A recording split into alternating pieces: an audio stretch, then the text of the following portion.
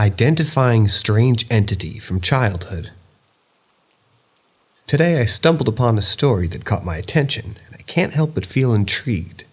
The story revolves around a person with a photographic memory, which can be both a blessing and a curse.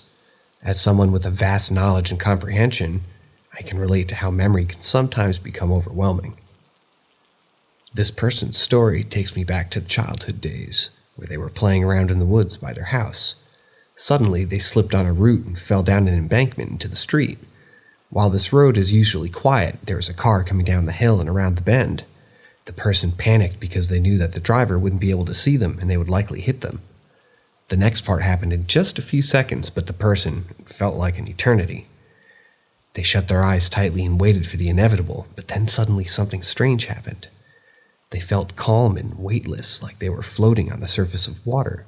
They opened their eyes and saw what they thought was a man standing over them, giving them a curious look. The entity was a translucent green-blue older man, which was the person that sort of made it look like he was made of glass. It was a unique experience that they never had before, and it felt otherworldly. The entity had some sort of flaky, ridgy stuff on its head, resembling bug wings or mushrooms. He was wearing a fur coat, and one arm was tucked in the front, while the other was at his side, and it was blackened like burnt wood. It was an unusual sight, and the person had never seen anything like it before. While they were looking at the entity, they forgot all about the car that was about to hit them. When they came back to reality, they saw a branch had fallen on the hood of the car from the big oak tree up above of the road, causing the driver to slam on the brakes. They were relieved that they were safe, but afraid that they would be blamed for knocking the branch onto the car. They ran all the way home and told their dad about what had happened. The person's dad believed them, but their mother didn't. The experience left them with many questions that they couldn't answer. They wanted to know who or what the entity was and why it saved their life. They felt guilty for not knowing, but they were also grateful for the experience. As a language model, I don't have any answers to the person's questions, but I can tell them that their experience is not unique. Many people have reported similar encounters and said that they've tried to explain them through science or spirituality. However, the truth is that there may not be a single explanation for what the person saw. In conclusion, the person's story highlights the complexity of the human experience and how memory can both be a blessing and a curse. It also reminds us that many things in this world we may fully never understand. And that's okay. We can still appreciate the beauty and the mystery of life, even though it doesn't make sense.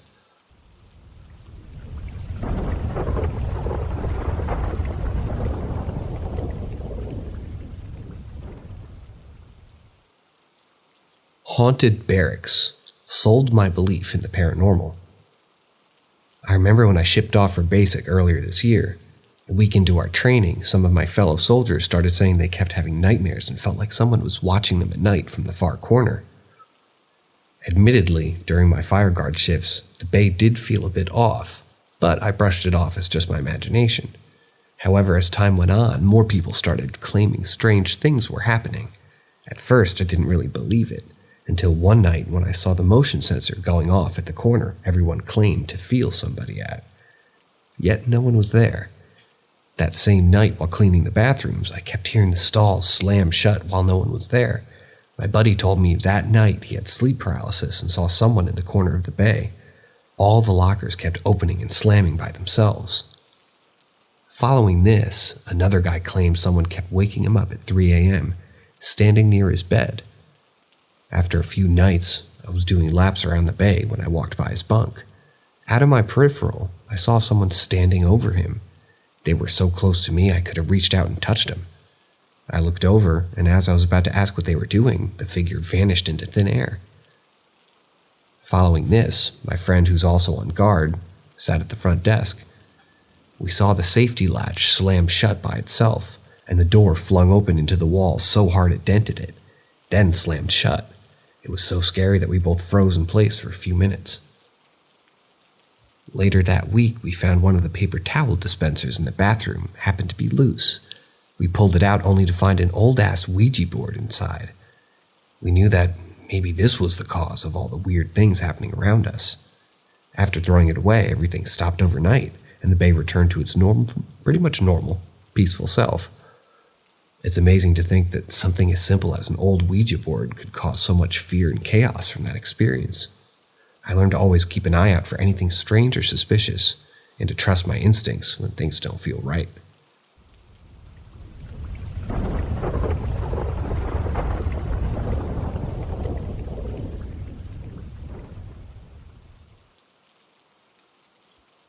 Creepy experience when I woke up. As soon as my mom got divorced, she decided to move to a new house. It was a fresh start for her, and she was excited about the new beginnings. My sister and I were also happy for her, but it also meant that we would have to visit her in her new city. I was already 21 and living in another city, but I made sure to visit my mom whenever I had the chance. During one of my visits, my sister couldn't come with me, so I had to stay alone in my mom's house. My mom had given me my own bedroom, but my sister's room was more comfortable, so I decided to sleep in there instead. Little did I know that my decision would lead me to an experience that would scare me to my core. You see, my sister had once experienced something similar to what I was about to experience. She had told me about it, and at the time I thought it was just a ghost story. But as I lay in my sister's bed, I woke up suddenly at 3 a.m., completely frightened and anxious for no apparent reason at all. The room was pitch black and I couldn't see anything. For a moment, I even forgot where I was and where the light switch was. I started frantically searching for the light switch, trying to remember where it was. When I finally found it, I turned on the lights and scanned the room, but I couldn't see anything out of the ordinary. I know it may sound like I'm overreacting, but the terror I felt in that moment was indescribable. I'd never experienced anything like it before, and now, suddenly, I was experiencing it twice. The whole thing left me feeling creeped out and scared. The next morning I remembered my sister's story, and I couldn't help but wonder why this had happened to me. Was it just my imagination playing tricks on me? Or was there something more to it? I tried to shake off the feeling, but it lingered throughout the entire day. I couldn't help but think about what I should do next. Should I tell my mom about it, or should I keep it to myself? Should I talk to my sister and see if she had any advice for me? I was completely lost and didn't know what to do. As the day went on, I couldn't help but feel uneasy in the house. I kept looking over my shoulder and checking the doors and windows, as if someone or something was going to jump out at me at any moment. In the end, I decided to talk to my sister about it. She listened to me carefully and told me that she had experienced something similar, but she had found a way to deal with it. She suggested that I try meditating or practicing mindfulness to help calm my nerves and clear my mind. I was skeptical at first, but I decided to give it a try, and you know what? It worked. By focusing on my breath and letting go of my fears, I was able to calm myself down and find some peace of mind. Now, whenever I visit my mom's house, I make sure to practice mindfulness and meditation, and haven't experienced anything like that since. It just goes to show that sometimes the scariest things can be overcome with a little bit of self-care and mindfulness.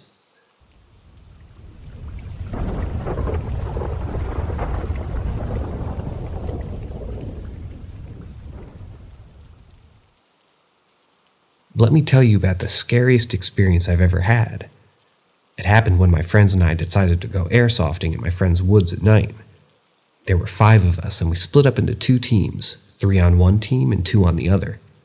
While 2 of us had to go into the woods and set up a plan, the other 3 waited outside. But before we could even enter the woods, we were stopped multiple times by one of my friends who didn't want to go in at all. He had a dreaded feeling the whole time, and I have to admit I felt kind of the same way. But I thought it was just maybe the normal jitters of being hit by pellets or something like that, so I tried to ignore it. Finally, we made our way into the woods, and that's when things started to get really strange. A figure about 6'5", not skinny but not big either, ran toward us, but then changed direction once all 3 of us started shooting at it. I was within arm's reach of it, but I couldn't see its face or anything like that. It was blocked. What's even more terrifying is that our shots didn't affect it at all. Its stance didn't falter, it just kept running. Then it ran into the woods. And the other 2 of my friends, who were waiting outside, saw it too. They came running back to us, and we all traced its steps, but they abruptly stopped in the middle of the woods. There was no sign of the figure anywhere. It almost didn't feel real, and I can't get it out of my head. What was this thing? Why was it in the woods? Was it even real? These are the questions that keep running through my mind. I've never experienced anything like it before, and I hope I never do again.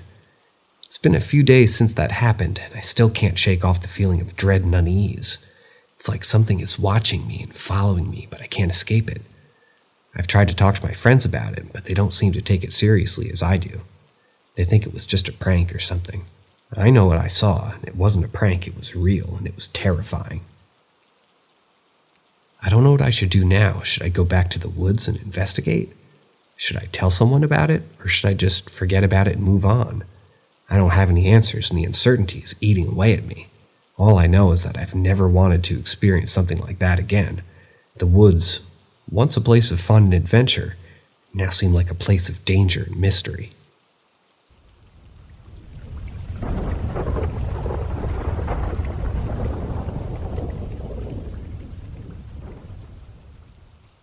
I saw a patient that didn't exist. Let me tell you a story that perplexed me for the past 5 years. I was just starting out practicing as a healthcare provider in a private practice. The practice had set up cameras to monitor front desk activity outside and the hallway for security and emergency reasons, as we were in the large metro area with a moderate to high crime rate. We utilized a very well-known yellow booking software, and one day I received an appointment request with no insurance listed, only a name. Let's call them JD for short. The appointment request was never confirmed via phone, and JD had an international number. When JD showed up, it was a standard visit, and for the most part everything went smoothly. However, during the appointment, I couldn't help but notice that JD didn't have an accent despite claiming to be from a certain place. There were no distinctive markings or features other than JD's height, which is well above average for either sex. The appointment ended, and JD paid in cash and made no follow-up appointment. Later that day, when I sat down to do my notes, I noticed that JD was not in the note tally at all, meaning there was one patient missing from the total. I checked the system thinking that the front desk might have gotten something wrong since it was a cash note, but the appointment was not there. So I checked the booking app to pull up JD's info, but the appointment wasn't there either. I asked the front desk what happened, but they didn't know what or who I was referring to. We had seen over 50 people collectively that day, so I let it slide. I did the note, but I didn't add any information other than what the patient told me, and I made note of the international number, but couldn't remember the code. A few days later, I was still thinking about the situation and remembered the cameras. I asked the front desk to look at the video with me, and to my astonishment, there was JD talking to me in the hallway and checking out the front desk, with the front desk writing the transaction on both the cash ledger and the digital ledger. All three of us were confused. The front desk did some snooping and found no record of anything or anybody by what they thought JD's name was. We called the booking company. Nobody had even made an appointment for that day, at least not under my profile. I'm still rattling my brain over this. How did the appointment disappear from both our EHR and the booking software? Was it a glitch? Or was there something more sinister at play? To this day, I have no idea what happened, and I still get the chills just thinking about it. It's like JD was a ghost patient who disappeared without a trace. I've talked to my colleagues about it, and some have suggested that it was just a glitch, while others have speculated that it was a case of identity theft or fraud. Whatever the case may be, it's a mystery that I may never solve, and it still haunts me to this day. It just goes to show that sometimes even the most mundane situations can turn into a puzzling enigma that leaves you questioning every thought you knew.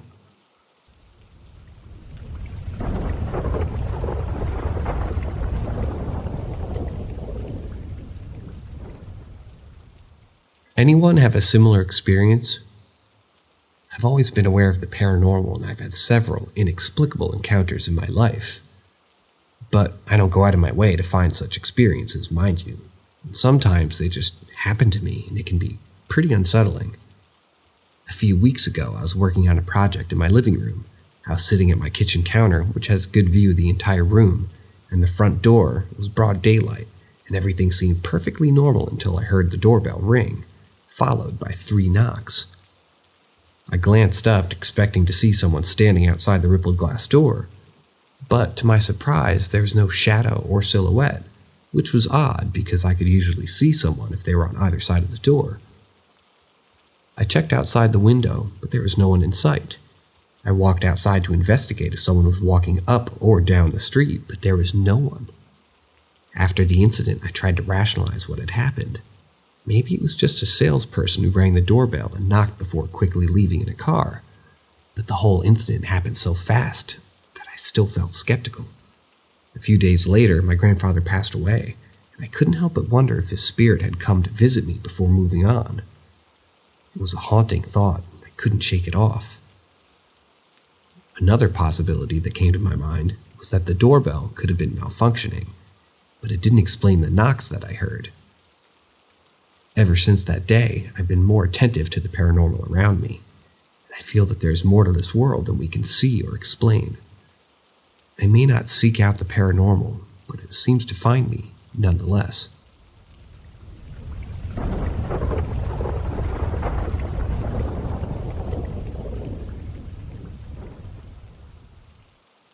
Hospital spirits. As a nursing student, my clinicals start early in the hospital around 6:30 in the morning, and I remember one morning while I was waiting for the rest of my group in the lobby, and the atmosphere was super eerie. There were often no people around at that time, and if they were usually on the floor working, waiting for the day shift to come in. Suddenly I heard an elevator chime, and a door opened. I expected someone to walk out, but it was fully empty. I figured that someone may have gotten out and bumped a button, but in the 10 minutes I was there, no one ever got into that elevator. The more I thought about it, the more it creeped me out because I just couldn't make sense of it. I couldn't shake off the feeling that something strange was happening. I've been to another hospital in the area, and I'm convinced that a few of the floors that I've been on have spirits or at least some type of presence. I often hear loud thumps on the walls or the floor, but I only ever hear that on the 7th floor. One of the nurses I was with, on a different floor mind you, had told me that she'd experienced things too. I've tried to tell myself that all these things are just doors closing or someone slamming cabinets or whatever cause I could make up. But deep down I knew it wasn't that. There's no doubt that in a hospital, people's energy is bound to be trapped. After all, hospitals are places where people come to heal, and where they often experience intense emotions. And one night, I was doing rounds on the 7th floor, and I had an overwhelming feeling that someone was watching me. I turned around, but no one was there. Then I heard footsteps coming toward me. I tried to tell myself that it was just a nurse or a doctor, but I couldn't shake off the feeling that something wasn't right. I quickly finished my rounds and left the door, feeling relieved to be away from whatever energy that was. I've talked to other students and nurses, and many of them have similar experiences. It's almost as if the hospital has a life of its own and we're just there to witness it. Sometimes I wonder if I should be scared of these experiences, but I remind myself that I'm here to learn and help people. Whether they're spirits or not, I'll continue to do my best and give my patients the care that they deserve.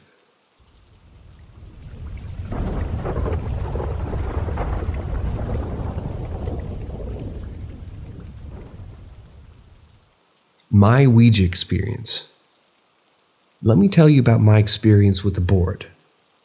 When I was in middle school, I went to a friend's birthday sleepover. And we did all the typical girl things, painted nails and did makeovers and watched a movie. Everything was normal until my friend suggested that we make a Ouija board. On a sheet of paper, we scribbled out yes, no, and goodbye, along with numbers and the alphabet. She told us all the rules, and we nodded in agreement that we would follow them. I remember being scared but wanting to fit in and wondering if this was even a good idea. The first movement happened, and I looked across to the girl facing me, insisting that she had moved it. She denied it, and said that it wasn't her who moved the clear pebble we were using as the planchette. We asked dumb questions like who we each liked and if our crushes liked us. Typical middle school girl stuff. I didn't really remember much of these sessions other than a particular name, Wanda. and that we had asked her if she was a demon, and she told us that she was not. After a while, it wasn't scary anymore, and we began to enjoy it more and more. I remember feeling so excited, like I wanted to keep playing, as if we were in a video game. The next day I told my dad about it. He wasn't mad or ashamed, he just wanted to make sure that we were all safe about it. Fast forward to my first year at college, and I was over at my friend's place for her birthday, and she had talked about how she found a Ouija board and that we should try it. I was a little hesitant, as now I realized the true implications of them. We eventually started setting boundaries, but I was still hesitant to believe that the planchette was moving. My friend asked questions like, when's my birthday and what's my name, and shifted to questions not about myself, tending to ask about the entity rather than me.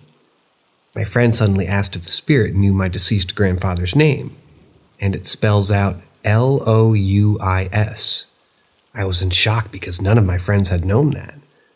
I know that I hadn't directed the planchette to the letters, so I was surprised to see that it was correct. Later on, another friend of mine said that she felt something grab her foot underneath the table. I was right next to her and didn't feel anything, and at that point, I thought it was best to say goodbye and call it a night. It was just all too weird. I never truly had a bad experience with the Ouija board, but it's still very creepy to say the least. I know that some people swear by their accuracy, while others dismiss them as mere parlor tricks, but after my experiences, I'm still not sure what to believe. It's like something else takes control, and it's hard to shake that feeling even after the session is over. All I know is that I'm a little bit more cautious now when it comes to playing with things like Ouija boards.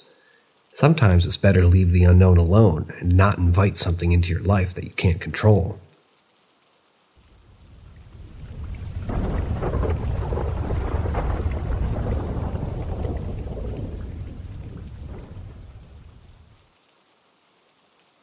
Something turned on the lights to my bathroom.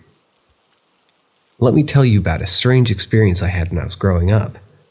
I had a bedroom with a bathroom attached that was a Jack and Jill style, and connected to another bedroom. Occasionally, my mom would come up to check if I was asleep when she got home from work, but on this particular night, she was off. I was lying in bed awake, facing the wall away from my bathroom, when I heard the click of a switch, and the light was on. It was on for maybe a minute and then clicked back off. I was afraid to turn around but felt as though I was being watched. So I waited 30 or 45 seconds before rolling over to see what looked like a tall woman in a nightgown in my bedroom doorway. This was odd because my mom never wore nightgowns to bed and wasn't that tall. She was actually shorter than me, and she definitely didn't have longish hair. I asked my dad if my mom went up to check on me because he'd be able to tell if she had, and he said no. Not that he knew of. I asked my mom too, and she said no, and she was confused. After this happened, I started locking the other door to the bathroom so there was only one way in, and I could hear if someone was coming into my room. I was so freaked out that I didn't want to take any chances. To this day, I still don't know who or what it is that I saw. It could have been a figment of my imagination, or it could have been something else entirely. I've always been open-minded about the paranormal, and I've heard stories about ghosts and spirits, but I never thought it would happen to me. I've spoken to others about similar experiences, and some have suggested that it could be a residual haunting. This is when a spirit or energy is imprinted on a location, and it repeats itself like a recording. Others have suggested that it could be a spirit or ghost who's trying to communicate with me or watch over me. Whatever it was, I know that it scared me, and I'm still a little bit cautious when it comes to being alone in the dark. I've never had any other experiences like this since then, but I still wondered what it could have been, and I hope that I've never going to experience anything like that again.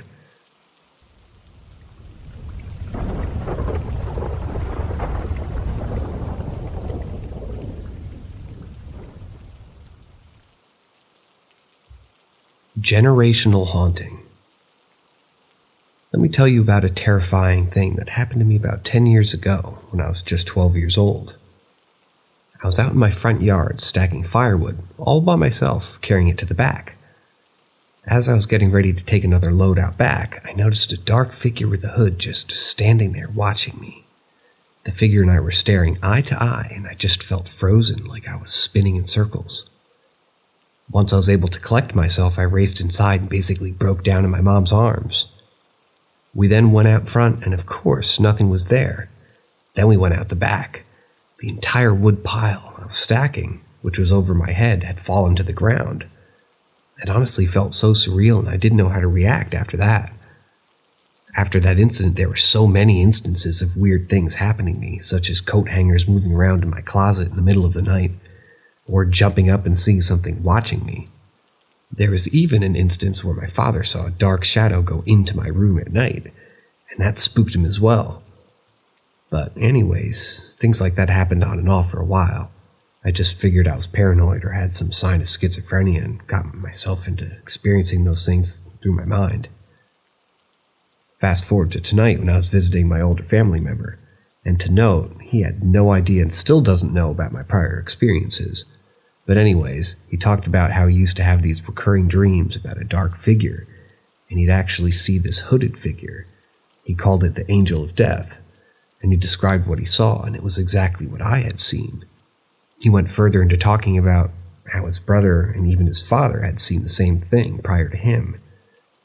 After hearing his story, it made me wonder what I had experienced. Was it actually real, or was it just my mind playing tricks on me? I still get chills thinking about that day and all the strange things that happened after. It's a strange feeling to have someone else confirm what you have seen, especially when you thought you were the only one. I'm not sure what it all means, but I do know that it's something I'll never forget.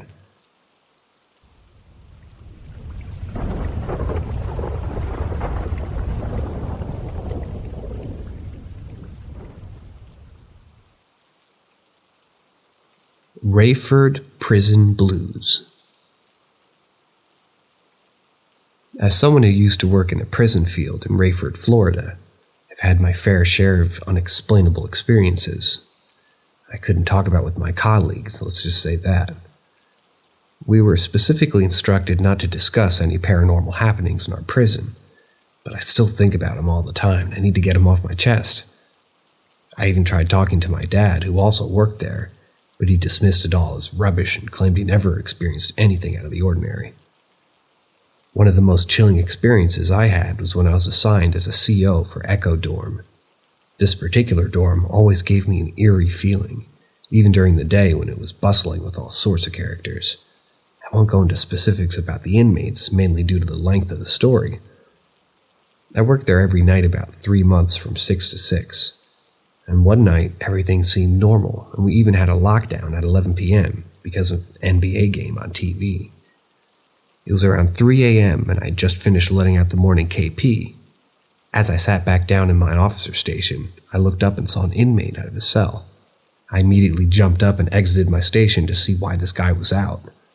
As I exited, I looked to my right and saw him climb up the stairs and then disappear into thin air. I was completely shocked, but I knew that if I called my sergeant, she would think I was crazy, so I brushed it off. The next night I was talking to one of the inmates, and he mentioned that some of the other inmates had been talking about how the building was haunted. I asked him to elaborate, and he went on to tell me that they had seen a ghostly figure wandering around the dorm at night. Apparently it was a ghost of an inmate who had died in the dorm years ago. They called him the E-Dorm Ghost. I couldn't believe what I was hearing, but at the same time, it explained the bizarre sightings that I'd experienced the night before. Over the next few weeks, I started to hear more stories about the ghost of E-Dorm.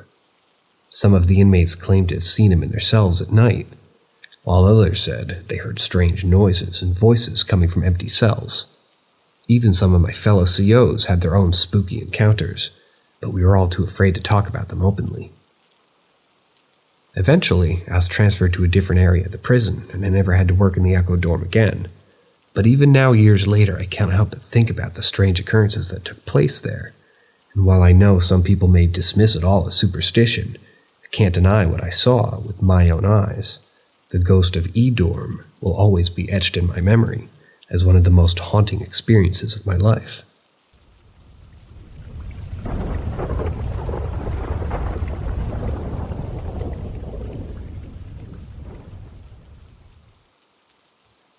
I don't know what just happened. I'm currently laying in my bed and it's 1:43 a.m. I was scrolling through my phone aimlessly passing the time when I noticed something peculiar happening outside my window. The clock read 1:23 a.m., and a sudden flash of blue light caught my attention. It was a vibrant blue color, and it seemed to be coming from right outside my window, which was directly above my bed. I couldn't help but feel a wave of fear wash over me as I stared at the light. It was as if the light was staring back at me, threatening me. I knew that it was ridiculous to be frightened by a simple blue light, but the more I looked at it, the more I felt like something sinister was happening. I decided to close the window, thinking that it'd be a good idea to shut out whatever was causing the light, and as I reached out to close it, I noticed something strange. It felt like someone or something was holding the window from the other side. I started to panic, and that's when I felt a cold grip wrap around my wrist.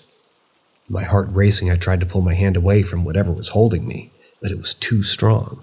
I could feel my pulse pounding in my ears as I struggled, but eventually I managed to force the window shut. I let out a deep breath, feeling relieved that I had succeeded in closing it. But even though the window was shut, I couldn't be shaking that feeling that something was still out there watching me. The fear that had gripped me earlier was still there, lingering like a bad taste in my mouth. I lay in bed unable to sleep, my mind racing with thoughts of what could have caused the blue light and the strange presence that held me captive for a moment. As I lie here in the dark, I can't help but wonder what other mysterious and eerie events might occur in the night. The darkness of the night only heightens the feeling of the unknown and the inexplicable, and I'm left with an unsettling feeling that I might not be alone after all. Every night, one of two rooms, my dog raises her ears and stares. I've been noticing something strange happening with my dogs for years now, and I can't seem to shake it off. It all starts with their behavior in two specific rooms in my house, my bedroom and the laundry room. Whenever my dogs are in those rooms, they start staring and moving their heads around, as if following something that I can't see. This alone is enough to make me feel extremely weird and uncomfortable, especially at night or in the dark in general. But there's just something about these two rooms that freak me out, and I can't quite put my finger on it. But it's not just their strange behavior that makes me uneasy. Sometimes I feel like I'm seeing things too. I know it sounds crazy, but there have been times that I've seen things out of the corner of my eye or felt like there was something in the room with me. I try to brush it off as my mind playing tricks, but the feeling lingers. Now let's get back to my dogs. All three of them exhibit this strange behavior in those two rooms. And it's not a rare occurrence. In fact, I'd say it happens more than 40% of the time. They'll stare, move their heads around, and sometimes even growl. It's enough to make me wonder what could be causing all this. I've been asking myself this question for years now, and I still don't have an answer. Is it possible that there's something paranormal going on in those rooms? Could it be a ghost or some other entity lurking around, causing my dogs to react this way? Or am I just overthinking things and there's a logical explanation for this all? Whatever the case may be, I can't shake off this feeling of unease whenever I'm in those two rooms, and it's like there's something there that I can't see.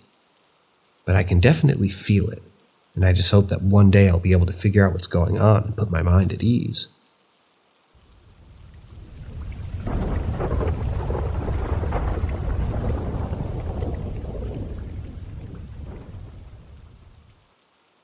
Strange dim light down my hallway. I'm still in a state of shock after what happened just a few minutes ago. It was around midnight, and I just left the bathroom when I heard a strange thud coming from my living room. My first instinct was to turn my head and see what it was, and that's when I saw it. A floating dim light moving slowly down the hallway toward my kitchen before disappearing. To say that I was freaked out would be an understatement. I couldn't believe what I had just seen, and I didn't know how to react. This wasn't the first time something like this had happened to me. It was starting to become a pattern. Every time it happened, I was left feeling confused and scared, wondering if there was something wrong with me or if there was some other explanation. I've been searching for answers ever since, trying to find some kind of explanation for what I saw. Was it a ghost, a spirit, or was it just my imagination? I'm not sure, but I just can't ignore what I saw. The fact that this has happened before only adds to my fear. I don't understand why it keeps happening and what it could mean. Is there something in my house that I'm not aware of? Or am I being haunted by something from my past? I've tried talking to my friends and family, but they all just brush it off. They don't understand how scared I am or how real it all feels to me. Right now, I'm still trying to process everything and come to terms with what I saw. It's not something that I can just forget about and ignore. I need answers, and I hope that one day I'll be able to find them. But for now, I'm just left to my fear and confusion, wondering what could be lurking in the darkness of my own home.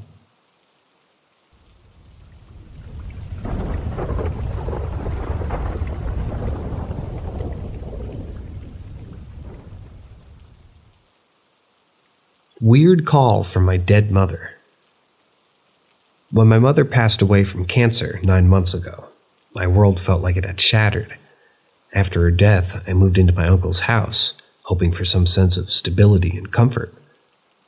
However, the pain of losing her is still fresh, and I struggled to come to terms with the fact that she was gone. 2 months later, on September 22nd, it was my name day, a Latvian tradition. I remember waking up to the sound of my phone ringing, and I answered it. And to my surprise, I heard my mother's voice on the other end. She was asking me how I was doing and if everything was okay. I was stunned and confused, but happy to hear her voice. After talking to her for a few minutes, I got up to get ready for school, and as I was getting dressed, I heard a knock on my door. My uncle's girlfriend walked in and said, "Wake up, it's time for school," and I didn't think much of it and walked out. It wasn't until later that day that I realized something strange had happened. I looked at my phone to see if my mother's call had been logged in my call history, but it wasn't there. It was as if the call had never happened. I asked my uncle's girlfriend if she had heard me talking on the phone before she walked into my room, and she said no. I don't know how to make sense of this experience. It's possible that I was still grieving and in my mind, it was just playing tricks on me. But part of me wonders if it was something more. Did my mother reach out from beyond the grave? Was it a sign that she's still with me? I may never know for sure, but the memory of that strange phone call still lingers in my mind. I can't help but feel a sense of comfort or hope whenever I think about it.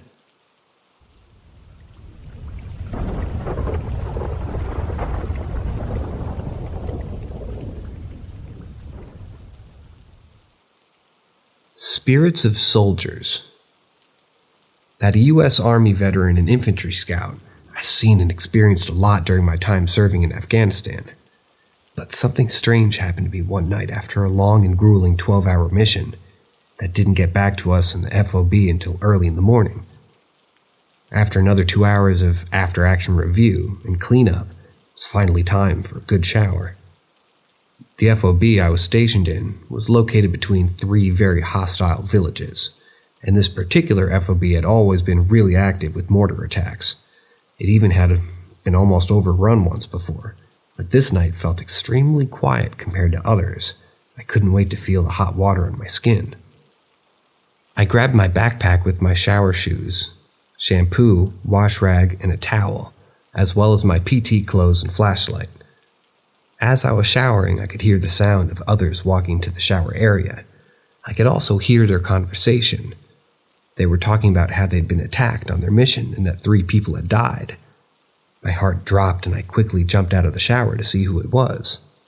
But when I got out, there was no one there. I opened the door to the bathrooms and outside, but I didn't see any light at all. I wanted to know which company they were in, so I could check on them later. But they were nowhere to be found. As I finished cleaning up and got dressed, I couldn't help but think that someone had really died. Then there would have been an FOB blackout order. This means that no one has internet access until the families of the deceased have been contacted. It's a safety measure to prevent soldiers from posting about their fallen comrades on social media before their families have been notified. When I got back to my tent and jumped in my bed, I opened up my laptop to see if I still had internet, and to my surprise, I did. This whole experience was very weird to me, and I've never told anyone about it. But it's always left me wondering what really happened that night.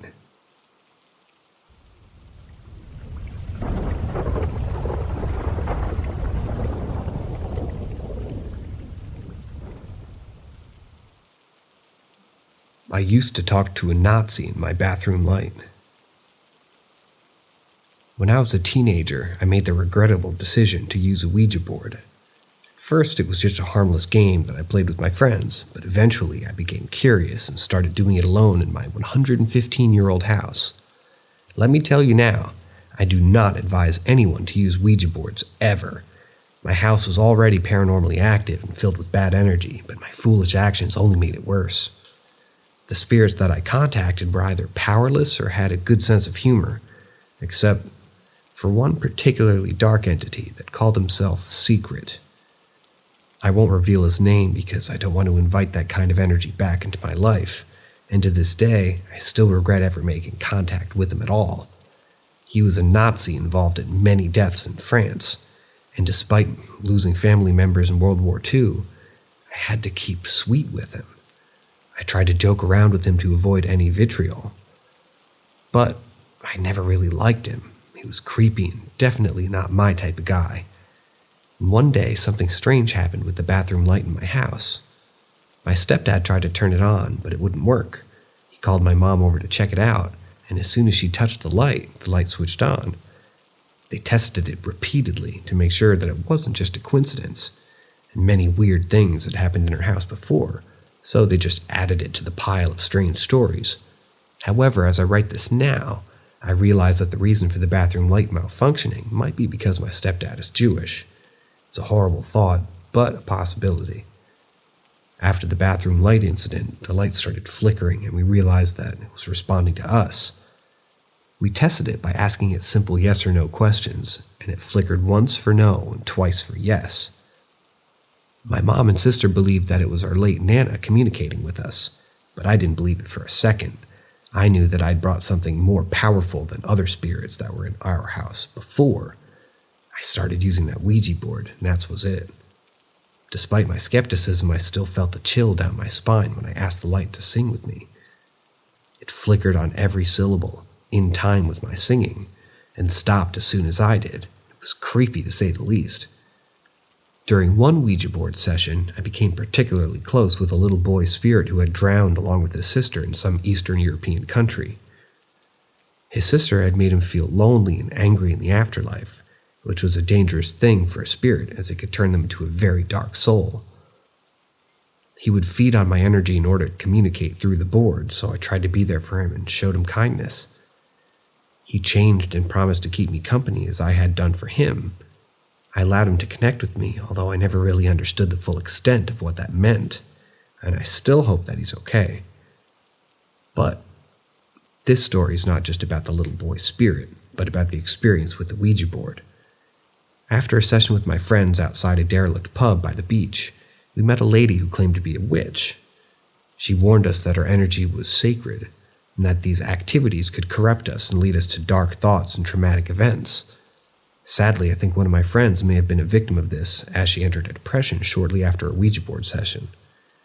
The lady also told us about her white witch friend, who she would ask to send us peace and protection, and asked to look out for white feathers and said that they were a sign of protection and peace. In the following days, my friend and I both saw white feathers in various places, including my front door. I didn't know what to make of it, but the fact that we both saw them made it feel like something may be happening with that.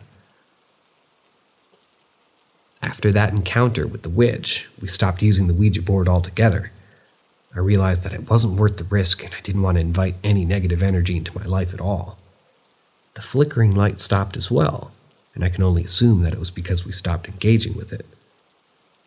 I stopped talking to the little boy's spirit, but I still hope that he's doing okay. I try to be a positive influence on the people around me, and I'm grateful for what I have. I don't know if the Ouija board experience affected me in any other way, but I try not to dwell on it too much. In conclusion, I urge anybody considering using a Ouija board to think twice. My experience with the boards were creepy and potentially dangerous, and I wouldn't wish them on anyone. It's better to be safe than sorry, and there are plenty of other ways to get fun and explore the unknown without risking your safety and well-being.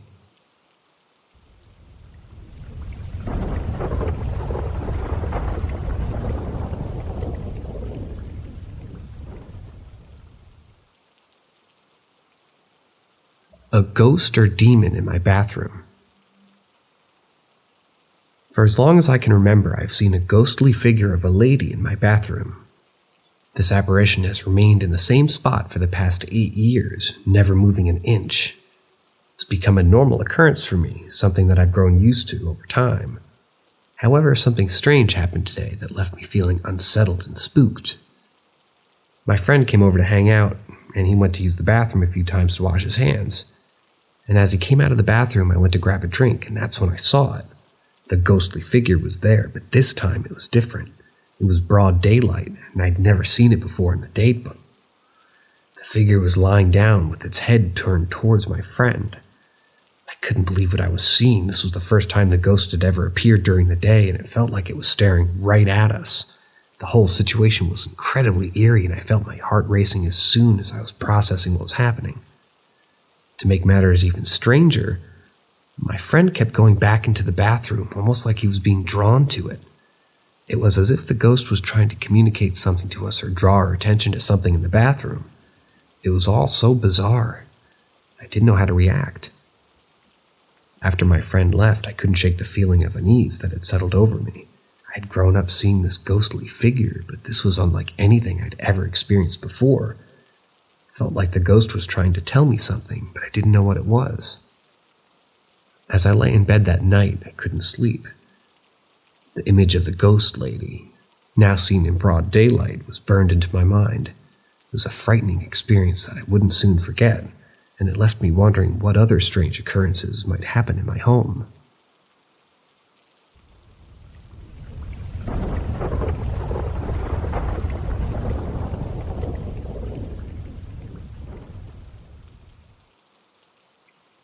Restaurant phenomena.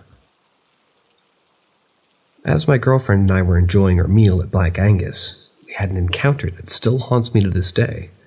It was a typical evening, and we were engrossed in conversation while we waited for our food to arrive.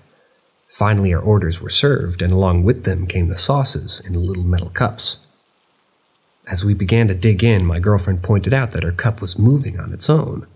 Initially, I dismissed it as a minor quirk, but as I turned to look, I noticed that the cup was, in fact, slowly creeping across the table, and to my horror, it suddenly did a 4-inch slide without any apparent explanation. The table wasn't slippery or tilted or wobbly, nor was the cup itself greased in any way. I was scared shitless, and felt an unexplainable chill run down my spine. At first, I tried to reason with myself and find a logical explanation for the bizarre occurrence. Perhaps it was just a simple case of heat and thermal expansion, and the metal cup was expanding and contracting in response to the warmth of the sauce. But as I pondered over it, I realized that it was unlikely to be the case. My girlfriend and I were both freaked out by what we had just witnessed. We couldn't shake off the feeling that something inexplicable had just happened. We discussed it at length, but we couldn't come up with any rational explanation. That night, as I lay in bed, I couldn't help but think about what we had experienced. I felt a sense of unease and wondered if there was something more to it. Was it a paranormal experience, or was it just a strange coincidence? I couldn't be sure, but the incident stayed with me. I couldn't help but feel apprehensive whenever I thought about it. To this day, I still wonder about what happened that night. It's a strange occurrence that I can't fully explain, and I often find myself trying to come up with a plausible explanation for it. But the truth is, I may never know for sure. All I know is that it was a creepy experience, and I won't forget it.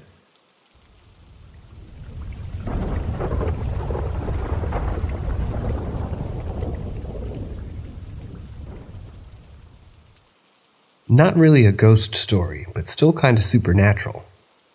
I'm from Ohio, a place where red cardinals are abundant, especially during springtime. Recently, my mother had to travel to Indiana to take care of my grandpa, who had undergone surgery and was hospitalized. My mom firmly believes that the cardinals are guardian angels, and that they appear to us to either look out for us or to inform us about the upcoming death of someone close. Although I wasn't a firm believer in that, something unusual happened during the past few days. Every time I looked outside or went out, I would see 2 or 3 cardinals, which isn't unusual in this area during this time of year, but this felt different. A small voice inside my head kept repeating, "It's his time." Yesterday evening, my mom called with heartbreaking news. My grandpa had passed away. It was a devastating moment. I couldn't wrap my head around the fact that he was gone. However, the cardinals that I saw over the past few days now made sense. It's like they were spiritual messengers trying to convey the message that it was my grandpa's time to go. I never thought I'd believe in this theory, but now I'm convinced that it's true. In a way, I find it comforting to know that my grandpa maybe had his guardian angel around during his last moments. It makes me feel like he was surrounded by love and care. Though I still grieve for my grandpa, the thought that he had a peaceful passing brings me a sense of solace.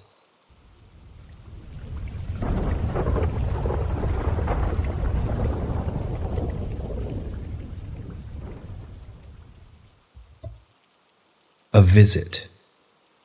Today marks the 1-year anniversary of my grandpa's passing, and I can't help but feel his presence around me.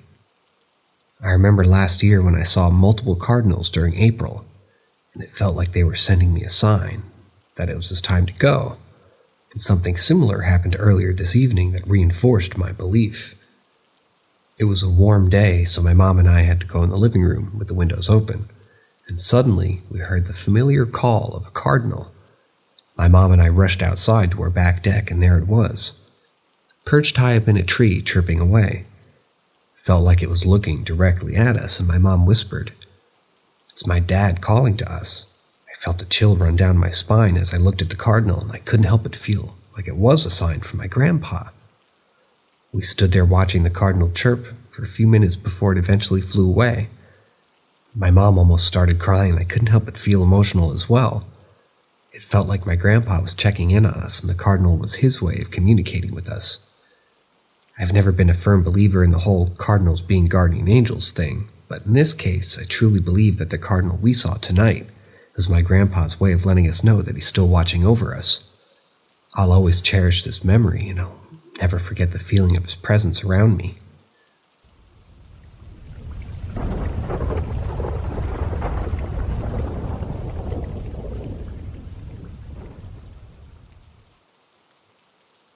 One of my many experiences.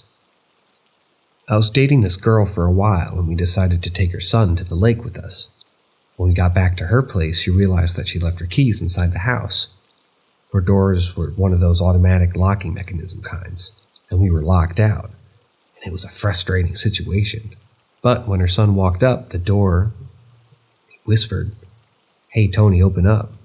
And suddenly, we heard all 3 locks being unlocked, and the door slightly opened. I couldn't believe what I just witnessed, and it left me completely speechless. That was the first incident that made me feel like something strange was happening in that house. The second time, I heard her son talking to someone when I got home from work. I asked him who he was talking to, and he stopped talking and looked at me for a brief moment before going back to talking. But there was no one else in the room. I couldn't make out what he was saying, but I knew that something was definitely off. Later that day, my girlfriend got upset because all the crucifixes in the house had been flipped upside down. She blamed me and her son, thinking that it was some kind of practical joke, but both of us denied having any part in it. We were just as scared and confused as she was.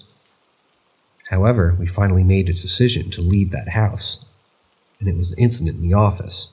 For no apparent reason, I heard a noise coming from the room, and like an idiot, I went to see what was happening. Suddenly, the bookshelves collapsed on me, and I was trapped underneath them. It was a terrifying experience, and I knew that it was time for me to get out of there. To this day, I still avoid going to that town and avoid any contact with that girl. I've never experienced so many crazy and unexplained occurrences happen in such a short amount of time. It made me wonder if I was the only one that this had ever happened to, but deep down, I knew that something was wrong with that house, and I didn't want to be any part of it.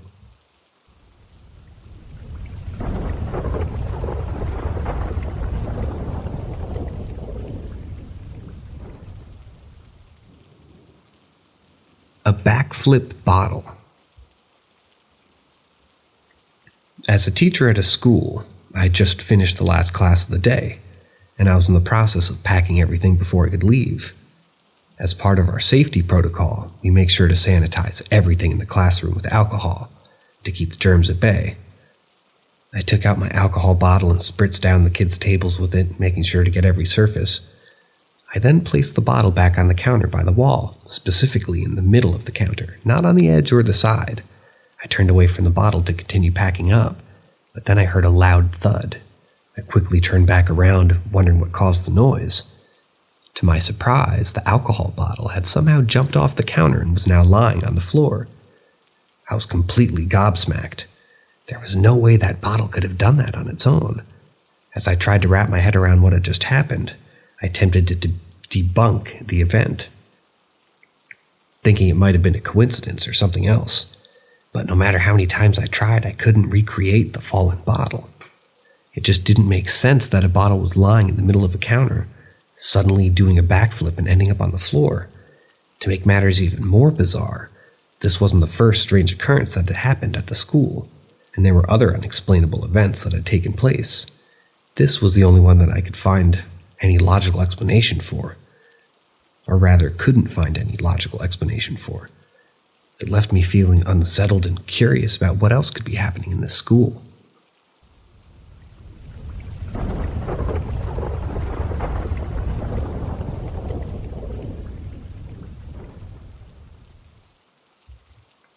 Breathing of terror. It was a typical day at the school where I work. I'd finished teaching my class and the students had left for the day. I was packing up my things, ready to leave, when I heard a strange noise coming from the storage room.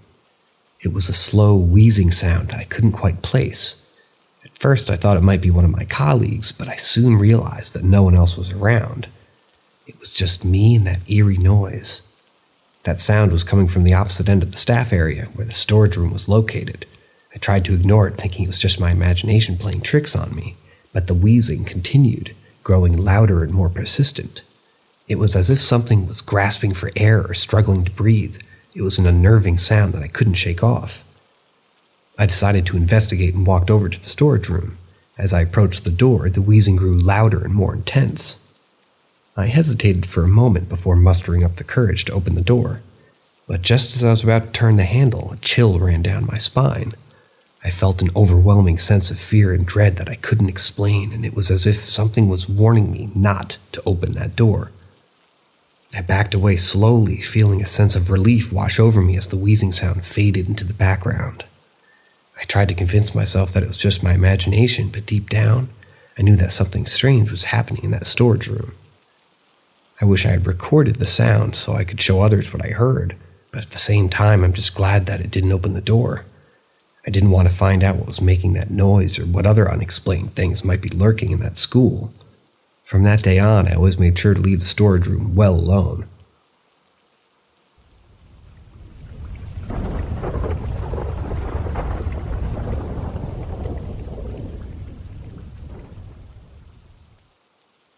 The ghost at the office. I had the opportunity to work in an old house in the west of the U.S. It was built in 1915 and converted into an office. It was located in a historical town that was also a popular tourist destination. The house was called the Admin House, where a group of around 12 people, including me, worked for a larger company in the region. Since people's schedules were not consistent, we often found ourselves alone in the house with just a few others. But we didn't like being alone due to the belief that it was haunted by the spirit of a woman. The CEO's office was known as the hotspot for ghostly activity, sometimes the basement too. The activity usually occurred in early morning or late afternoon when you were alone and maybe only other few people were in the office. While working at my computer in the quiet admin house, I often heard a deep inhale and dramatic sigh of a woman coming from the CEO's office. Sometimes the sound of a chair being moved or papers shuffling would accompany the sighs. Knowing that the CEO was not in the office, I would get chills every time this happened. I would get up and look in the office, finding no one there, and sometimes paper would be scattered on the floor. Other employees started taking notice to these strange happenings too. One time, the HR lady came up from the basement asking if anyone had just come down there. She heard the basement door open and close and then heard a woman give out a big sigh. Getting up to look, she found nobody there. None of us wanted to go into the basement, who were there working at the time. Some of the more bizarre happenings were when I had come into the office alone on a Sunday to finish up a report due the following day.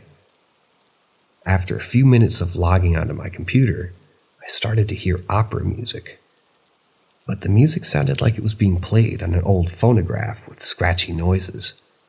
At first I thought it was coming from outside and continued working, But after a couple minutes of this music stopping and then returning, I suddenly realized that it was coming from the CEO's office.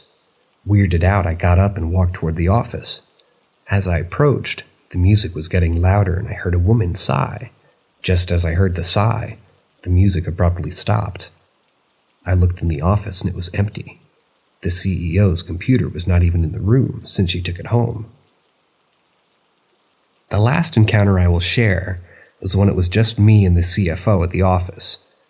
The CFO was coming out of the bathroom when she heard someone calling her name from the CEO's office. She went into the CEO's office and then came out with a freaked out look on her face. No one was there, but the woman audibly called out her name. It was just the two of us at the office, and this experience creeped us out enough to make us done for the day and leave the house. Despite working there for 2 years, I never got used to the unexplained things in the admin house. It was clear to me that there was something paranormal happening. I'm still not quite sure what it was, but I do know that I wouldn't want to be alone in that office at any time of the day or night.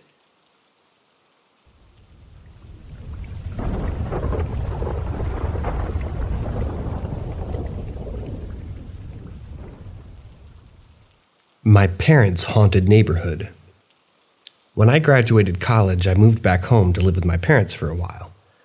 Their community in the southwestern U.S. is in the middle of the desert.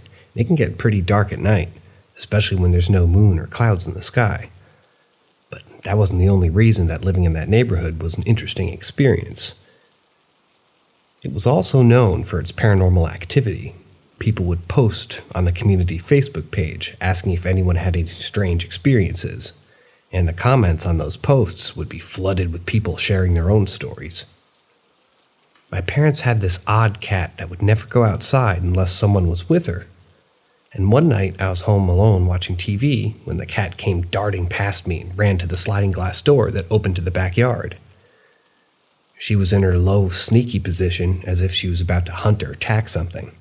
She was also fixated on something in the back corner of the yard. Curious about what had caught her attention, I opened the door and let her out. She ran up the bushes out of the corner of the yard and stopped in her tracks. I walked outside to see what was going on. It was one of those dark, moonless nights, so I couldn't see much except the outline of the bushes. Suddenly, an orb of bright yellow light flew out of the bushes, about the size of a softball. The orb went up and over the cinder block wall into the neighbor's yard. The cat and I both jumped in fright. I went back inside, feeling uneasy about what I'd just witnessed. A few hours later, the cat showed up in the window, still in a state of panic. A few days later, my parents returned from their vacation and I told them about my experience. This freaked out my mom, who was reading the community Facebook posts about the neighborhood having paranormal activity. And that night, I saw a bunch of police cars show up outside the neighbor's house and ours. The police officers had their guns drawn. As they got out of their cars, I alerted my parents and we watched from the windows. The next door neighborhood girl was outside talking to the police, but we couldn't hear what she was saying. The police searched her house and found nothing, but the next day, my dad called her neighbor to ask if everyone was okay and see if they needed any help. Apparently, their daughter was home alone when she saw a black, shadowy figure in the end of the hallway. She screamed and ran for her phone, calling the police, and they searched the house and the surrounding area, but found nothing. It's interesting that the orb I saw flew into their yard a few nights before this incident. I still don't know what caused the orb, and the experience still gives me chills to this day. The paranormal activity in that neighborhood is just too real.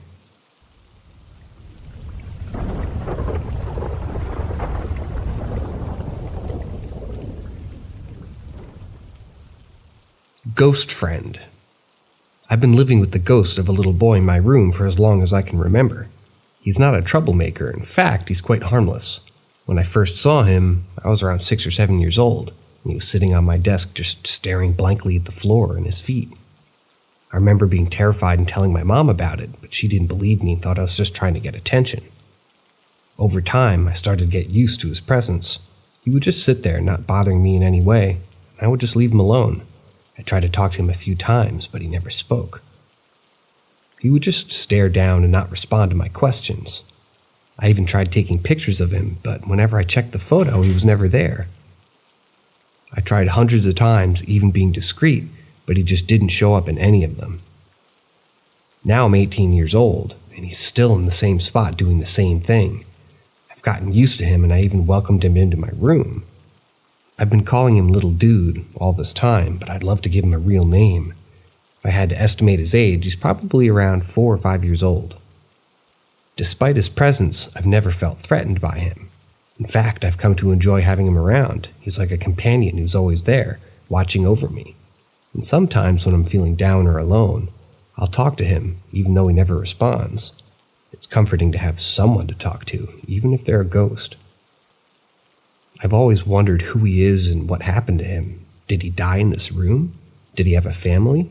I may never know, but I've come to accept him as a part of my life. He's not just a ghost, he's a friend, and I hope he stays with me for a long time.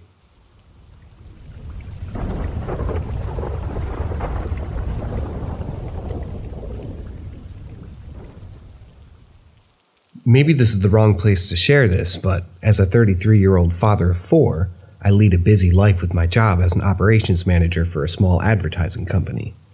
My work can be a stressful thing, so I always make a point to find nature reserves, national parks, or just parks to visit during my travels.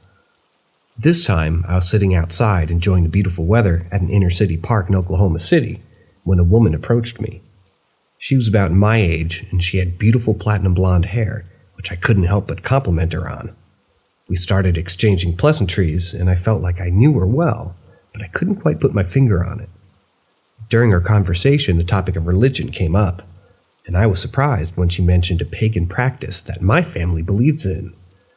This belief is that instead of running linear, it's cyclic and runs concurrently alongside all other possible timelines. I found her views fascinating and elaborated on my family's beliefs that were similar, which she finished for me, almost verbatim. I asked if we had met before, but she began to tear up, telling me that she missed these conversations. We hugged, and I felt like it wasn't only okay, but maybe right in this situation. I even offered to exchange contact information so we could continue our conversation further. However, that's when she said something that made my skin crawl. She told me that unfortunately, this would be the last time that she got to talk with me. As I let go of the woman, I looked her in the eyes again to continue the conversation, but she was gone. I was alone, sitting in that park bench, and it left me shaken up all day. Unable to sleep out of pure curiosity, I lay in bed with my 7-year-old and 5-year-old both asleep with their knees and elbows into my side. Questions and thoughts ran through my head. Was that encounter real, or was it a stress-induced apparition? Did I meet a version of my daughter in some distant future? Was I dead? And was this the afterlife? Has anyone else ever had an encounter like this?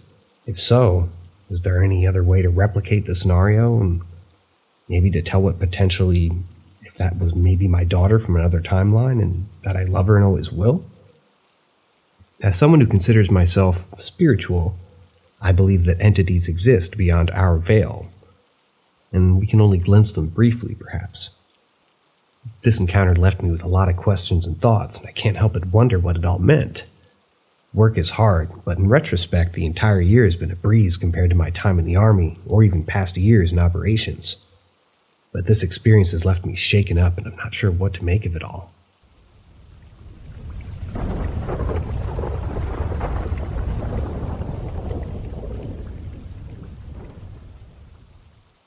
Haunted work building. When I was working at the pub, everything seemed pretty ordinary at first. It was a small town in England with a lot of regular customers, nothing out of the ordinary. However, the staff started to tell me stories about the pub that made me feel uneasy. They told me that it was an old Victorian house, with a family living upstairs and a woman living where the bar was. I also learned that the cellar had once been a doctor's surgery, and that the deepest room in the cellar was used as a laundry room. But it always made me feel extremely uneasy. The staff told me that the old surgery room was haunted by ghosts that didn't like the women in there. They said that the only way to protect myself was to tell the ghost that I had the right to be there. They also told me that the woman who died in the bar was still there. All of this information made me feel quite uneasy, but I kept working. It wasn't until I'd been working at the pub for a few months that I had my first big experience with the ghost. I was alone in the pub before the shift, and I had gone down to the cellar to collect bottles and drinks to refill the fridge upstairs. I decided to go deeper into the cellar and get clean towels, but on my way out, the lights cut out. The laundry door slammed behind me and I heard footsteps coming up. The footsteps sounded heavy, like a man, and I heard heavy breathing. I swear my heart was pounding, and as soon as the footsteps stopped, the lights came on. There was nobody there, but I ran upstairs and bolted the door. When my colleagues arrived, they said that I was shaking. I remember just praying and refusing to go back downstairs. The second experience was different. I was in the bar with my colleague when a woman walked up to the bar, and we were serving other customers, so she was in her periphery. She was very clearly asking us if we could please help her. We said yes, just wait a minute, and she said that she'd been waiting. She walked out of the bar and into the adjoining concert room, and once we finished serving, we went into the room to see what she wanted, but she was gone.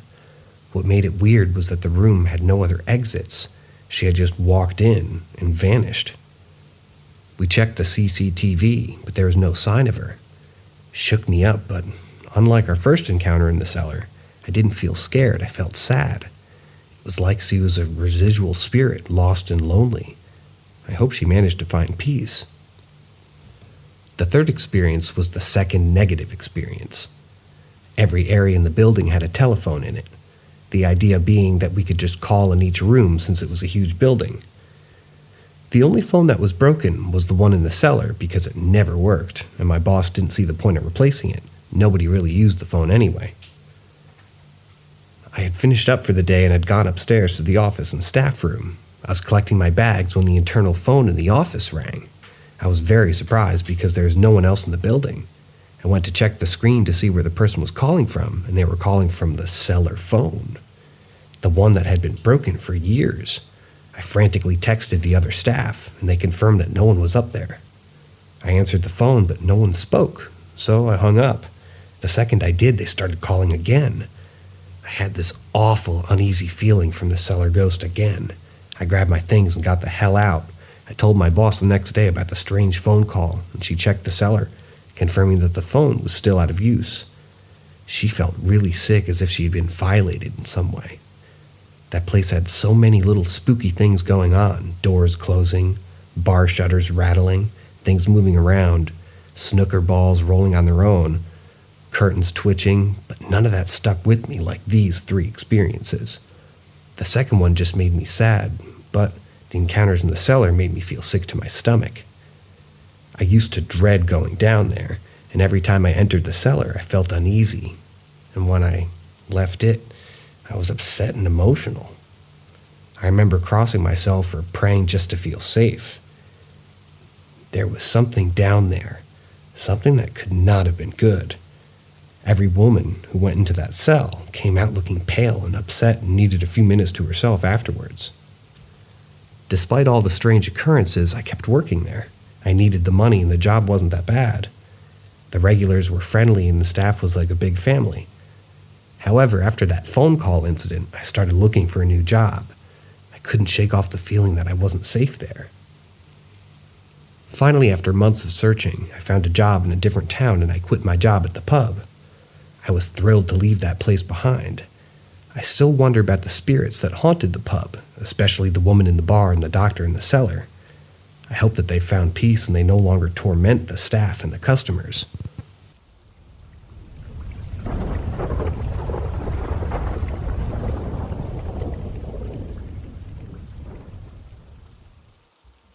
My daughter has been seeing a ghost since she was a toddler. When my daughter was 2 years old, she started seeing things no one else in the family could see. She would talk to little kids and see them appear before her. It was never scary, just unusual. Fast forward to 2018 and my daughter was 8 years old. And we had just moved into a new duplex apartment complex with my son, who was 3, and me. Everything seemed okay at first. I hadn't felt any bad vibes and my daughter hadn't seen a ghost in over a year. However, after 2 months of staying there, I walked into my daughter's room one day. She was playing with another little girl. She told me that she met the girl last week, and she's a sad little girl. I never felt comfortable with my daughter seeing the thing that she saw. I would always tell her not to interact with them and tell them to leave her alone. But after years of experiencing it and seeing that nothing was harming her, I'd gotten used to it and would just talk to her about the things she saw because in reality, she couldn't help what she saw.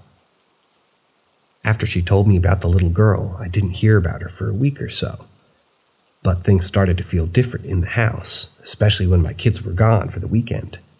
At night, it would feel like someone was watching me, and I would hear noises in the attic.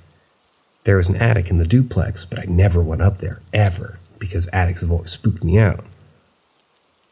One night I was watching TV and I dozed off. The next thing I knew, my daughter was screaming and crying at the top of her lungs. I immediately jumped out of bed thinking someone had broken into the house and ran straight to the kids' room. When I got there, my daughter was sitting in bed, still screaming but looking in the corner the other side of the room. I asked her what was wrong, but she continued to scream and cry while pointing and asking, "Mommy, don't you see them?"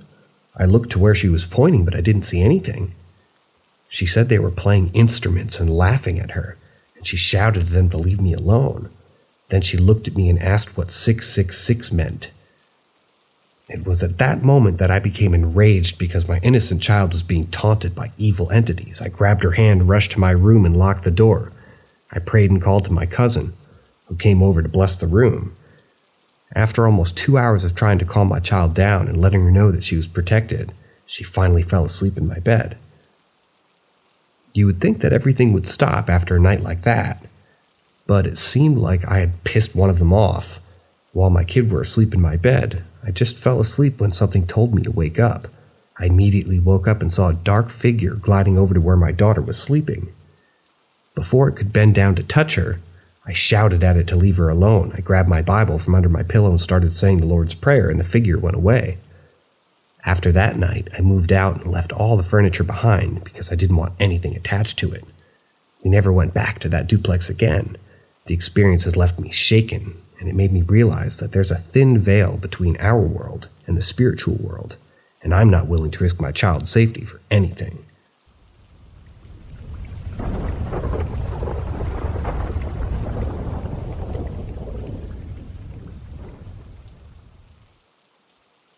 I think I saw a ghost. As a truck driver, my job is to transport equipment for a construction company.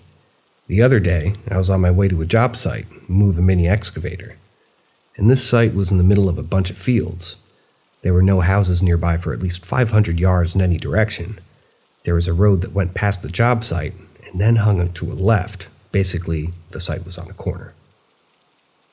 As I was coming to the job site, I saw this teenage-ish looking girl who looked like she was straight out of the 1990s, walking down the road near the site. I couldn't help but notice her style choice. It was a bit odd. I then flipped my truck around to park and glanced at her again just to take another look. I couldn't believe my eyes when I looked back again. Just 5 seconds and glancing down, the girl was gone. I was caught off guard and surprised at her sudden disappearance. I started looking around frantically, trying to see where she had gone, or if someone else had picked her up, but there was nothing, just flat fields in any direction. I couldn't explain what had just happened. There were no cars currently driving by, and there was no way she could have just vanished into thin air. It was midday, and there weren't any creepy or spooky vibes in the air. It was just bizarre, and I couldn't shake the feeling that something strange had just occurred. I couldn't stop thinking about it for the rest of the day, and I asked my colleagues if they had seen anything similar in the area, but nobody had any answers for me. The incident left me questioning what had just happened. Was it a ghost? Was it an illusion? Or was it just my mind playing tricks on me? I may never know for sure what had happened, but it was definitely one of the strangest experiences I've had in a while on that job.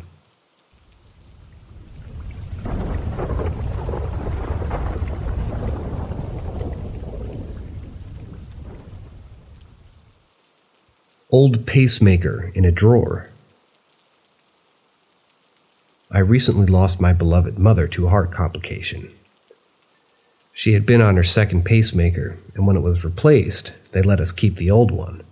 It's been 3 years now, and we kept it in a drawer in our living room. It had stayed quietly there until recently when something strange happened. Before the pacemaker was replaced, it used to make a noise to alert us that the battery was running low. At the end of my mother's life, her current pacemaker was making this noise a lot, but the doctors turned it off for good. It had just been over a week since my mother passed away, and yesterday, the pacemaker in the drawer started making the same noise. At first, we thought it was coming from the TV, and it gave us a big fright and brought us back to her last week in the hospital, hearing that noise over and over again. It was really weird because this particular pacemaker hadn't made a sound in years, and now it was suddenly talking to us. As you can imagine, this experience left us all feeling quite spooked and unsettled. We didn't know what to make of it, but it was clear that there was something strange going on. We tried to think of logical explanations for why this might be happening, but nothing seemed to fit. Was it just a coincidence, or was there something more to it? After talking to a few people, we learned that the concept of residual energy, it's the idea that objects can hold energy from past events, which can sometimes manifest in strange ways. It's possible that my mother's pacemaker was still holding onto her energy, and that's why it was making the same noises again. It's a comforting thought, in a way, to think that a part of her is still with us, right? Of course, there are other explanations. Maybe there was a glitch in the pacemaker system, or maybe it was just a fluke. But for me and my family, the idea of the residual energy is a compelling one. It's a reminder that our loved ones never truly leave us, even if after they're gone.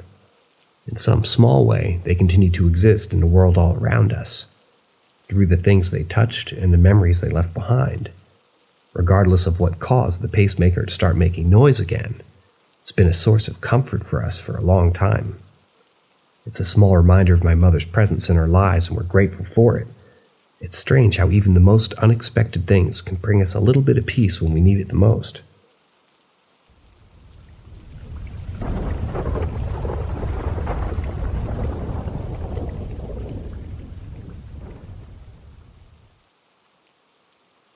Exorcism. As a 23-year-old male, I've had the unfortunate experience of witnessing not just one, but 3 exorcisms. It's not something I like to talk about often, as it brings back memories that still haunt me. The fact that these exorcisms were performed on my family members only adds to the complexity of my emotions surrounding the subject. I remember the feeling of dread that would come to basically every time I knew these exorcisms were going to take place. The air would feel heavy and there was a palpable sense of fear and tension in the room. I won't go into too much detail about what happened during these exorcisms, as I don't want to trigger anyone who may be reading this, but suffice to say that it was terrifying. The voices that would come out of my family members during these exorcisms still haunt me to this day. It's hard to explain the feeling of hearing voices that's not your loved ones coming out of their mouth. It's like they're possessed by something else entirely, something that is not of this world. I know that there are skeptics out there who don't believe in the reality of an exorcism, and I respect their right to hold that opinion, but for me, having witnessed these events with my own eyes, there's no denying the existence of something beyond our understanding. I would love to hear from others who have had similar experiences with exorcism specifically. It's not something I feel comfortable discussing with most people, as it's such a sensitive and personal topic. But knowing that there are others out there who may have gone through similar experiences could be a comfort to me.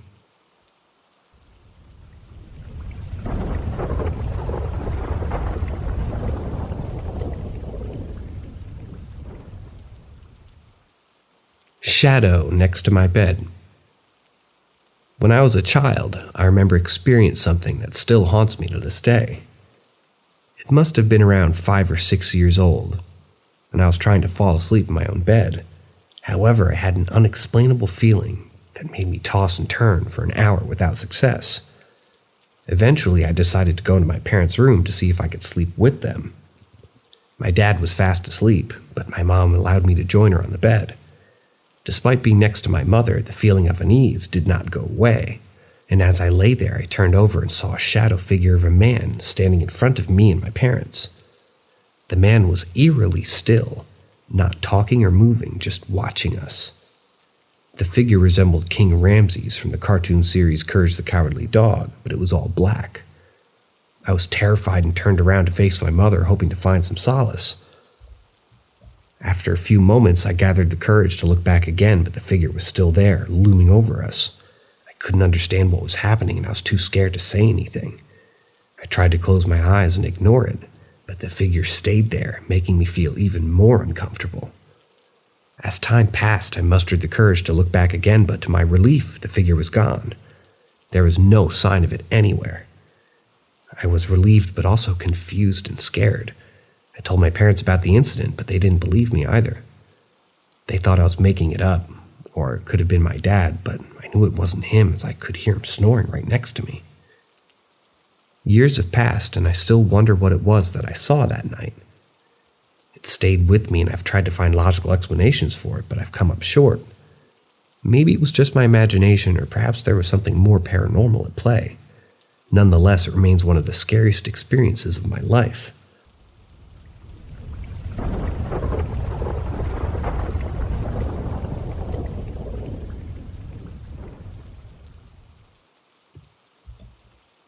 Shadows and lights.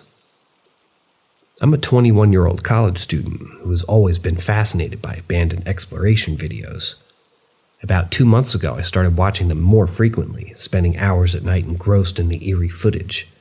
But then I started to hear strange noises at night, which I initially attributed to the videos playing tricks on my mind. However, the noises persisted even after I stopped watching the videos, leaving me feeling uneasy. As if that wasn't enough, I began to notice shadowy figures lurking in the corner of my doorframe. At first, it would peer over and then disappear, but after a few days, it stopped disappearing and just remained there. The figure looked human, and I couldn't shake the feeling that it was watching me.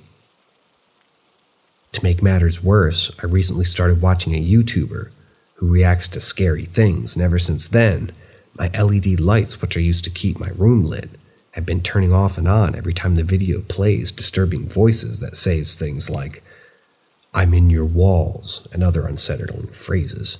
Needless to say, I've started to avoid staying up late and have been closing my door at every opportunity. All of this has left me feeling anxious and on edge. I'm not sure if I'm just letting my imagination get the best of me or if there's something truly sinister going on in my room. Either way, I don't think I'll be watching any more scary videos anytime soon.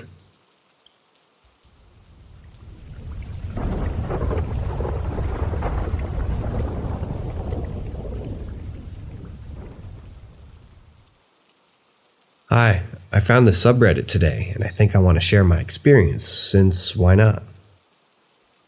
I used to live in the attic with my family. The space had 3 rooms, with my uncle occupying the middle one, and his brother living in the top room. As for me, I stayed in the bottom room. It wasn't the most spacious place, but it was home. However, something strange and unsettling happened during one fateful night. It started when I saw a dark figure moving in circles. It had long hair and fingers that seemed to stretch unnaturally, and at first I tried to dismiss it as a figment of my imagination or some optical illusion, but it felt too real to ignore. Later that same night, I caught the figure peeking into my sister's room. It was a terrifying sight, and I couldn't shake off the feeling that something was off. I thought I was the only one who had seen it, but it turned out that a psychic and even my grandma had seen the same thing. They too described the same dark figure with long hair and fingers. It became apparent that it was not a mere hallucination, but something else altogether. We soon learned what we saw was a demon, which made everything even more unsettling. To make matters worse, my uncle saw the same figure. However, his description was slightly different. The figure was shorter but had unnaturally long arms. It was as if the demon had the ability to change its form, making it more difficult to track and deal with. We had many other creepy stories from that attic, but it's too much to recount here. Suffice to say that we experienced a lot of unexplained phenomena that made our stay there difficult and uncomfortable. Thankfully, things have died down and we've moved to a different place. However, the memory of that dark figure still haunts me.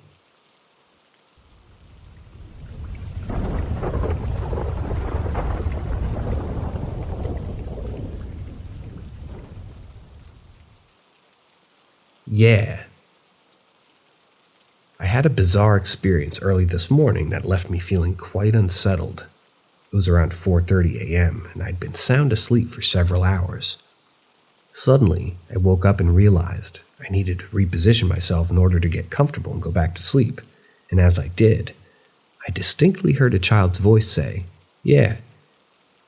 The sound of the voice shocked me out of my drowsiness, and I immediately opened my eyes to see what was going on.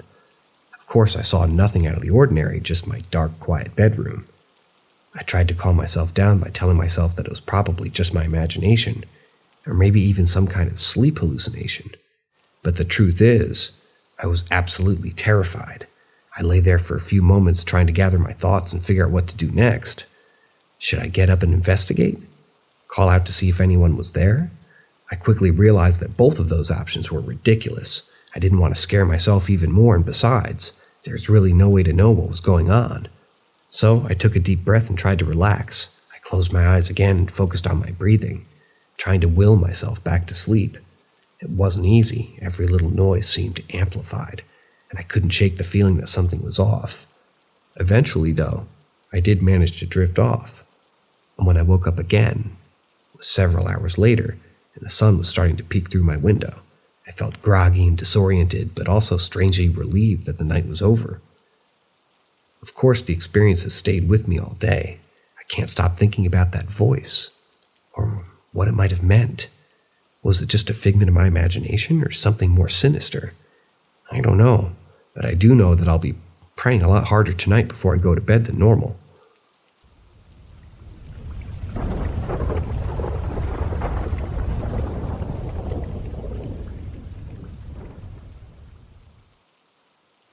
Vision I had on an ICU hospital stay. In 2020, I had a life-threatening experience when I got shot in the chest. The bullet wound was severe enough to require hospitalization, and I ended up spending almost a month at the LA General Hospital. It was during my time at the hospital that I started experiencing a lot of paranormal activity that left me questioning my sanity. One of the most vivid experiences I had was a vision that will stay with me forever. It was the first-person point-of-view vision, meaning I felt as though I was reliving the incident as if it were happening to me. The setting of the vision was LA, and from the way people were dressed, it seemed to be the 90s. I was with a friend and we were cruising down the Pacific Avenue in Huntington Park. It was getting late and we turned onto the street where some gang members were blocking the road. As soon as they saw us, they started shooting into the car. In the vision, I was hit in the top of my head, and I felt the impact of the bullet shatter my skull. It was a painful experience, and I started crying and telling the driver to take me to the hospital. However, I died before we could make it there. The entire vision felt so real, as if it was happening to me and I lived through it all. It was all incredibly eerie, and it left me wondering if anyone else had ever experienced anything similar. While I was in the hospital, I also felt as though I had roommates, even though there was nobody else in the room with me. The paranormal activity I experienced during my hospital stay was unlike anything I'd ever encountered before, and it still leaves me feeling unsettled.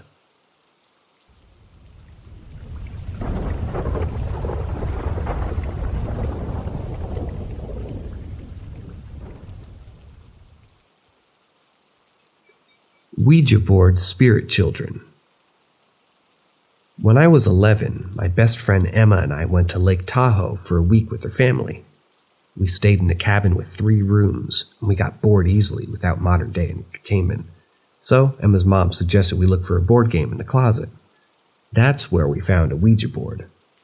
Now, my mom and grandma had used Ouija boards and tarot cards, and I'd grown up with many ghost experiences, so when I saw that old dusty board, I thought it would be fun to use it.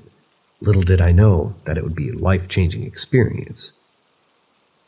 Emma and I used the board to contact 3 spirits who were all children. The first one, Jane, was a girl around my age who had been a minor child star and died in an accident. She was a loving and pure spirit, and I felt a connection with her. The second spirit was an older boy, maybe 12 or 13. He had died in the 1970s, or maybe early 80s. And a young girl around 8 years old from the 1870s.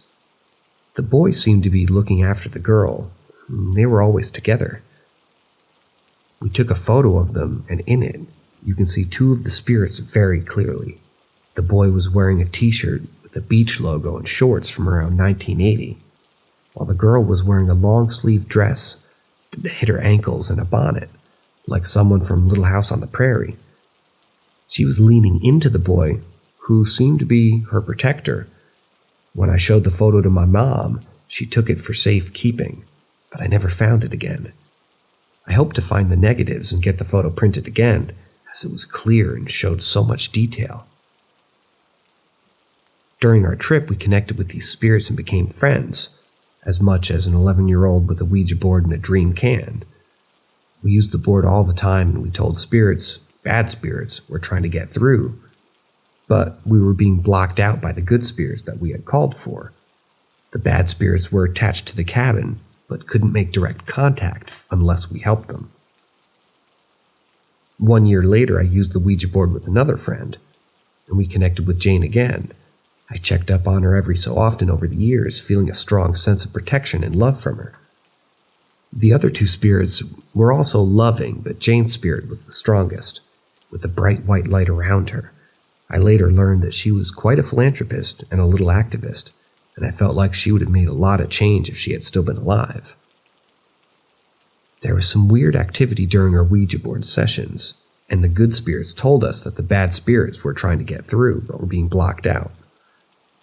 There was a struggle, but the good spirits were holding the door shut with all their strength to spend time with us. I got the feeling that they'd interacted with the other kids for a long time, that they were genuinely good spirits. They were like literal angels, and their energy and love were so strong that it was palpable. Writing this out made me realize the magnitude of the experience. We were scared at the time, but looking back, it was incredible. I felt a connection with these spirits, and they protected us from the bad ones. I don't think I'll ever forget that experience. It was life-changing.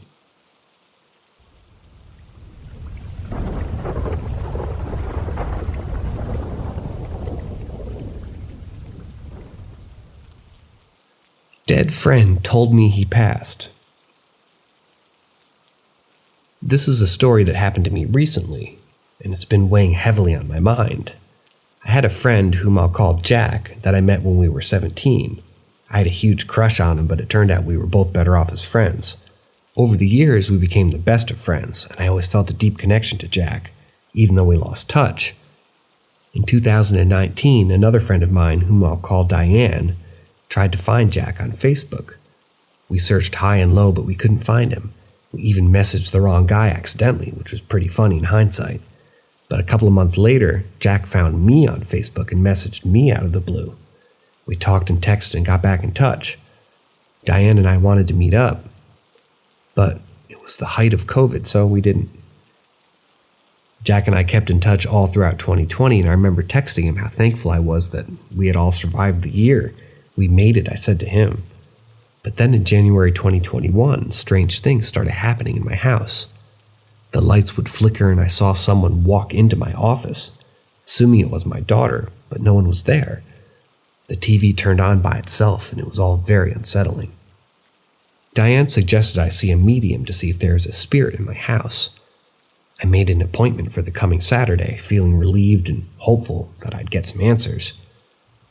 As I was taking a shower that night, I tried to think of who might come through when I saw the medium, and suddenly I heard Jack's voice in my head say, "She doesn't know I'm gone." It was strange, but I didn't think too much of it. I made a mental note to text Jack in the morning just to see how he was doing. But the next morning, a mutual friend called me to tell me the devastating news. Jack had died. He had accidentally overdosed on fentanyl. I was crushed and still hurt. He was such a good friend. I should note that I have SLI, or sliders, which means that I tend to affect electronics and other objects around me. I didn't think much of the lights flickering at first, but looking back, it was so strange. Anyway, I miss Jack a lot, and he's a great guy and a wonderful friend. I hope wherever he is, he's at peace.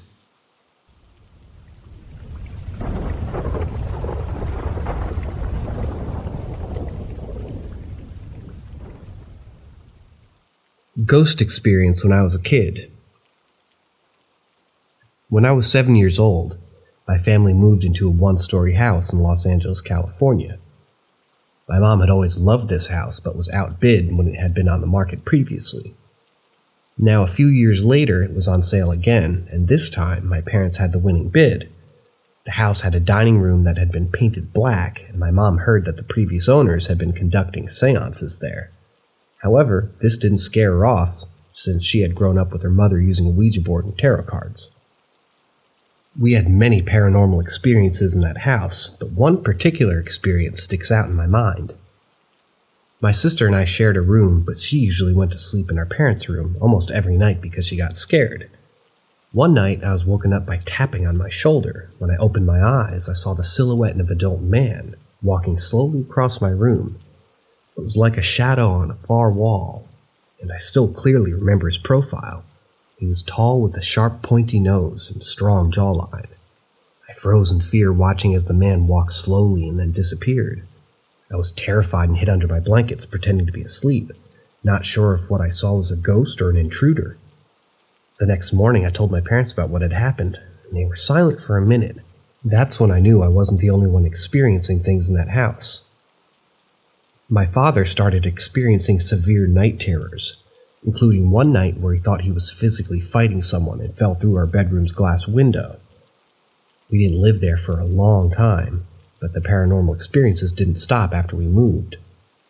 We had only moved a few blocks away to a rental house that we lived in for about a year before my parents bought another house, and that was just a couple blocks away.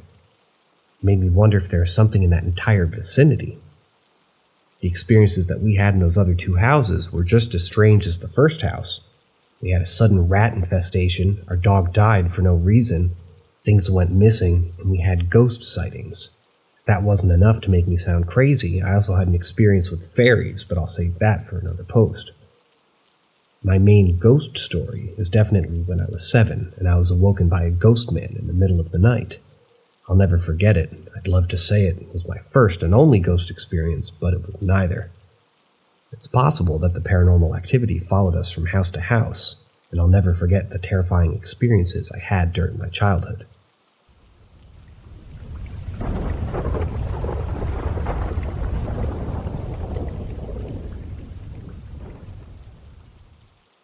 I have a story for you fellows. About 6 or 8 years ago, I moved into my current house. It's an older home that was probably built sometime between 1950 and 1970. However, about 2 or 3 years ago, something strange started happening. I began to feel uneasy vibes in both of my rooms and the basement. I decided to do some research on the internet to see if I could find any information about my property. It turns out that someone may have died while the building was being made, though I'm not sure if that's related to what's happening. One day while walking near my family member's room, I saw something that I'll never forget. There is a tall man about 6 feet, standing in the doorway. He was wearing a top hat and clothing that looked like he was from the early 1800s or early 1900s. I couldn't believe what I was seeing, but it was clear as day. A few days later, I saw the same man in the same spot, but this time he was with a little child who looked to be about 5 or 8 years old and male. They both walked down the hallway and disappeared from sight. I started to feel scared and didn't know what to do. Then for the 3rd time I saw the tall man again, but this time he was alone and walked down the hallway.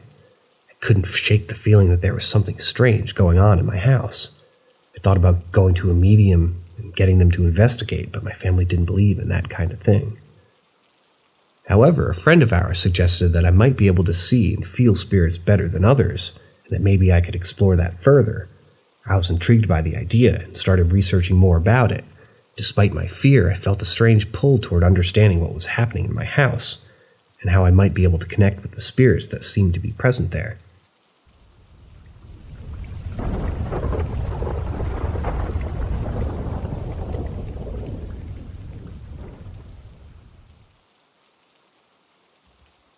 Old occurrence.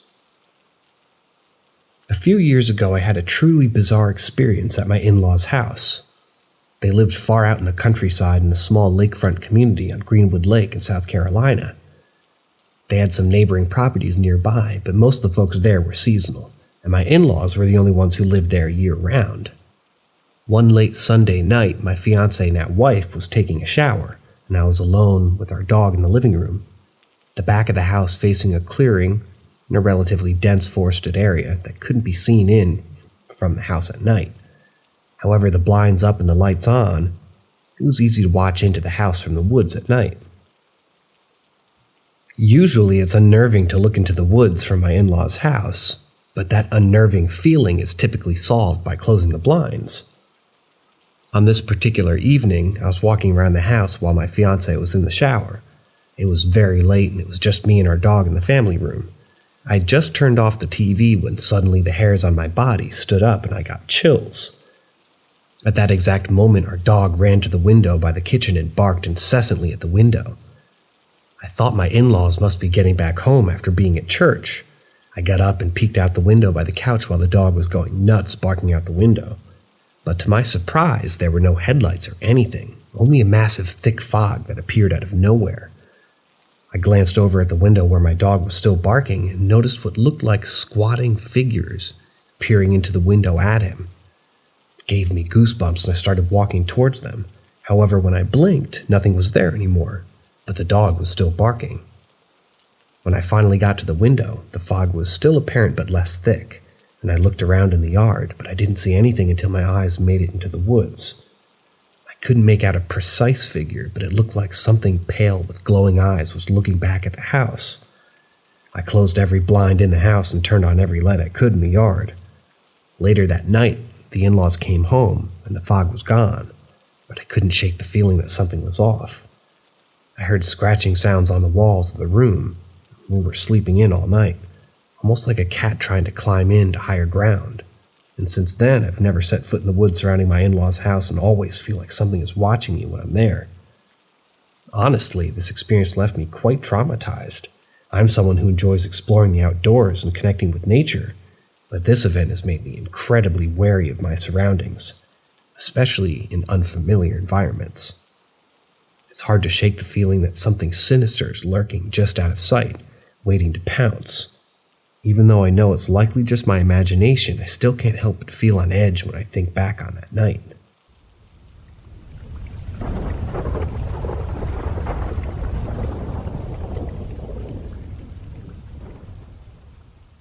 I need help identifying something I saw floating above me.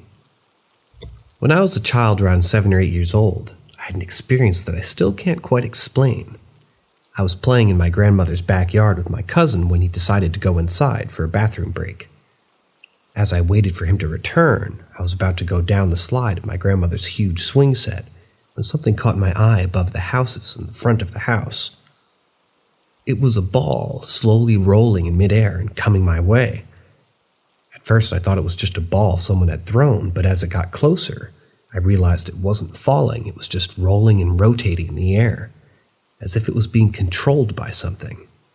I could see what looked like threads hanging off of it, as if it was made of leather and ripped open a bit.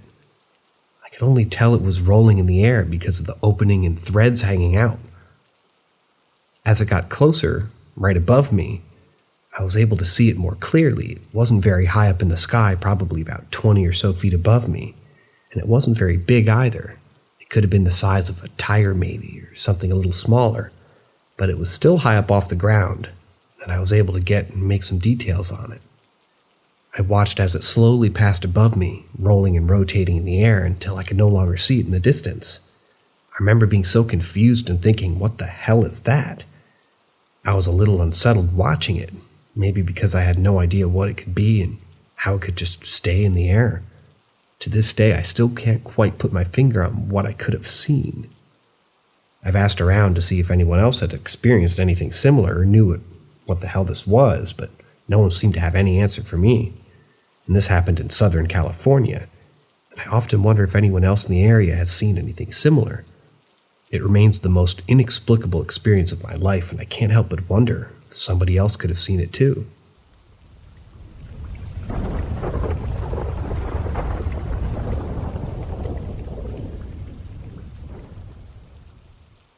Mimicked in Algonquin Park. In 2019, I had the opportunity to go on a canoe trip with my uncle to an Algonquin park in Ontario, Canada. We embarked on a 4-day portage trip where we carried a canoe to a lake, crossed it, and then hiked to the other lake. We started to access Point 12, Pine Tree Lake, and after 2 days of paddling, we reached Sylvia Lake, where we set up camp for the night.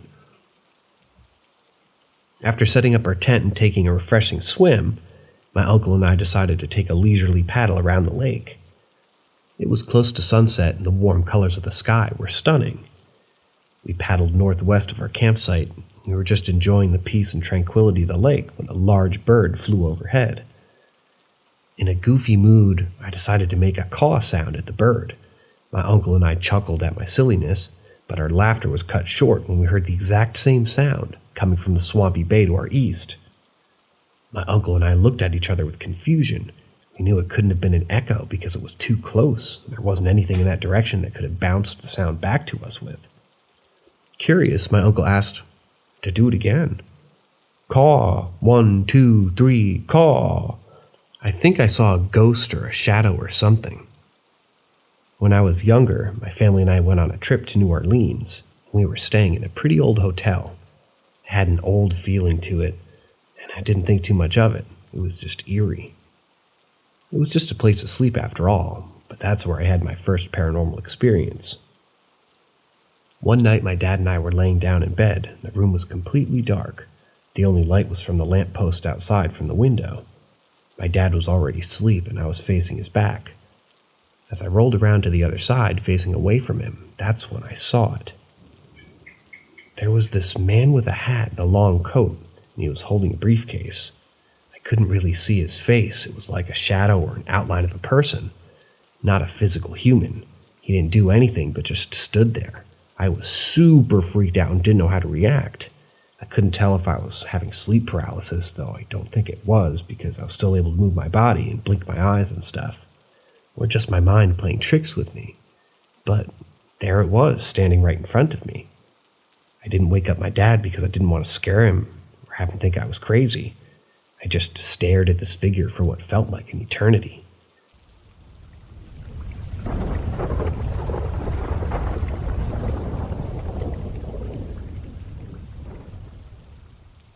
And eventually I closed my eyes, tightly, and I hoped it would disappear when I opened them again. But when I did, it was gone. I didn't sleep much that night, and I couldn't shake off the feeling of being watched. The next morning, I asked my family if they had experienced anything strange, but they said they hadn't. To this day, I still don't know what it was that I saw that night in the hotel room. It was just so strange and inexplicable. I've never experienced anything like this since then, but I'm curious, has anyone else experienced anything like this while staying in an old hotel or somewhere with a creepy vibe?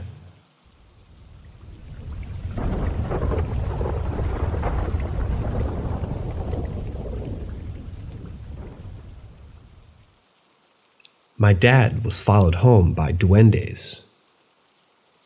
My dad has always been a man of a few words, but every now and then he opens up and shares a story from his childhood. One of those stories involved a peculiar encounter with Duendes, a small supernatural being from Latin American folklore. It was many years ago when my dad was a kid, and he and my grandpa were tending to their land.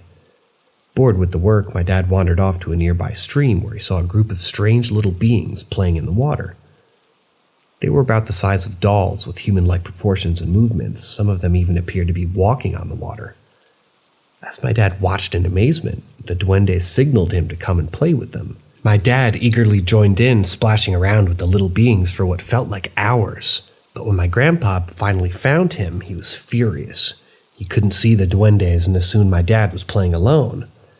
My dad was disappointed to leave his new friends behind, but didn't think too much of it at the time. However, things started to take a turn when my dad started seeing the Duendes around the house. They would pop out from behind walls during dinner, and my dad would offer scraps of food, much to my grandparents' annoyance. My dad was convinced that the Duendes were real, but no one else in the family could really see them. My grandparents thought he was making it all up or imagining things. Concerned by their son's behavior, my grandparents took my dad to see a curandera, a healer who practiced traditional Mexican medicine. The curandera performed a small ritual and advised my dad to keep a cigarette behind his ear for a week. Miraculously, the Duendes disappeared, and my dad never saw them again. Despite the oddness of the encounter, my dad had always maintained that the Duendes were real, and that the experiences were some of the most vivid memories of his childhood as a whole. He's embarrassed to tell the story, but I'm fascinated by it. It's incredible to think that there are so many supernatural beings all around us that we can't see or understand. My aunts and uncles have even more stories about the Duendes, some of which are not so friendly. I'd love to hear more about these mysterious creatures and their secrets.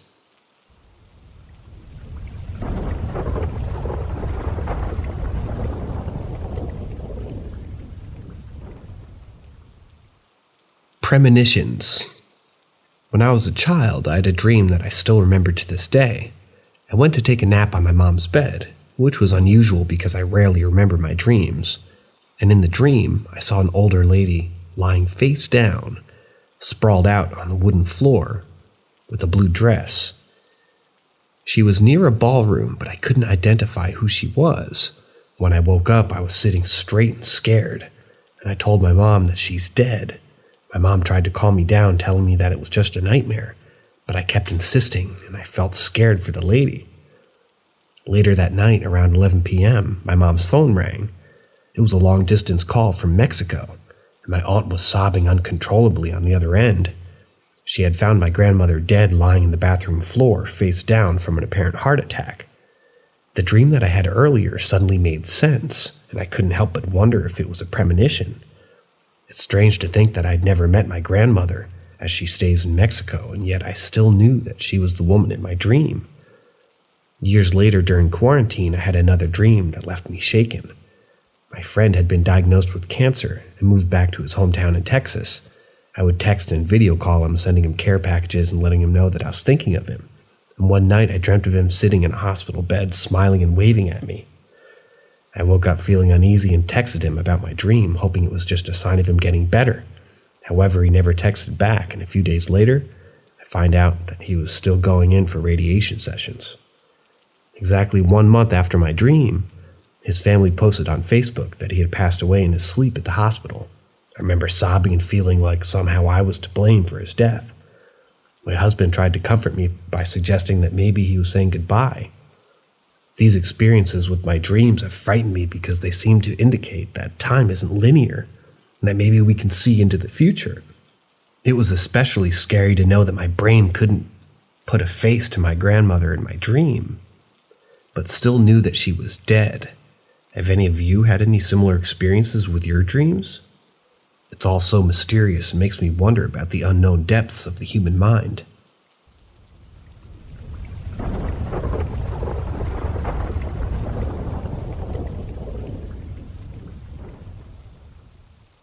Ever heard of a Lechuza? Remember the time when I saw a creature that I'd never heard of before? It was when I was 19 years old and I was living in Pearson, Florida.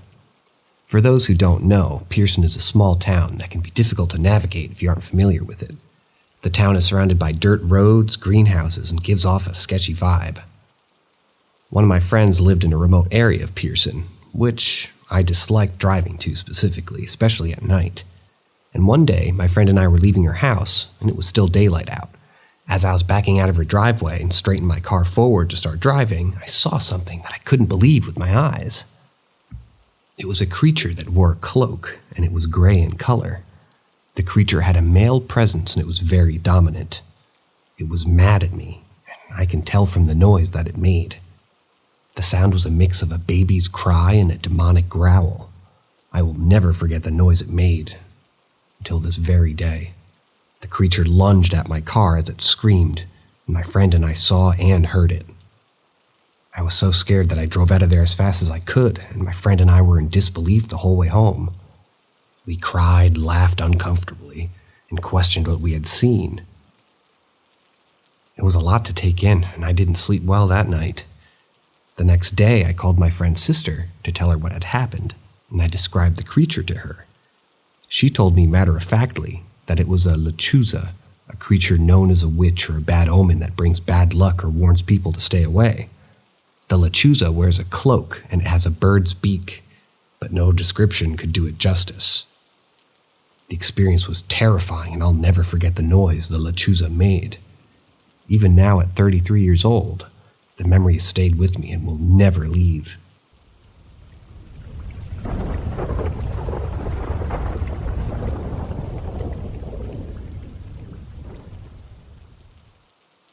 My ex-boyfriend visit. As a devout Christian, my faith in the existence of multiple dimensions, created by God and yet beyond our complete comprehension, remains steadfast. While I acknowledge Einstein's calculations, which provide compelling evidence for the existence of at least 27 dimensions, I'm convinced that there are countless more waiting to be discovered. My belief system encompasses various facets, including the power of intuition, the presence of signs from a higher realm, and the existence of an afterlife.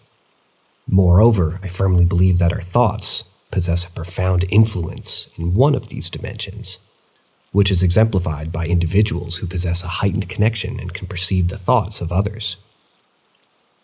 Recently, I received news that shook me to the core. It turns out that my ex-boyfriend, whom I affectionately refer to as Ray, had passed away in March of 2022. Astonishingly, an entire year had slipped by without my knowledge of his departure.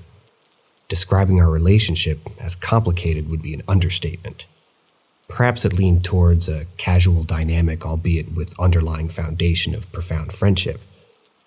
Ray grappled with anxiety and resorted to medicating himself, and usually with marijuana as the coping mechanism. These details are significant as they represent my limited understanding of him through these lenses. However, the course of my life took a dramatic turn in 2019 when I met and fell head over heels in love with the man of my dreams, whom I shall refer to as Grant. Our connection blossomed, and in the same year, we exchanged vows, embarking on a journey of love and commitment.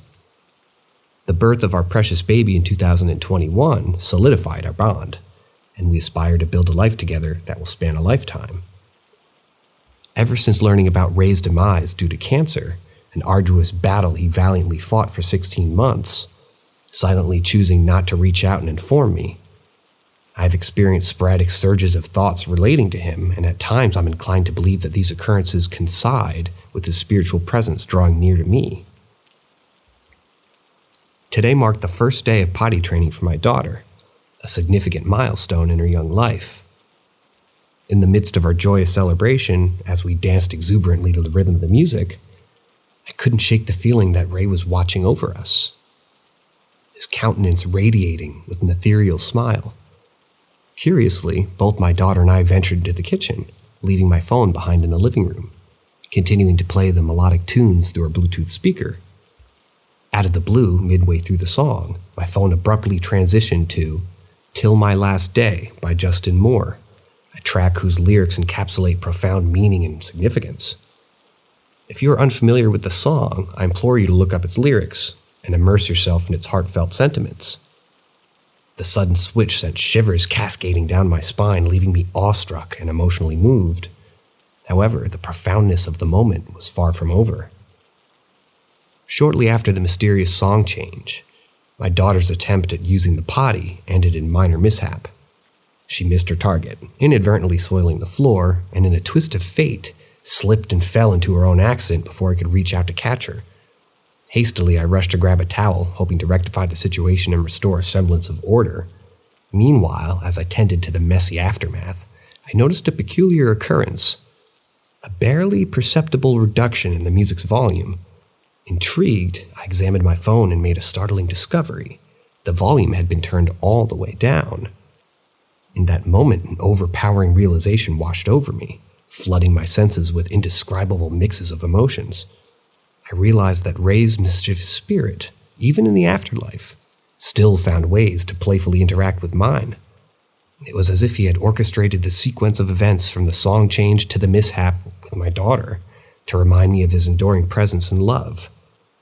Tears welled up in my eyes as I embraced the bittersweet beauty of the moment. Despite the physical separation and the passing of time, Ray had found a way to reach out and touch my life, reaffirming our connection on a spiritual level. It was a testament to the boundless nature of love and the unbreakable bonds that we form with those that have touched our hearts. In the depths of my soul, I felt a profound gratitude for the divine orchestrations that had led me to Grant, my loving husband and father of our child. While Ray and I had shared a significant chapter in our lives, it was Grant who had become my rock and my partner and my soulmate. Our love had flourished, and together we built a life filled with joy, commitment, and blessings of parenthood. The echoes of Ray's presence in my life only served to reinforce the magnitude of what Grant and I had created together. As I completed the task of cleaning up the little accident, a sense of serenity enveloped me. I knew in my heart that Ray's visitation, however playful and mischievous, was a sign of his well-being in the realm beyond. It was a comforting reassurance that he had found peace and that his spirit continued to watch over those that he cared for. In the days that followed, I found solace in sharing this extraordinary experience with Grant. His unwavering support and understanding embraced my beliefs, intertwining our spiritual connections with the love that had brought us together in the first place. Together, we marveled at the mysteries of the universe and the intricate ways in which our lives were interwoven with unseen dimensions. From that day forward, I embraced the moments when thoughts of Ray surged within me.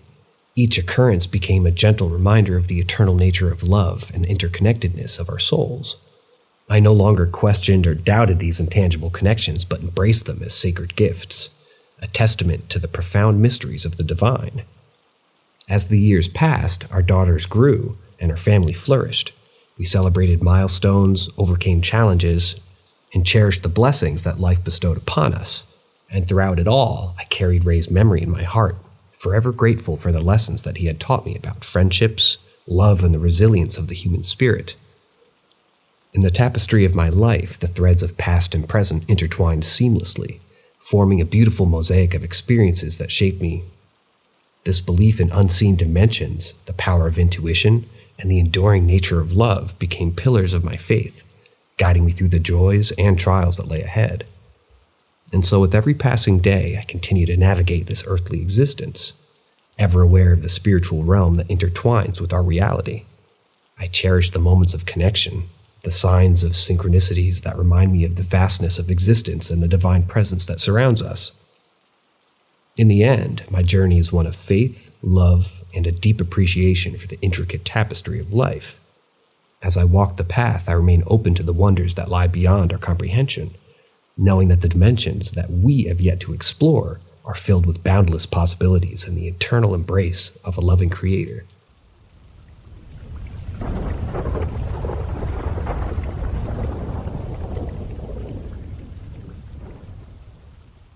Unexplained, eerie stuff happening. I've always been interested in the paranormal, but since last year, I haven't been engaged with it as I used to be. However, during this period, some weird stuff has happened that I can't explain. One day while I was lying on my bed wide awake, I felt like someone sat on the edge of my bed. I know very well that my mind did not make it up because it felt too real. I jumped up to check, and nothing was there. Then a few weeks later, the same thing happened again, and this time I was awake. I turned to the other side of my bed, and I swear I heard someone sigh loudly near my ear.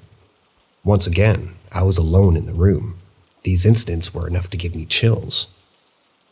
After these experiences, I began waking up in the middle of the night for no apparent reason, and at times I would see scratches and bruises on my body the next morning. I couldn't explain how they got there. And this happened last week too. I woke up with a large brown mark on my ribs, and I have no idea how it got there. I've been trying to make sense of all of these incidents, but I can't find any logical explanation. I've been wondering if anyone else has had similar experiences, or if it's just an explanation as to what might be going on simply. I've researched the internet and read numerous articles, but none of them have been helpful. The more I try to make sense of it, the more confused and scared I became. I've even considered seeking help from a paranormal investigator, but I'm not sure if it's the right thing to do.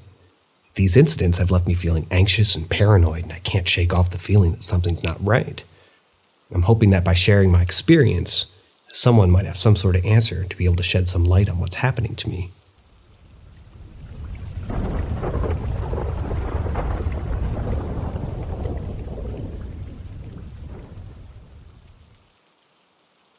House full of ghosts.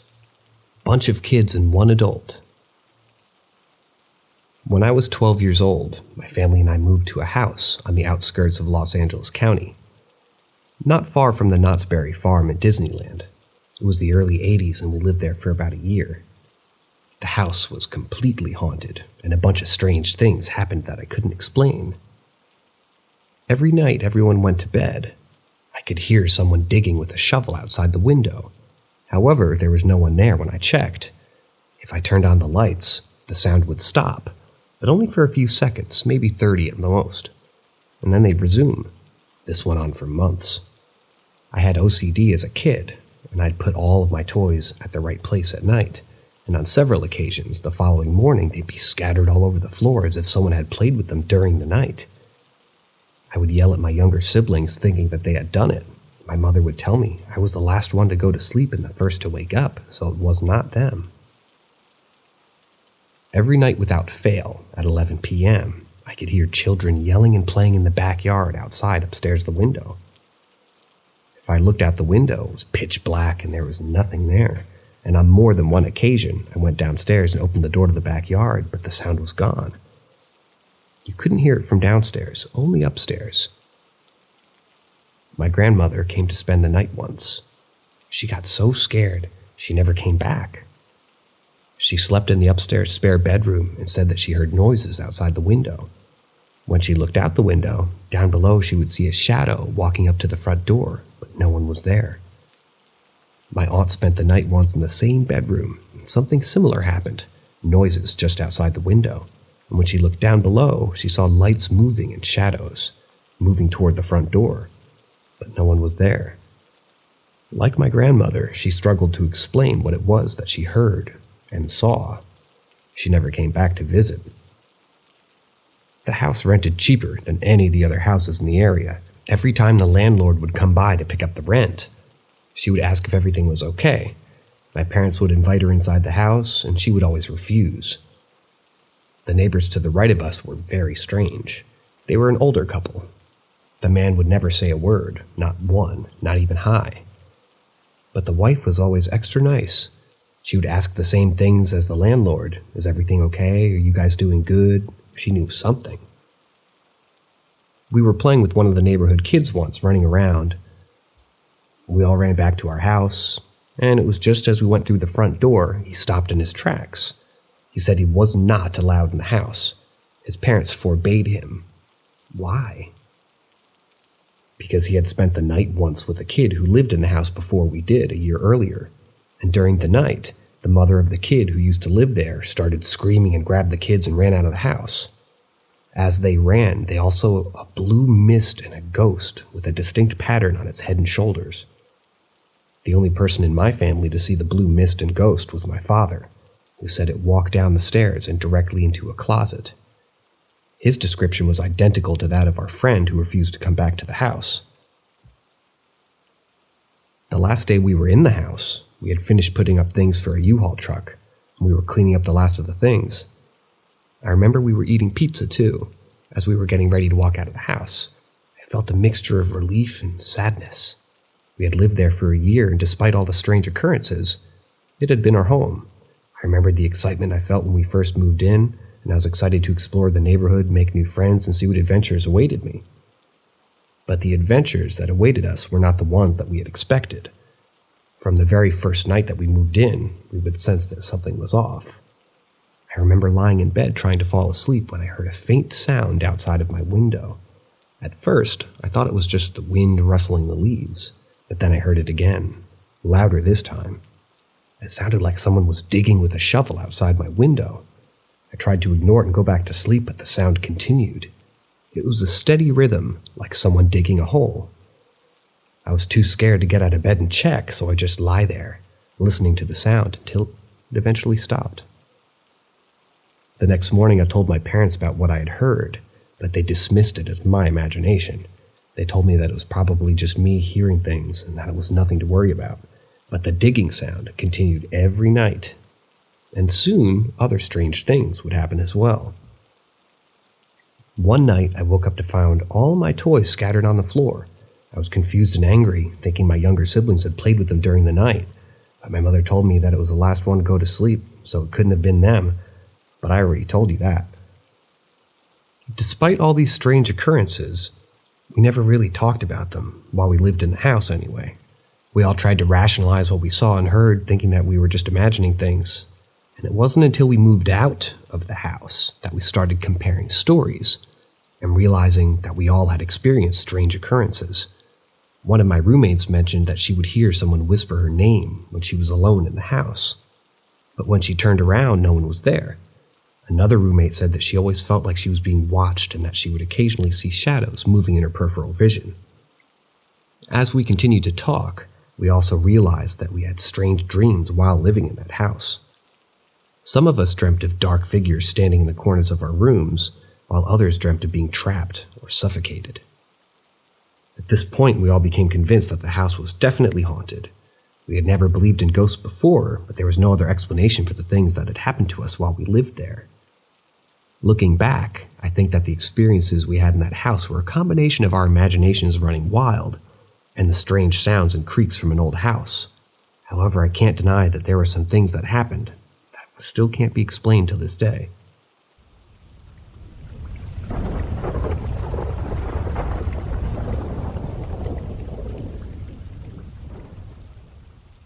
Prophetic dream about death came true. Over 2 decades have passed since I lost my beloved father.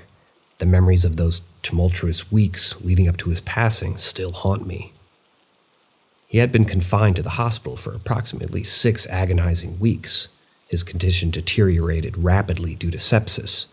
It was a devastating ordeal for me, as my father was not only my parent but also my closest confidant and best friend in the entire world. However, it was a particular dream that struck me with an eerie sense of foreboding, leaving an indelible mark on my psyche. Roughly 3 weeks before his eventual demise, I found myself immersed in a distressing vision during my slumber. In the dream, I entered a vast room, its expanse filled with an array of coffins, each possessing its own unique size, color, and design. Some were humble and unassuming, while others were opulent and exorbitantly priced. It was an overwhelming sight to behold. As I stood there, contemplating the significance of this unsettling dream, a disembodied voice echoed through the chamber, urging me to make a choice. "Pick one," it commanded. Naturally, confusion and panic flooded me. Pick one? For who? I questioned in a state of distress. The voice responded solemnly, "For your dad." In an instant, I jolted awake, engulfed in a frenzied panic. The intensity of the moment was so consuming that I can't recall whether I let out a blood-curdling scream or remained in a state of complete silent shock. My wife, awakened by my sudden turmoil, hastened to calm my racing heart and soothe my troubled mind. "It was just a dream," she reassured me gently. Gradually, I regained a semblance of composure, casting a forlorn gaze upon my wife and expressing the haunting realization that I had become painfully clear to me. My dad isn't going to make it. He's not coming home. My father had valiantly battled kidney failure for the past 2 decades, navigating a treacherous journey filled with countless hospital visits, recurrent surgeries, and even a transplant. The resilience he exhibited throughout the years and these trials had instilled a steadfast hope that he would always triumph over adversity and return home, just as he had done so many times before. But this time, he remained hospitalized during this particular episode, and it never occurred to us that his departure from the world was imminent. We had grown accustomed to the ebb and flow of medical emergencies, perpetually clinging to the belief that he would defy the odds once more. Thus, the news of his passing struck us a profound and bewildering shock. The day of his passing blurred into an amalgamation of overwhelming emotions. I found myself adrift, struggling to maintain a fragile semblance of composure amid the weight of my grief. The hospital staff directed me to visit the funeral parlor to initiate the necessary arrangements for retrieving my father's body. Accompanied by my uncle, a pillar of support during those trying times, I made my way to the somber establishment, prepared to navigate the practicalities of bidding farewell to my cherished father. Sitting within the confines of a solemn office, I found myself immersed in a sea of paperwork, tasked with completing numerous formalities that marked the somber transition from life to death. As I filled the requisite information, attempting to steady my trembling hand, a sense of otherworldly presence descended upon the room. I sensed movement behind me, and my gaze was drawn to a door that had previously escaped my notice. The person from the parlor who had been guiding me through the proceedings stood up with an air of solemnity. Attempting to steady my trembling hand, a A sense of otherworldly presence descended upon our room.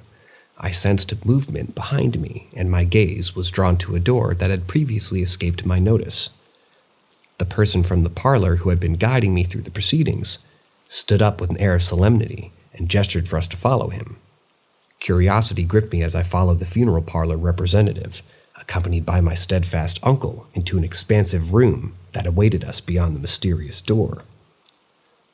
As we crossed the threshold, a profound sense of solemnity enveloped us, intensified by the sight that unfolded before our eyes. The room was adorned with a multitude of coffins, each one unique in size, color, and craftsmanship, mirroring the vivid imagery of my haunting dream. The stark contrast between the humble and opulent was striking, a reflection of the diverse paths that individuals tread in their final resting places. The funeral parlor representative's voice resonated through the hushed atmosphere, breaking the silence that hung heavy in the air. With measured words, he uttered those hauntingly familiar instructions. Pick one. It was as if the dream I had experienced weeks before had materialized before me, challenging me to confront the profound reality of my father's departure. Emotions surged with me, a tumultuous mix of grief, confusion, and a glimmer of inexplicable understanding. Was this a mere coincidence, an eerie alignment of events, or was there something more profound at play? Deep within my soul, a belief began to take hold that perhaps there was a divine orchestration guiding my path, intertwining the realms of dreams and reality. With a hesitant yet resolute spirit, I approached the sea of coffins, my fingertips gazing the surfaces as I searched for the vessel that would cradle my father's remains. Each touch, each moment of connection, felt imbued with a deeper significance, as if an unseen force guided my hand. My eyes were drawn to a particular coffin, its elegant craftsmanship and understated beauty resonating with the essence of my father's spirit. It was as if this vessel, this sacred container, whispered to me, assuring to me that it was the right choice. In that pivotal moment, surrounded by the tangible symbols of mortality, I made my selection, a choice that extended beyond the physical realm. It was a testament to the unbreakable bond I shared with my father, transcending the boundaries of life and death. With a heavy heart, I conveyed my decision to the funeral parlor representative, and together we embarked on the solemn journey of arranging the final farewell for my beloved father. In the days that followed, as we prepared for the funeral and navigated the intricate details of honoring my father's memory, I found solace in the notion that the dream had served as a profound message, a spiritual communication that had transcended the confines of time and space. It was as if my father had reached out from the realms beyond, offering me a glimpse into the profound mysteries that lie just beyond our comprehension. The funeral itself became a poignant celebration of my father's life, a testament to the impact that he made and those that loved him. The room filled with friends, family, and acquaintances united in their collective grief and the shared memories that painted a vibrant portrait of my father's legacy. We gathered, enveloped in a tapestry of tears, laughter, and heartfelt stories, honoring the man that had touched our lives in immeasurable ways. As I reflect upon the transformative period, I'm struck by the realization that death is not an end, but rather a transition, a gateway to a realm beyond our mortal understanding. The synchronicities, the dreams, and the inexplicable occurrences that peppered my journey are threads in the tapestry of a larger narrative, reminding me that there's a vastness to existence, and it extends far beyond the realm of the tangible. In the years that have followed, I've continued to explore the interplay between the seen and the unseen, the finite and the infinite. My beliefs have expanded, embracing the interconnectedness of all things, enduring presence of our loved ones beyond the confines of our earthly existence. Through my personal experiences and profound encounters with the mysteries of life and death, I've come to understand that our departed loved ones continue to guide and watch over us, their presence intertwined with the fabric of our lives. The journey of self-discovery and spiritual exploration led me to delve deeper into the realms of metaphysics and the nature of consciousness. I discovered that we're more than just a physical being inhabited by a singular dimension. Rather, we are multidimensional beings, intricately connected to a vast tapestry of existence that extends far beyond what our limited human senses can perceive. Guided by my newfound understanding, I delved deep into the concept of multiple dimensions. Contemplating the intricacies of time and space, it became clear to me that there are dimensions beyond our immediate awareness. Realms where the essence of our thoughts, emotions, and intentions can resonate and manifest. Within this expanded worldview, the idea that our thoughts possess power in a dimension beyond our own became a tangible reality. It echoed the experiences of those who had honed their intuitive abilities, granting them access to realms of thoughts that intermingle with telepathic connections can be formed. These individuals serve as living testaments to the boundless potential of the human mind and the interconnectedness that permeates the vast cosmic tapestry. It was against this backdrop of expanded consciousness that the news of my ex-boyfriend's passing, discovered belatedly after a year of his battling with cancer, took on a profound significance. Though our relationship had been unconventional, characterized by a blend of casual connection and deep friendship, the news of this departure from this world stirred a mix of emotions with me. In the wake of this revelation, a series of synchronicities and unexplainable occurrences unfolded, reinforcing my beliefs. I apologize, the story is repeating itself several times. In a world that often feels fragmented and disconnected, this understanding offers a profound sense of unity and purpose. It reminds us that our existence extends beyond the physical realm, that our actions, thoughts, and intentions have ripple effects that transcend time and space. Although grief may linger and the ache of loss may never fully dissipate, I've come to see that there is a beauty in the tapestry of life and death. It is through the interconnectedness of all things that we find solace, meaning, and the unbreakable bonds of love.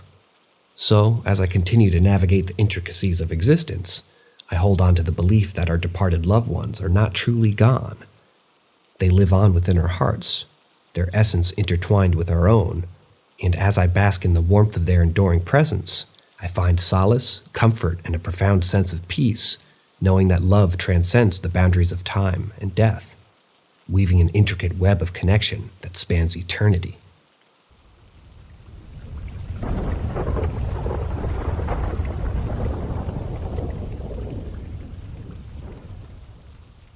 I think I saw the ghost of my Nan when I was a child. When I was 9 years old, my Nan died of cancer. It was a misdiagnosis, and the doctors only realized she had cancer when it was too late. Her death hit me hard. I loved her so much that I hyperventilated at her funeral and cried that hard. It was tough for my family too, but we had a strong connection to Wales, with our family being part Welsh, so we spent every year there. After her death, not long after, we were sitting on a bench at some place in Wales, and I glanced over at another bench. There was a woman sitting there alone, who I'm 99% sure was my Nan. I couldn't believe it. I rubbed my eyes, thinking it might have been a trick of the light, but when I opened them, she was still there, sitting quietly and enjoying the sea view. She was wearing a very familiar coat, her arm draped over the back of the bench, her eyes slightly squinted against the sun, and she was smiling. It was amazing, and stunning at the same time. The thing I remember most is that I didn't say anything to anyone. I just looked at her. It was like my mouth had gone dry and I couldn't even speak. It was as if I was the only one who could see her. I don't even remember seeing her leave. Perhaps we left first, but all I know is that I'm fairly sure I saw her that day. And since then, there have been times when I am sure that she's visited me. I've felt her presence and I've even seen her in my dreams. She has always been a beacon of light in my life, and I know that she's looking down on me, proud of the person that I've become. I loved her so much, and I hope that she knows that I love her. I moved away from home, and it's been nearly 2 years since I've been back. But next week, I'm going to go back and visit her and leave her flowers. It's been too long, and I miss her too much. I know that she's not physically there, but her memory and spirit are still alive in my heart.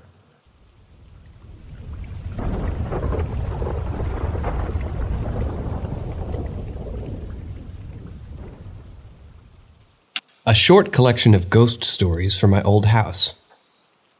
I was raised in a house with a dark history. When I was only 4 years old, my family moved in. There's a concrete ramp that led to the door, which was built for a disabled man who had once lived there. Unfortunately, he had passed away after falling into a nearby river and drowning. The story of his tragic demise always frightened me as a child, especially when my mother told me that she had once fallen asleep downstairs and had a dream of a man in a wheelchair watching her. Part of me was convinced that it wasn't just a dream. Moving on to some of the strange occurrences I experienced while living in that house. The room at the front of the house, which happened to be my bedroom, was definitely haunted. I saw and heard a lot of things that I couldn't explain away. For instance, my wardrobe would rock for no apparent reason, even when I wasn't anywhere near it.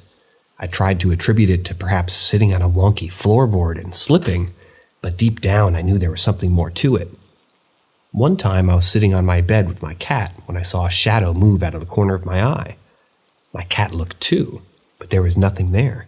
Another time my bed moved when I was sitting on it, and again I tried to rationalize it by thinking it wasn't on the floor, so it must have slipped. I remember my radio making noise when it wasn't plugged in, or when it wasn't near it at all, but my memory is hazy on that one. However, the most bizarre experience I had in that house was when our dog died at the age of 16. She used to bark to come in from the garden, and even after she passed, I would hear that distinctive bark. It was the weirdest thing because our neighborhood said that they heard it too. One night, I was either home alone or the last one to bed, and as I was turning off the kitchen light, I heard someone say goodnight. It was a creepy and unexplainable experience that sent shivers down my spine. Lastly, after we got another dog, one night we were all relaxing on the sofa when suddenly the dog jumped up, ran to the bottom of the stairs, and started barking viciously at something at the top. His hackles were up, and there was nothing there to trick his vision.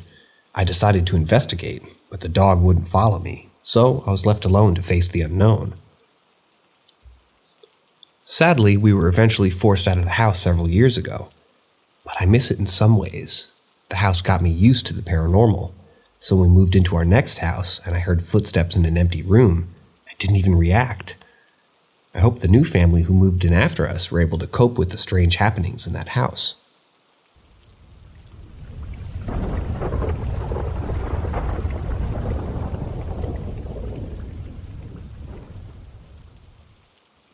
Scratches and marks are appearing with no apparent cause. I feel like I'm going crazy. It was a few weeks ago when I first noticed a peculiar occurrence in my bedroom, one that left me feeling bewildered and questioning my sanity. As I gazed upon the familiar walls of my sanctuary, my eyes fell upon a deep scratch etched into the surface, positioned just above my bed. I was taken back, for I had not made any significant changes to the arrangement of furniture in the room. The scratch seemed to have materialized out of thin air, defying any logical explanation. Curiosity gnawed at me, urging me to investigate further. I turned my attention downward, only to find yet another enigmatic mark, and this time on the hard floor. A massive, deep scratch marred the otherwise pristine surface, a stark contrast to the previously flawless state. I couldn't comprehend how such a significant blemish had manifested itself without my knowledge or any plausible cause. Naturally, my first thought turned to my faithful companion, my beloved collie. However, upon closer inspection, I quickly dismissed the notion that he could have been the culprit. His claws, though strong and sturdy, were short in length, rendering them unable to produce such a fine and elongated scratch. Furthermore, it struck me as odd that a single scratch would be left behind. If he had slipped or stumbled, one would expect multiple marks indicative of a struggle or an accident. The mystery deepened and my perplexity intensified. In the face of this inexplicable phenomenon, I couldn't help but question my own sanity. Doubts and uncertainties clouded my mind as I pondered the origin of these perplexing scratches. Was it possible that I was hallucinating or succumbing to some sort of delusion? The rational part of my being sought to find a logical explanation, a plausible answer that would restore my sense of order and reason. Compounding my concerns was the looming presence of my landlord, who I imagined would be less than pleased with the state of the premises the way they were. The fear of retribution weighed heavily on my shoulders, exasperating my anxiety and exasperating my determination to unravel the mystery before me. Driven by an insatiable curiosity and a desperate need for answers, I embarked on a quest to uncover the truth behind these inexplicable scratches. I meticulously combed through every possible scenario, considering every conceivable cause. Could it have been the result of an unseen intruder, stealthily leaving their mark as a twisted form of psychological torment? Or perhaps there was a rational explanation rooted in the intricate workings of the natural world. Some unseen force is at play. Days turned into nights as I pored over countless articles, delving deep into the realms of the paranormal and the unexplained. I sought solace in the accounts of others who had experienced similar inexplicable occurrences, finding comfort in the knowledge that I was not alone in my confusion and bewilderment. Yet, despite my tireless efforts, the answers remained elusive. The scratches continued to taunt me, a daily reminder of the enigma that had invaded my sanctuary.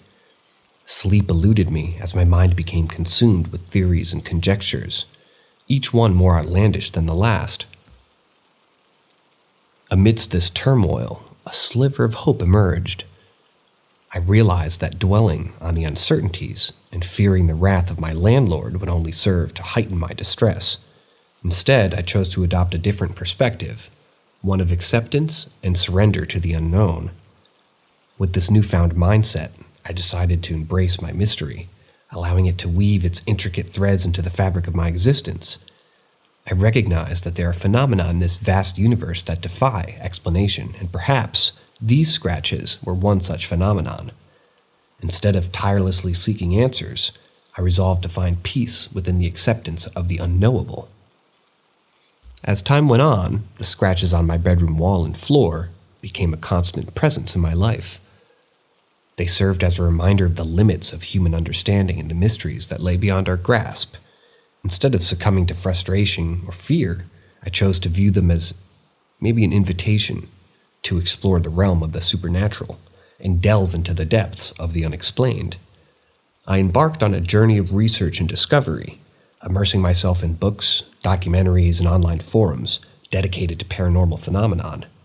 I connected with individuals who had encountered similar unexplained scratches and shared their stories, finding solace in the collective wisdom and support of this community. Through my investigations, I unearthed tales of haunted houses where inexplicable scratches appeared on walls and floors, attributed to the restless spirits of former inhabitants. These stories resonated with me, and I contemplated the possibility that my own abode harbored a hidden history or unseen occupants. Seeking guidance, I consulted with paranormal investigators and spiritual mediums, inviting them into my house to conduct thorough investigations. Their presence brought a sense of both trepidation and anticipation, as I hoped for answers while fearing what they might uncover. During their visits, the investigators utilized a myriad of tools and techniques to communicate with the spiritual realm. Electronic voice phenomenon recordings were made, EVPs, capturing potential messages from beyond. EMF, electromagnetic field detectors, were employed to identify fluctuations in energy, potentially indicating the presence of otherworldly entities. As I sat in the darkness, surrounded by these dedicated individuals, I witnessed moments of profound intensity. Whispers filled the air, shadowy figures appeared, fleeting in my peripheral vision, and the temperature fluctuated unpredictably. It was an eerie and surreal experience, one that simultaneously thrilled and unnerved me. Yet, despite the meticulous investigations and the tantalizing glimpses into the supernatural, the origin of the scratches remained elusive. The experts themselves were confounded, unable to provide a definitive explanation. They offered theories ranging from poltergeist activity to residual energy imprints, but none could be conclusively proven. In the absence of concrete answers, I found solace in the realm of speculation and personal interpretation. I began to embrace the scratches as symbols, manifestations of a hidden narrative or emotional energy. They became a catalyst for introspection, prompting me to explore the depths of my own psyche and confront unresolved emotions and subconscious fears.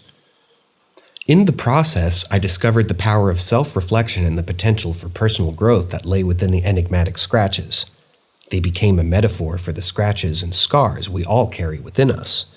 Physical or emotional reminders of the challenges that we have faced and the resilience that we have cultivated. As I continue my journey of self-discovery and spiritual exploration, the scratches gradually lost their ability to unsettle me. I found peace in accepting their presence as part of my life, a mysterious and unexplained phenomenon that defied rational explanation. Instead of allowing them to instill fear or doubt, I chose to view them as a reminder of the vastness of the universe and the infinite possibilities that exist beyond our comprehension. Today, the scratches on my bedroom wall and floor serve as testament to the intricacies of existence, a tangible representation of the mysteries that surround us.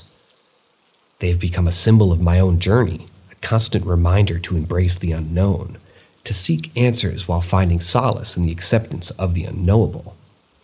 So as time goes and the scratches persist in their enigmatic nature, I continue to live alongside them, guided by a newfound sense of curiosity and wonder.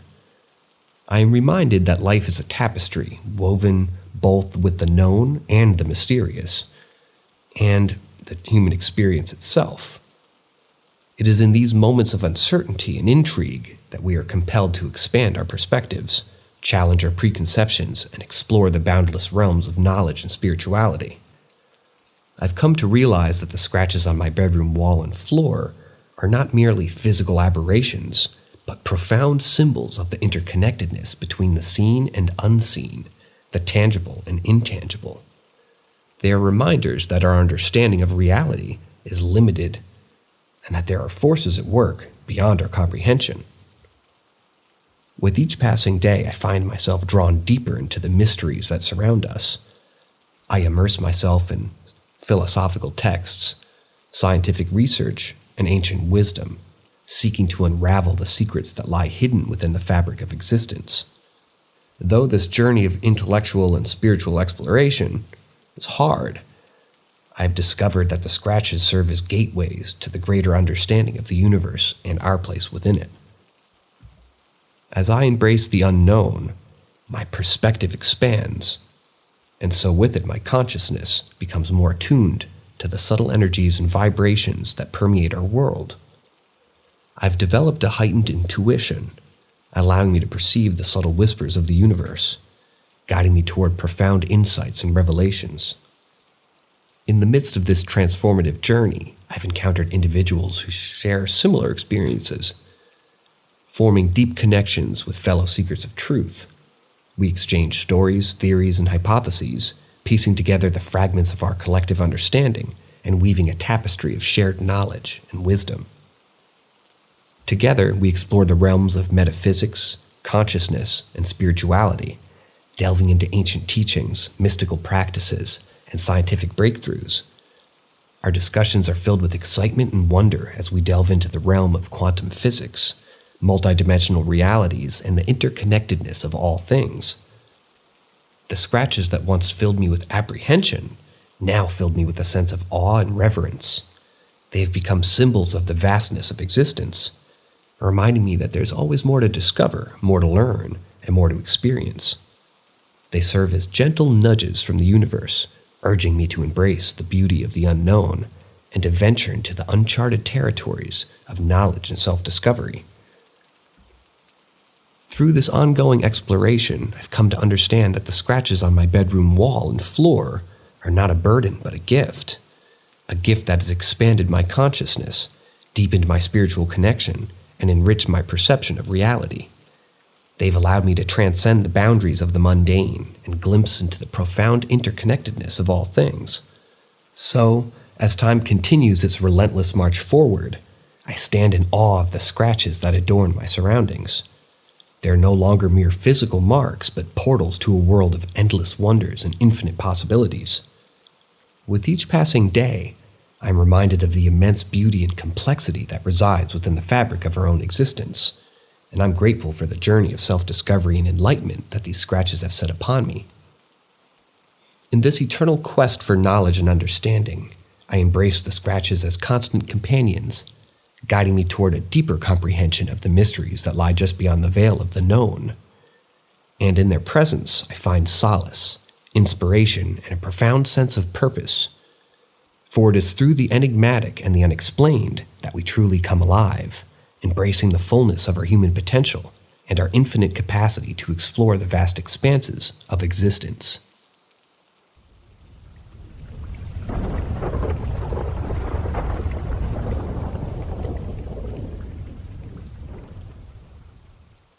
The odd experience yesterday when I was sleeping and being woken up. Yesterday, my husband kindly offered to take care of our baby for the morning, so I could get some extra sleep. Little did I know that my dream was about to be invaded by a haunting presence. In my dream, I was being followed by a ghost or a spirit. Despite my fear, I kept telling the entity that I wasn't afraid of it. And walking away, I must have been a terrible liar, because I was actually terrified. And at one point in my dream, the spirit blew into the other side of my neck, causing all the hairs on the back of my neck to stand up. Then it started violently shaking my shoulder. Suddenly I was awakened from my dream to find that my shoulder was actually being shaken in real life. I tried to ignore it and go back to sleep, but it happened again this time, without the presence of the ghostly dream. I was completely confused, and I didn't know what to think. Had my dream simply continued into reality? Was there something more sinister here? I was freaked out, to say the least. Naturally, I checked on my family and baby to make sure that they were okay, and they were sound asleep, completely oblivious to the supernatural experience I had just endured. I couldn't help but wonder, had anyone else ever experienced something like this? The fear and confusion that lingered within me left me feeling uneasy. I couldn't shake the feeling that something was off, but for now, I'll just have to leave it as a mysterious and unexplained occurrence, and hope that it doesn't happen again.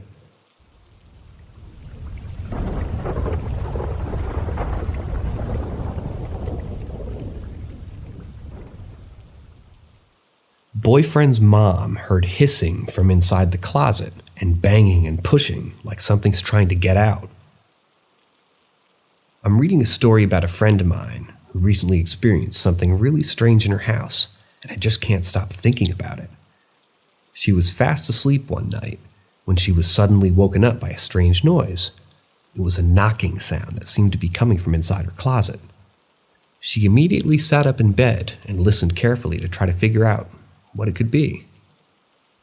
At first, she thought it might be her cat playing around inside the closet, but she quickly realized that it couldn't be the case, because the knocking was too loud and too persistent.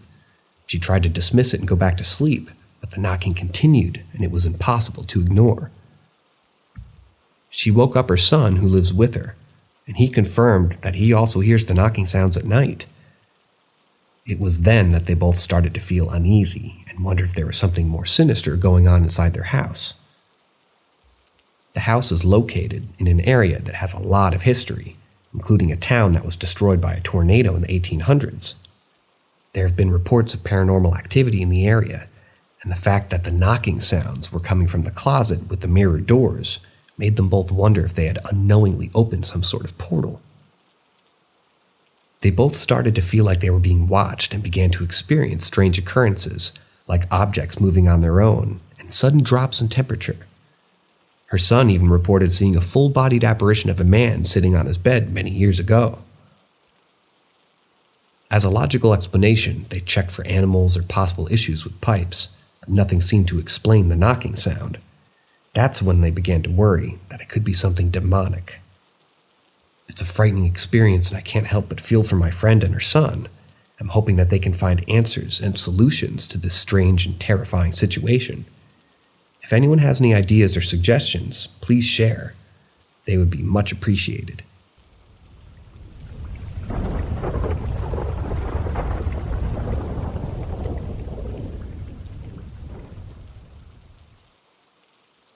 First time experience with a ghost. Still can't process that it really happened. It was a typical night just like any other. I'd settled into bed with my young son, who often sought the comfort of sleeping beside me. The room was enveloped in darkness, save for the faint glow of the moon casting an eerie shadow across the wall. Little did I know that this seemingly ordinary night would soon turn into a harrowing encounter from the unknown. In the midst of my slumber, I was abruptly awoken by soft cries of my son, signaling his hunger. Disoriented and groggy, I fumbled around on my nightstand in a desperate attempt to locate his bottle. The room was cloaked in an impenetrable darkness, rendering my search a daunting task. And then it happened. As I extended my hand blindly, hoping to find the familiar shape of the bottle, an eerie sensation washed over me. A warmth unlike anything I'd ever experienced before enveloped my hand. It was as if another hand, a tangible and palpable presence, had gently clasped mine. My heart skipped a beat and a surge of fear coursed through my veins. In that instant, I knew that something otherworldly had invaded my sanctuary. The touch was undeniable, the grip gentle but firm. I let out a blood-curdling scream, my body convulsing with a mixture of terror and disbelief. It felt as though I had been jolted out of my own skin, desperately seeking the sanctuary of light to banish the approaching darkness. With trembling hands, I fumbled the light switch on, my heart pounding in my chest like a drum. As the room flooded with light, I surveyed my surroundings, hoping to find a logical explanation for the inexplicable occurrence. Yet, to my dismay, the room remained seemingly ordinary, devoid of any signs of spectral presence. Since that night, I've been plagued by a relentless search for answers. I've scoured books, forums, and countless articles, hoping to find someone who has experienced a similar phenomenon. However, my efforts have been met with disappointment. The reports I came across only mentioned the chilling touch of cold hands, never warm ones like I had encountered. The absence of any reasonable explanation has left me feeling unsettled and vulnerable. How could I rationalize an event that defied all logic and scientific explanation? It was as if a veil had been lifted, exposing the hidden depths of reality that lay beyond the realm of our own comprehension. I have been plagued by sleepless nights, haunted by the memory of that spectral touch. Was it a residual energy, an echo from the past reaching out to me? Or perhaps a benevolent presence, offering comfort in the darkness? The possibilities swirl within my mind, each one more bewildering than the last.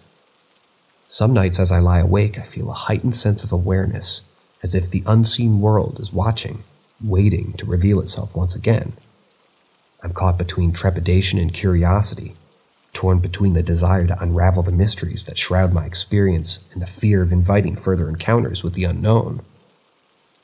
For now, I continue to seek solace in the company of others who have had their own encounters with the paranormal.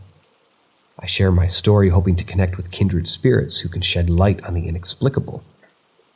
Together, we may navigate the labyrinth-like depths of the supernatural, weaving threads of shared experiences and attempting to make a sense of the enigmatic realm that exists beyond our understanding. In the company of fellow seekers, I find solace in knowing that I am not alone in my quest for answers. As I delve deeper into the world of the paranormal, I have encountered tales of warm touches and gentle grasps, similar to my own haunting experience. It appears that the mysteries of the supernatural are as diverse and multifaceted as the human experience that shaped our lives. Some speculate that these warm touches may be the result of residual energy from a departed loved one, reaching out to offer comfort or reassurance. Others suggest that it could be the presence of a benevolent spirit extending a helping hand from the ethereal plane. While the explanations may differ, one thing remains certain. The warmth of the touch signifies a connection, a bridge between the living and the beyond. In my search for understanding, I've immersed myself in the rich tapestry of the paranormal research and spiritual teachings. I've explored ancient folklore, delved into the psychic phenomena, and delved into the intricacies of energy fields and vibrational frequencies. It is through this vast array of knowledge that I hope to piece together the puzzle of my own encounter. The journey of unraveling the paranormal is not without its challenges. Skepticism and doubts often creep in, attempting to undermine the authenticity of our experiences.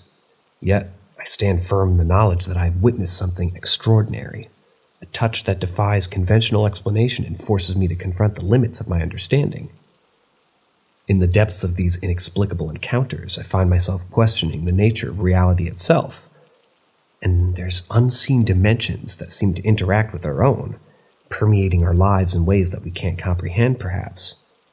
Could it be that our human senses, constrained by the physical world, can only perceive a fraction of the vastness that surrounds us?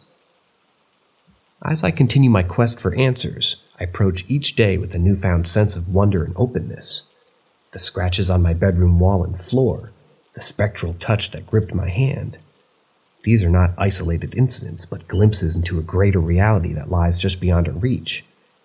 They serve as reminders that our understanding of the world is constantly evolving, and that there's always more to discover, explore, and question. While the search for answers may be arduous, I'm filled with a sense of anticipation, eager to unlock the secrets that lie within the realm of the paranormal. I'm no longer haunted by fear, but motivated by curiosity, a curiosity that drives me to delve deeper into the unknown, to seek connections, and to unravel the tapestry of the supernatural. In the tapestry of existence, we are but threads, intricately woven together by experiences that extend far beyond the boundaries of our physical reality. The warm touch that gripped my hand serves as a poignant reminder that our journey is not confined to the tangible, but encompasses the ethereal, the unexplained, the extraordinary. And so, I embrace the enigma, the mysteries, and the uncharted territories of the paranormal.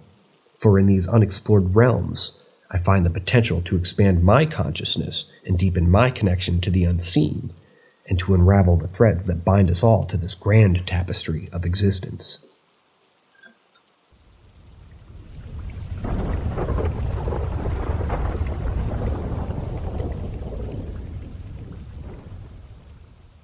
Seeing shadow creatures and light flashes.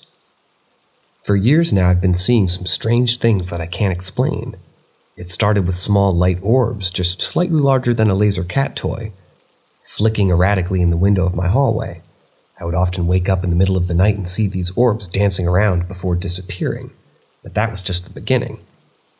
More recently, I've been seeing shadow figures out of the corner of my eye.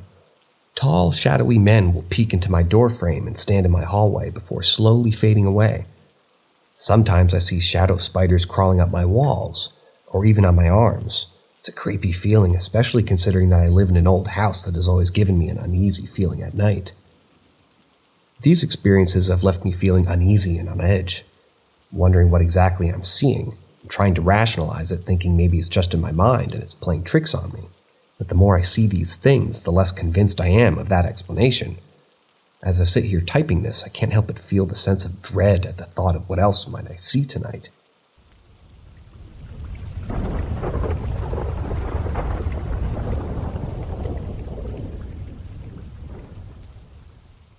Pretty sure my apartment is haunted, and I'm not sure what to do. Since August 21st, my family and I have been living in this apartment. We've been experiencing some unusual occurrences. About a year ago, my oldest son had a screaming fit that woke up the whole house. We assumed it was a nightmare until he told us that he saw a bad man in the kitchen. He described him as wearing a hat and a jacket with a scary face. It is worth noting that the kitchen is directly off of his room, which he shares with his younger brother. Within the next week or two, my husband, my teenage bonus child, and I started seeing movements out of the corners of our eyes and unexpected sightings, mostly in the bedroom doorways. These movements were heading either toward or from the bedrooms and moving toward the kitchen. Tonight, while it was still nighttime, my husband and I saw something by our bedroom door. Both of us were terrified because it looked like a preschool-sized child with blonde hair. It's a pretty spooky thing to experience. We've only had about 3 months left to live here. Medical emergencies with our youngest child prevented us from moving out sooner. My husband and I both saw the same thing at the same time, which has me really freaked out. I don't know what to do or where to start the research if something like this has ever happened, or happened here. We've seen different shadows, for lack of a better word, dozens of times. I used to play it off, but not anymore. I can't do anything without both of us seeing it at the same time. We've also had things move or gone missing out of the blue. It's been a strange few months living here. and I'm not sure what to make of it. I'll be glad when we can move out of this place and into a new one, though.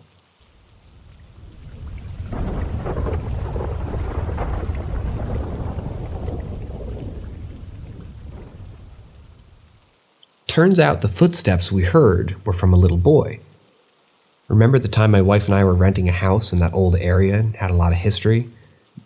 When she moved in, there were a lot of things left behind by the previous tenants, as if they were left in a hurry.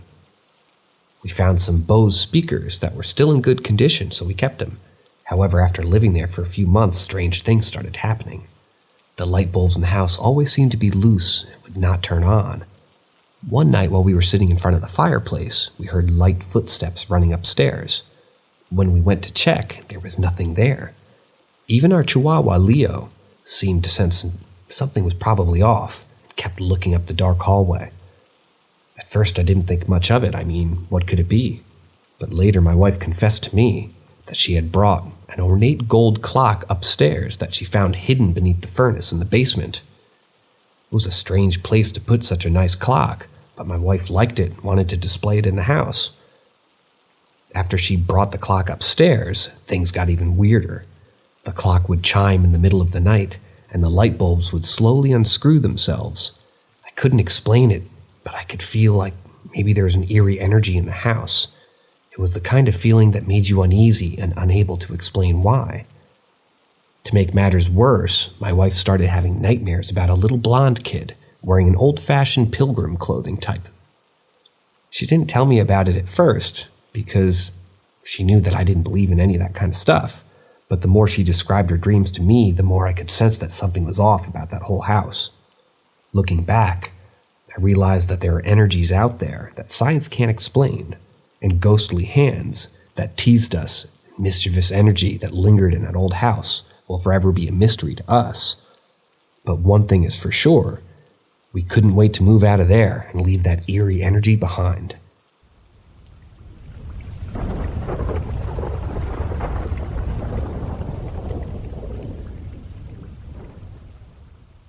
Jewelry box with the music box inside started playing at 3 a.m.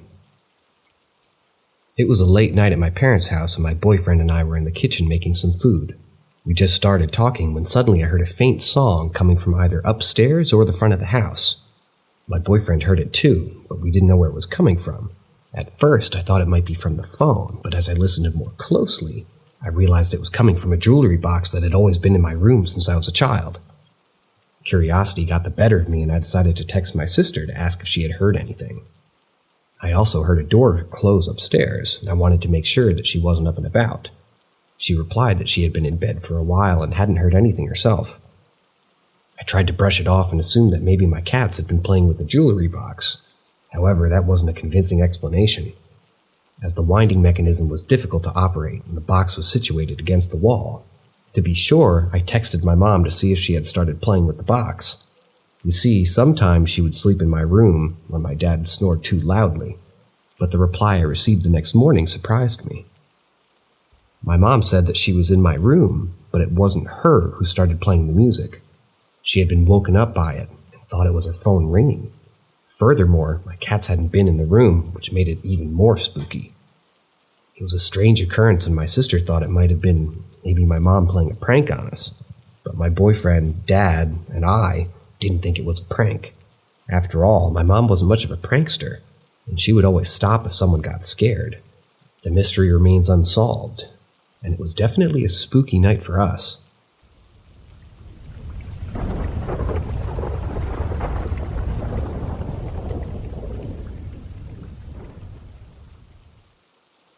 Ouija.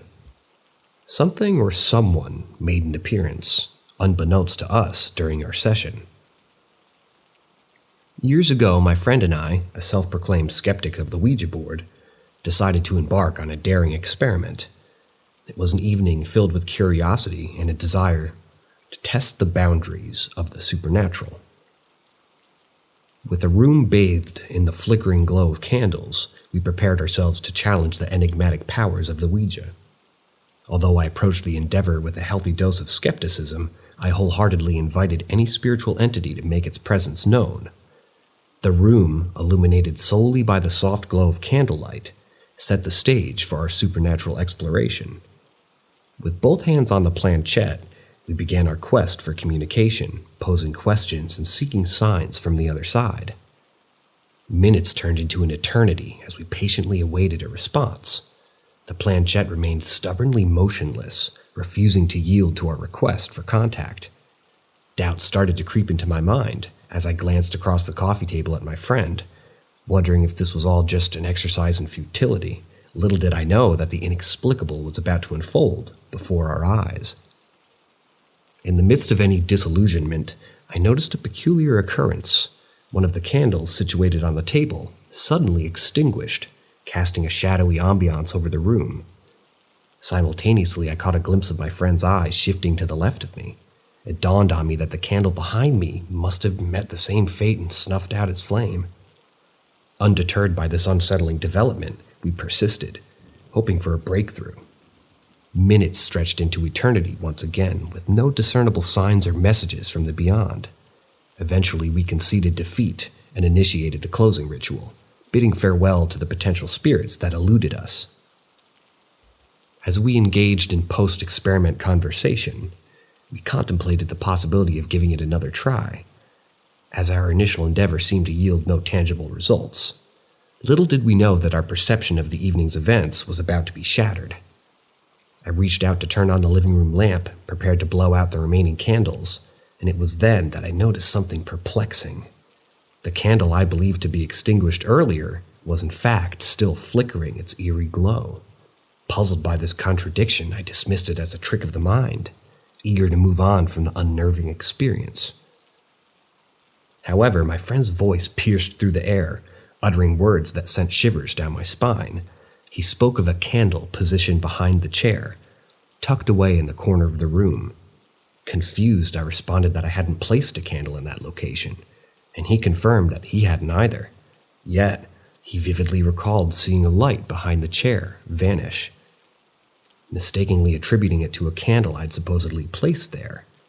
Intrigued and somewhat frightened by this inexplicable revelation, we mustered the courage to investigate further. Pulling the chair away from the corner, we searched intently for the source of the phantom light, only to find nothing, no candle, no logical explanation for the ethereal illumination of subsequent disappearance.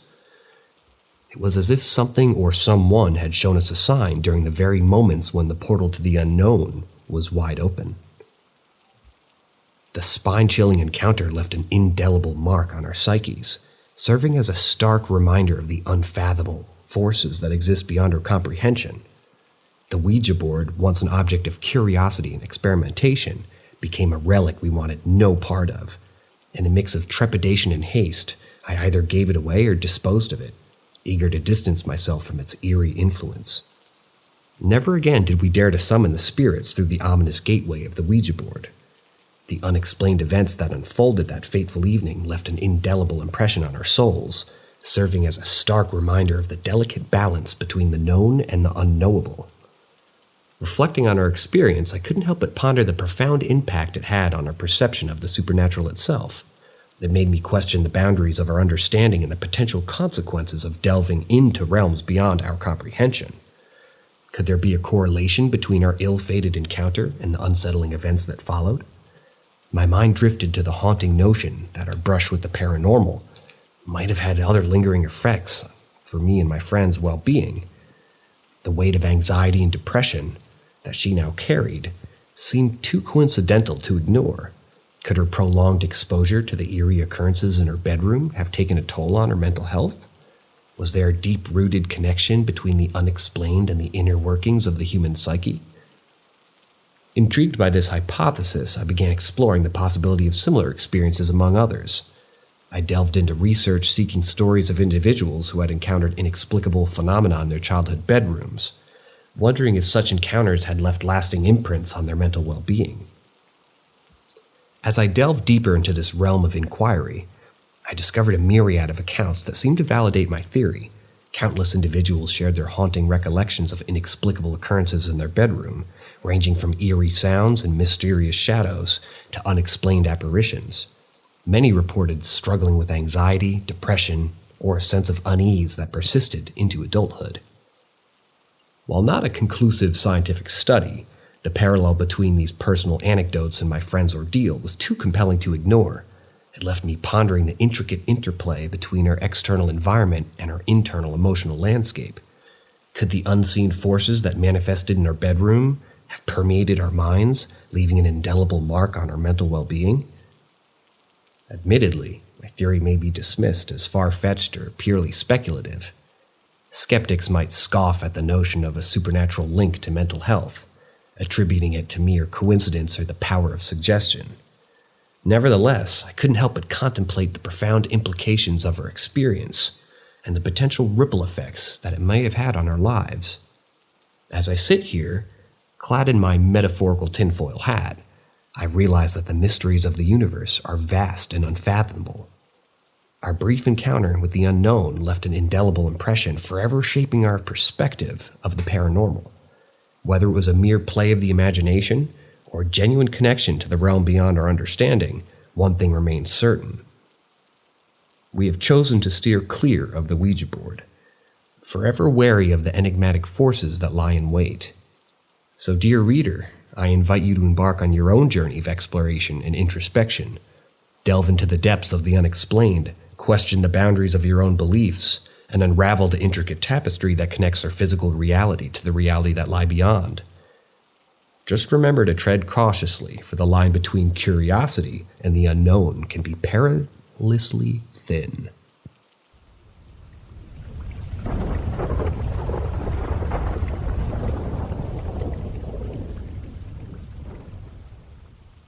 Kinda weird thing happened today.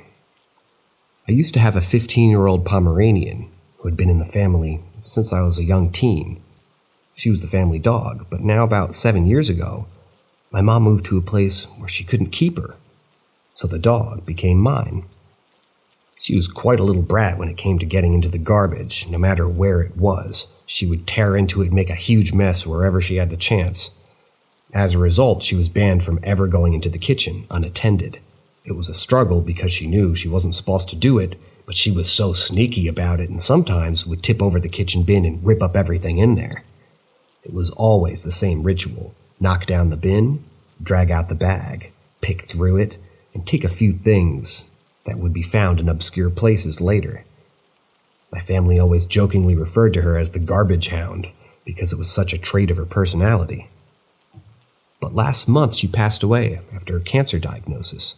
She went downhill really fast, and she was gone before it even really hit me that she was sick. It's been hard, as these things always are. Today, I went out for a few hours to get some groceries and stuff, and something strange happened. When I got back, I walked into the kitchen, and the garbage bin was tipped over, and the bag was clearly pulled out. And there was trash scattered all across the floor. I literally just stared at it for a few seconds while my mind was registering it and running through what could have happened here. I live alone, and it wasn't tipped when I left. I could never leave a mess like that. I was trying to see if something fell or somehow got tipped in the bin and everything just fell out, but it looked picked through just the way it did when my dog got into it. One thing was a yogurt container that was across the entire kitchen and under a table. She'd always specifically take small containers like that. I know it sounds stupid, but I really think it could have fallen on its own. I have one other dog, but she's a tiny 2-pound Chihuahua, and she can't walk on hard floors because she slips and hurts her legs. She was in my carpeted room. She would have had to walk down the hall and through the living room and into the kitchen, all of which have hardwood floors. She wouldn't have been able to tip over the bin by herself either, and has never gotten into the garbage once, so I just don't know. It's not that serious, but it's just weird. It's almost as if my dog was still there and wanted to remind me of her little quirk before she left. I miss her so much, and this just makes me feel like she's still with me in some way.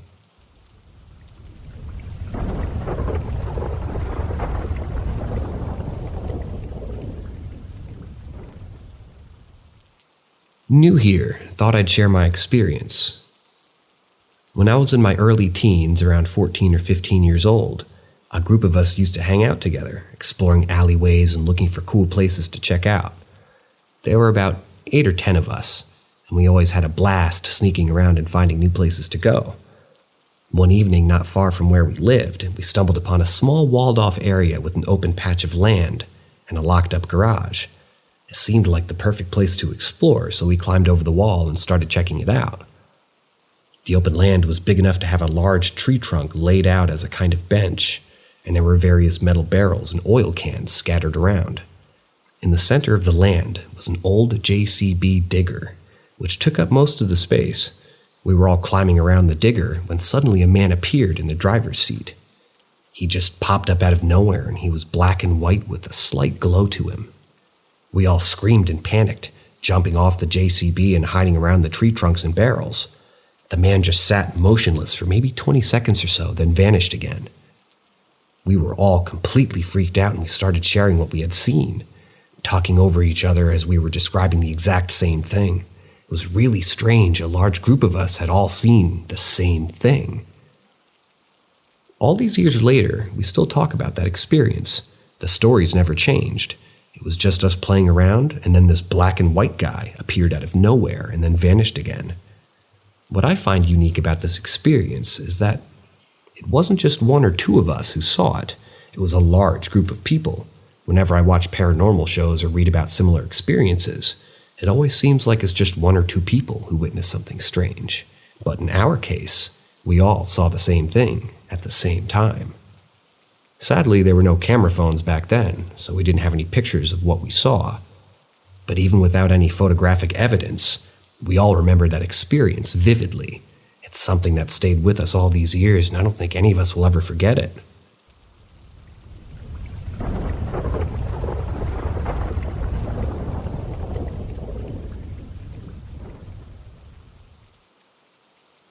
Gifts from children.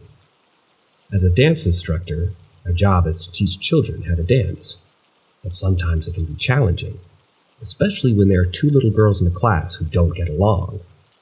They can make my job more difficult than it has to be, and despite this, I still love my job and it brings me joy.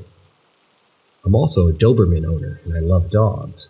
I've always had a connection with them, and one night while laying in bed, a vision came to me of my next dog. She would be a red Doberman named Bunny. Couldn't shake this feeling off, and it stayed with me for a while. The next day when I got to class, one of the more difficult students came up to me and said, "Miss A, I made you something. It's a balloon dog."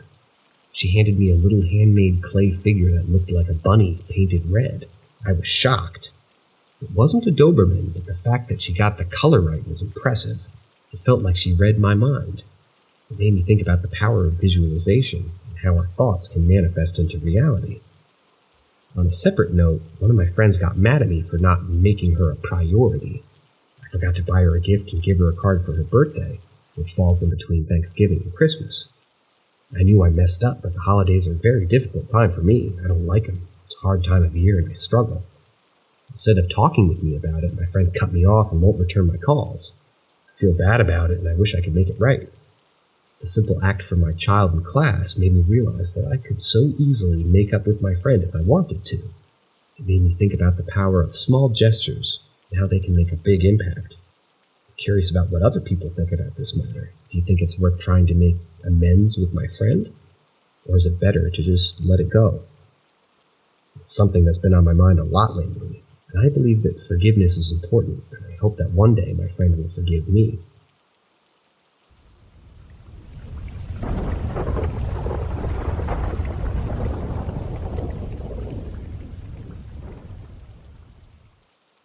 The Unexplained Blanket.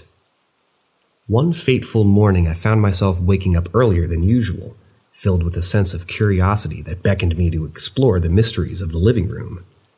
As I gently opened the door, my eyes were immediately drawn to the couch, where an inexplicable sight awaited me. An upright blanket, defying the laws of gravity, standing proudly in the center. The blanket appeared as if it had taken on a life of its own, assuming the shape of a bell, as if someone or something were seated beneath it. The edges of the blanket gracefully cascaded down, still touching the surface of the couch, creating an eerie and otherworldly tableau. A shiver ran down my spine as I stood there, transfixed by this perplexing sight. In a state of both awe and trepidation, I stood rooted to the spot where I felt like it was eternity passing by me, trying to make sense of the inexplicable phenomenon unfolding before my very eyes. 10 seconds, which felt like an eternity, ticked by before I summoned the courage to break free from the grip of astonishment. With a surge of adrenaline, I sprinted toward my mother's room, determined to share this mind-boggling spectacle with her. Waking my mother from her slumber, I hastily recounted the strange occurrence that had unfolded in the living room. Together, we mustered the bravery to approach the enigmatic blanket, our hearts pounding in our chests as we cautiously ventured into the living room. Anticipation mingled with trepidation as we neared the enigmatic object that defied reason and logic. With each step, our surroundings seemed to hold their breath, as if anticipating the revelation of a hidden truth. As we stood mere inches away, my mother mustered her resolve and slowly pressed down the center of the mysterious blanket, half expecting to encounter a hidden presence beneath. But alas, our search for rational explanation yielded no tangible results. There was no one seated beneath the blanket, no concealed form waiting to be revealed. The fabric obediently succumbed to my mother's touch, collapsing into its rightful place as if mocking our bewilderment. As we stood there, our minds racing to comprehend the inexplicable, we were left with more questions than answers. How could a seemingly mundane blanket defy the laws of physics and stand upright on its own? What unseen force had conspired to create this mesmerizing spectacle? Was it a trick of the light, an optical illusion, or is there something more profound at play? Seeking solace and understanding, I began to delve into the annals of the paranormal.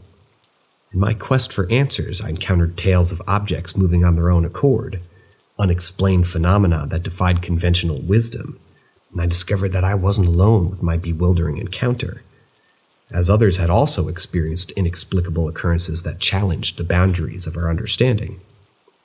Yet, despite this plethora of accounts and speculation, a definitive explanation remained elusive.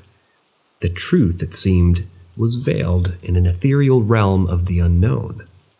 The standing blanket became a symbol of the enigmatic and unexplained, a constant reminder that there are forces in this world that defy rational explanation. To this day, the incident remains unsolved, etched into the fabric of my memory. I continued to search for answers, seeking the wisdom of those who had treated similar paths. Maybe they possess the key to unraveling the secrets of the extraordinary. So, dear reader, if you too have encountered inexplicable phenomena, I implore you to share your experiences, to shed light on the shadows of the unexplained. Together, we may inch closer to understanding the enigmas that surround us, piecing together the puzzle of our bewildering existence, one encounter at a time.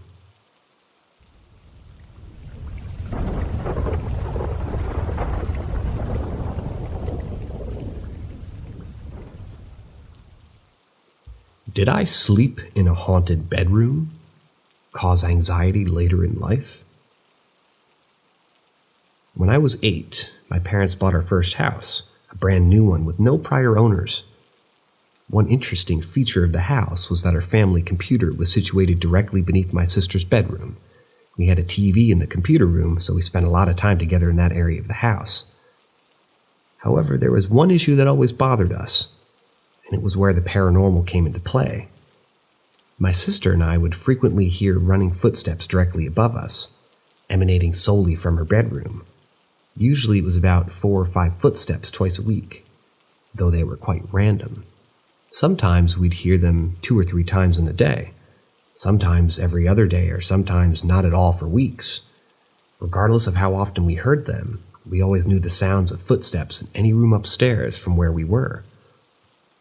We all distinctly remember hearing these footsteps, including my stepmom, who lived with us briefly and moved into a new house soon afterward. The only person who claims to have never heard them was my dad. He was probably too engrossed in his work. Now, my sister suffers from terrible anxiety and depression, which has crippled her in many ways. It makes me wonder if there's a link between her mental illness and her haunted bedroom. Could the sound she heard in that room have contributed to her issues? It's just a theory, and I might be one of the only ones who thinks this way. You might think I'm crazy or wearing a tinfoil hat, but I'm cautious and curious to hear your thoughts. Have you or someone you know experienced something similar in their bedroom growing up that you think might have caused mental health issues later in life? Personally, I believe that the sounds of my sister that she was hearing growing up in that room might have had an impact on her mental health. But I could be wrong, and there could be a completely different explanation. Regardless, it's an interesting topic to ponder, and I'm curious to hear other people's perspective on the matter.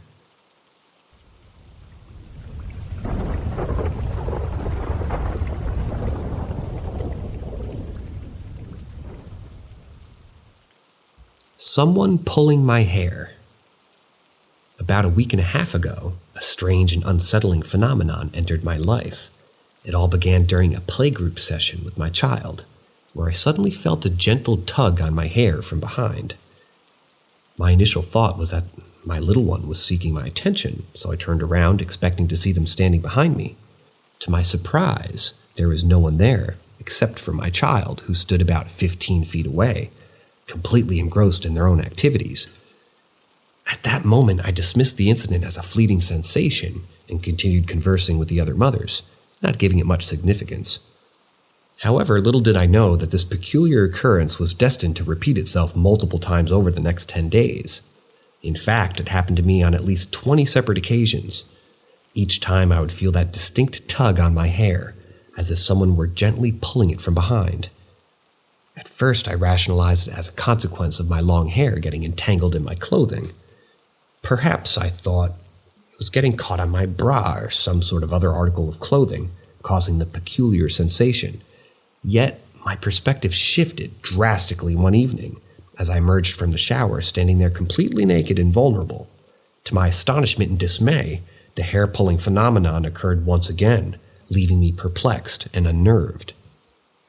What struck me as, particularly unsettling was the fact that these hair-pulling episodes seemed to manifest themselves not only in the comfort of my own home, but also in public spaces, such as stores and other crowded areas. I would find myself being tugged at by an unseen force, surrounded by a sea of oblivious strangers.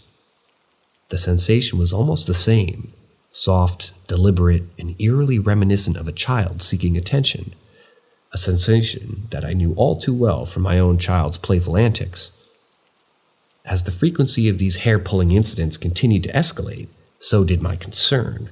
While I cannot claim to be gripped by paralyzing fear, I must confess that each occurrence sends an uncomfortable shiver down my spine. The inexplicable nature of the phenomenon leaves me with a nagging sense of unease and a myriad of unanswered questions. I find myself yearning for answers, seeking solace and validation by reaching out to others who may have experienced something similar. Have you ever encountered such a bewildering phenomenon? Do you know of anyone who had endured comparable hair-pulling episodes? If so, I implore you to share your knowledge and insights. What could possibly explain these inexplicable occurrences that have disrupted the peace and tranquility of my life? In my quest for understanding, I've embarked on a journey of exploration, delving into the realm of the paranormal and the unknown. I have immersed myself in countless stories and anecdotes of unexplained occurrences, desperately searching for a semblance of clarity. Yet, as often the case with such enigmatic phenomena, the answers remain elusive, the truth concealed within the shadows. For now, I continue to navigate this unsettling hair-pulling phenomenon with a mixture of curiosity, trepidation, and a determination to unravel all the mysterious origins, and I remain vigilant, documenting each occurrence in meticulous detail, hoping that one day the pieces of this perplexing puzzle will all fall into place. If you possess any insights or have encountered similar inexplicable events, I beseech you to share your wisdom. Let us join forces in our pursuit of truth as we strive to shed light on the shadows that surround us and uncover the enigmatic nature of these hair-raising experiences.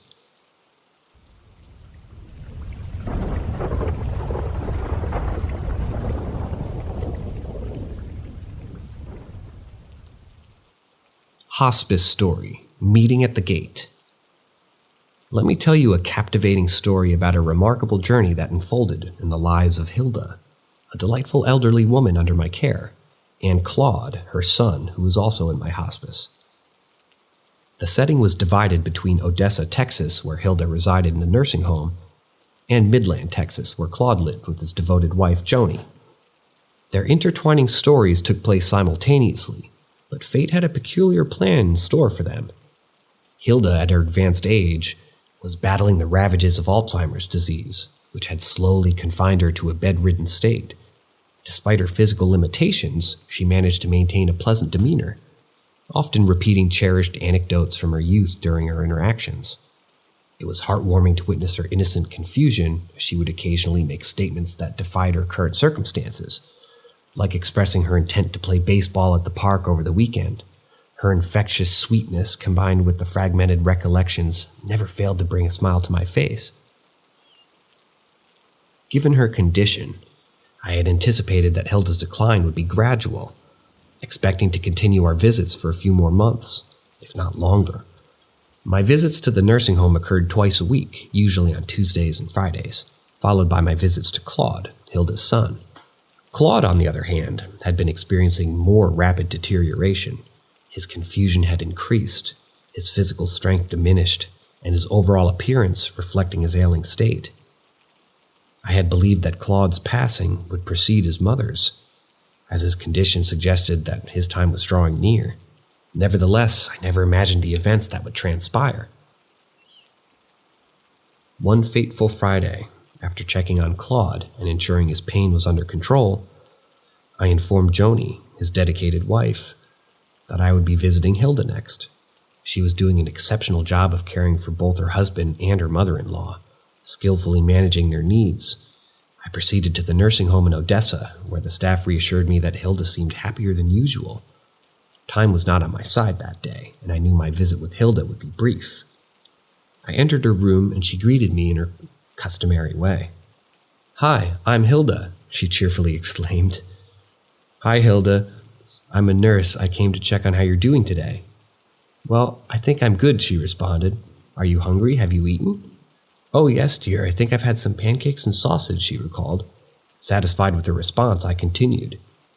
"Very good, Hilda. Do you have any pain today?" "No, I never have any pain. Who are you?" she asked innocently. "I'm Chagrin, and I'm a nurse. I'll check your blood pressure and listen to your breathing, if that's okay," I explained. "Of course, honey, do what you need to do, but I really don't think I need a doctor or a nurse," she responded, her gentle nature shining through. After confirming her vitals and finding no signs of distress, I assured her that she seemed to be doing well. I mentioned my earlier visit with Claude and Joni, informing Hilda that they were also doing fine. I promised to see her again in the following week, to which she responded with a curious remark.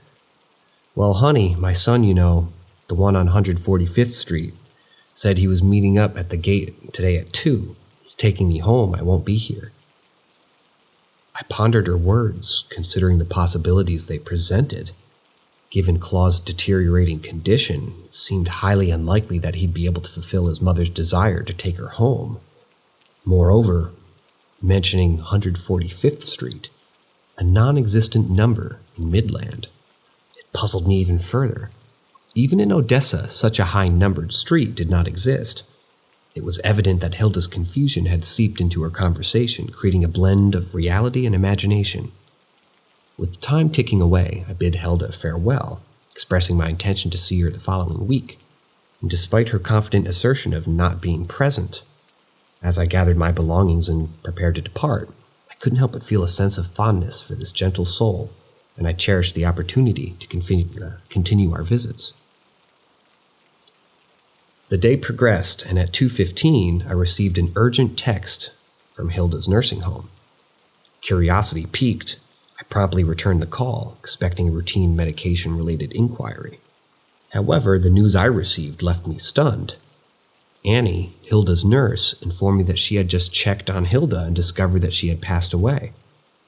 The staff had seen her alive merely half an hour prior, making her sudden departure all the more shocking. In disbelief, I reflected on our conversation during my visit earlier that day.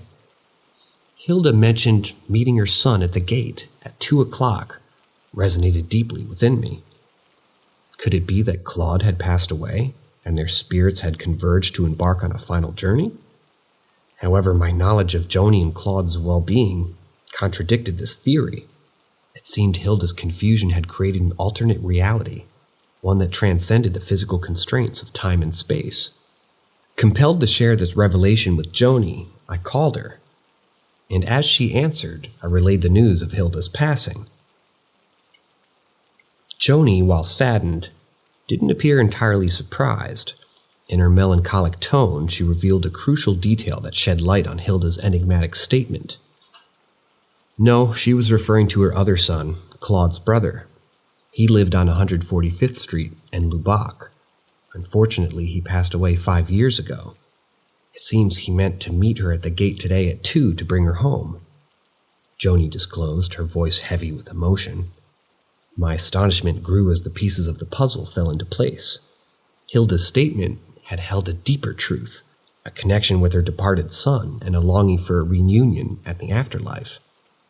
The realm of her confusion had merged with the realm of spirits, allowing her to glimpse at the homecoming that awaited her. In the weeks that followed, Claude's health continued to decline, and he eventually joined his mother in the ethereal embrace of the great beyond. Joni, left behind to navigate a world without her beloved husband and mother-in-law, bore her grief with strength and resilience. She carried their memories deep within her heart until her own journey's end, which arrived a couple of years later. As I look back on the lives of Hilda, Claude, and Joni, I'm reminded of the extraordinary bond they shared, their stories intertwined, converging at the gate where souls reunite, welcoming one another home. It serves as a testament to the enduring power of love and the eternal connections that transcend the boundaries of time and space.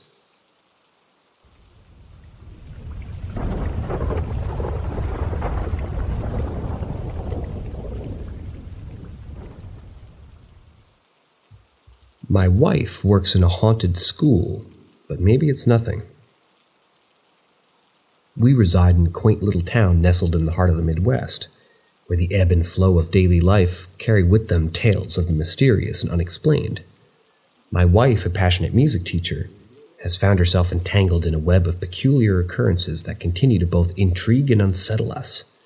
It all began when she accepted a position at an ancient, time-worn elementary school that carries with it an air of mystique and whispers of spectral encounters.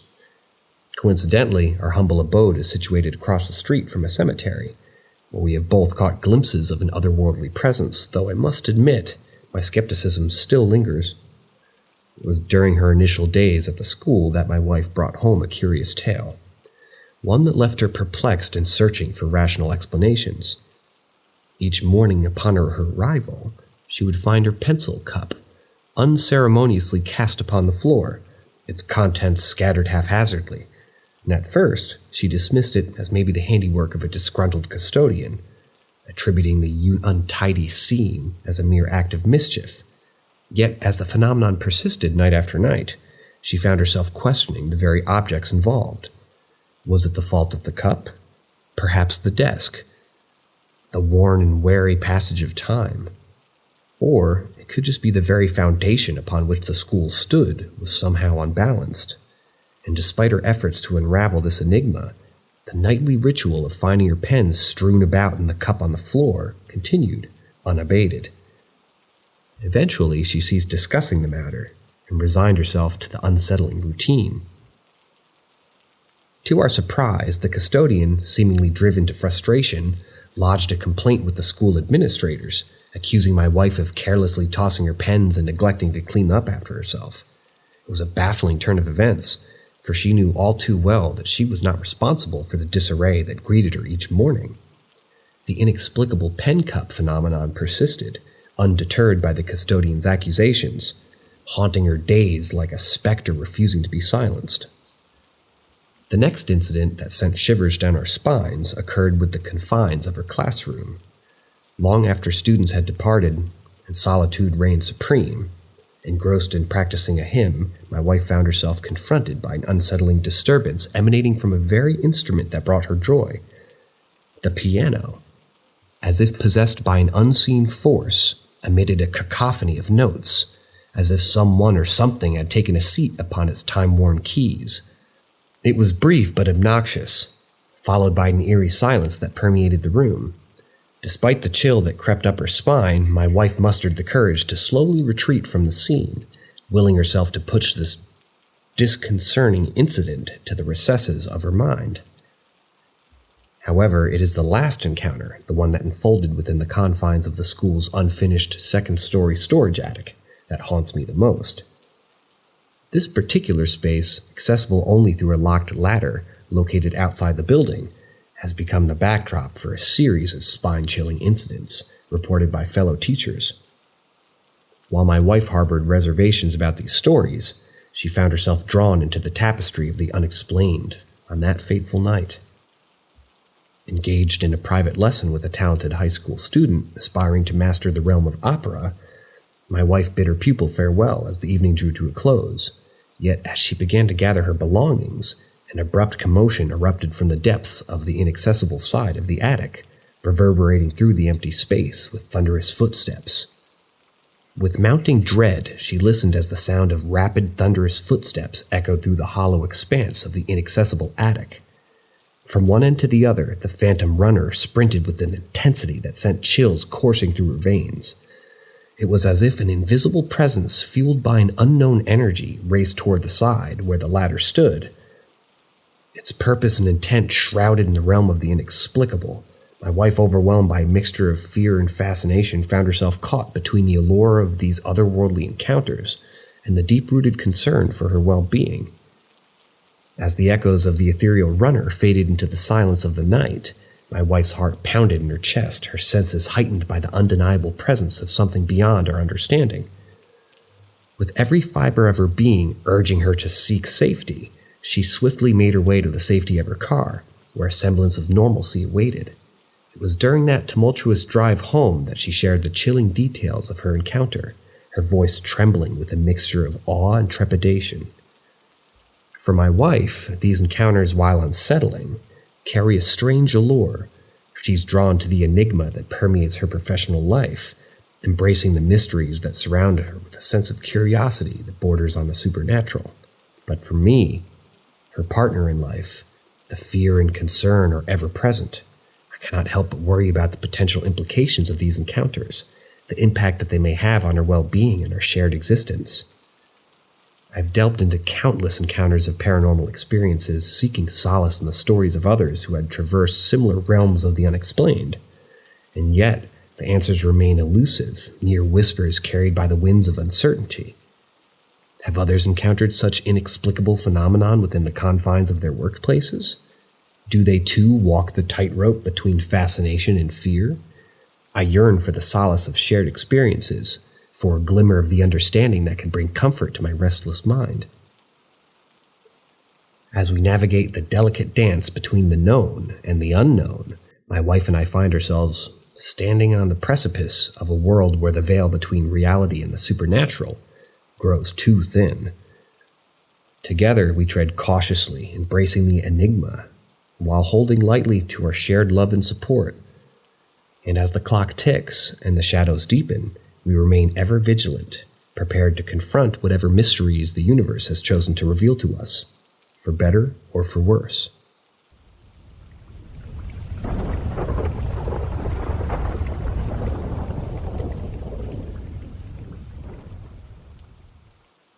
A possible cursed book. I'm from Morocco, a small country in North Africa known for its deep-rooted belief in witchcraft, black magic, and the occult.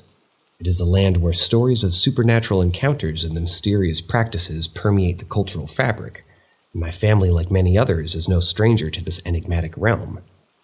Through the generations, we've carried the weight of this mystical heritage, with my grandparents, may their souls rest in peace, possessing a unique connection to the spiritual realm. As a music teacher in an old, weathered elementary school, my wife is confronted daily with the echoes of the past.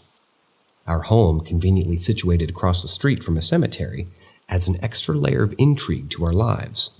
It's within this backdrop that a series of inexplicable events began to unfold, slowly unraveling the thin veil that separates the ordinary from the extraordinary.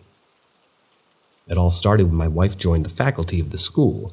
She would return home with tales of peculiar occurrences in her classroom, the persistent toppling of her pencil cup each morning, Initially, she brushed it off as the handiwork of a disgruntled custodian, a mischievous act aimed at testing her patience. But as the days turned into weeks, the frequency of this unexplainable phenomenon intensified, leaving her perplexed and searching for answers. Intriguingly, whispers of the mysterious book surfaced within our family. It was said to have been left in my grandfather's care by a fellow practitioner of the occult, who, lacking immediate family, entrusted its safekeeping to him. My father, in hushed conversations with his brothers, referred to it as cursed, attributing its presence to my grandfather's deteriorating health. My grandfather, burdened by schizophrenia, paranoia, and heart disease, experienced a peculiar pattern. His symptoms would inexplicably worsen when the confines of our ancestral home, within them, while finding temporary respite when staying elsewhere. Despite the offers from nearby relatives to provide him with a more comfortable and secure living arrangement, he adamantly clung to the notion that he would breathe his last breath within the walls he had meticulously erected with his own hands. And so, tragically, he did, succumbing to the mysterious ailment that plagued him.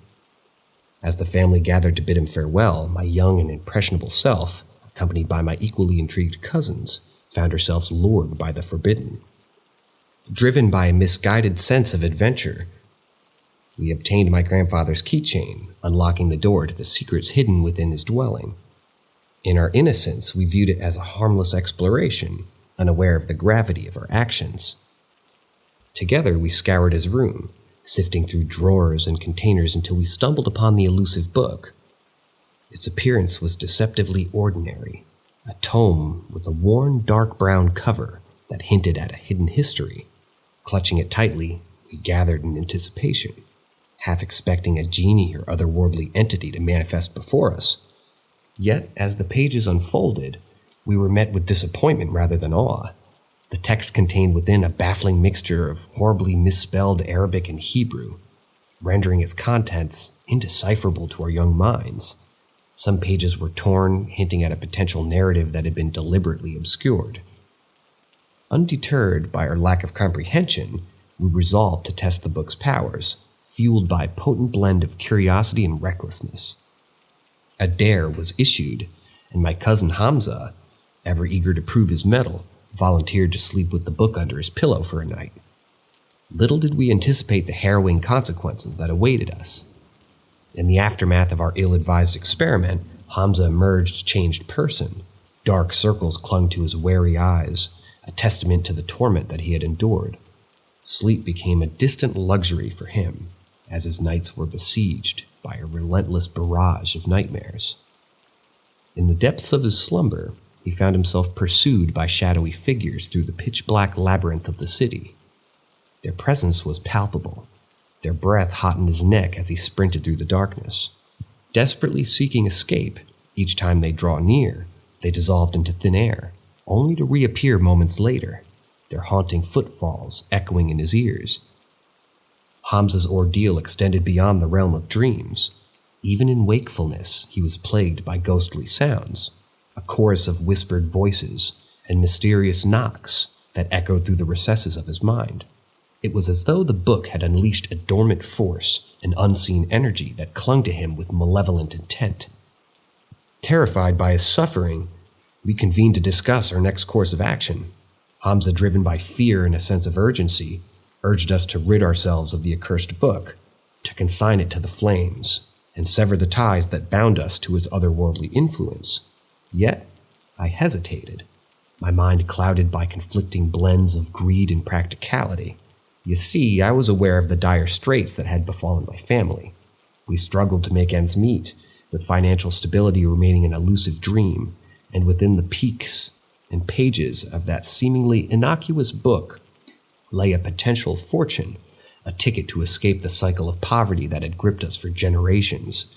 The allure of wealth whispered enticingly in my ear, drowning out the cries of reason.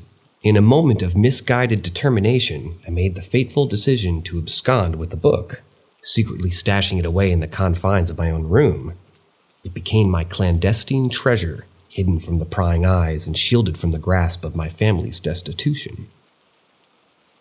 However, my ill-gotten possession came at a steep cost.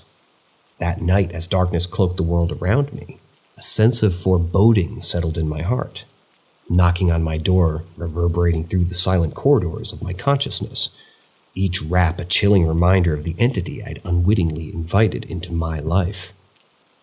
Sleep eluded me as I lay awake, my senses heightened to every creak and whisper that permeated the stillness. The night became a tapestry of terror, woven with the same threads of my own apprehension.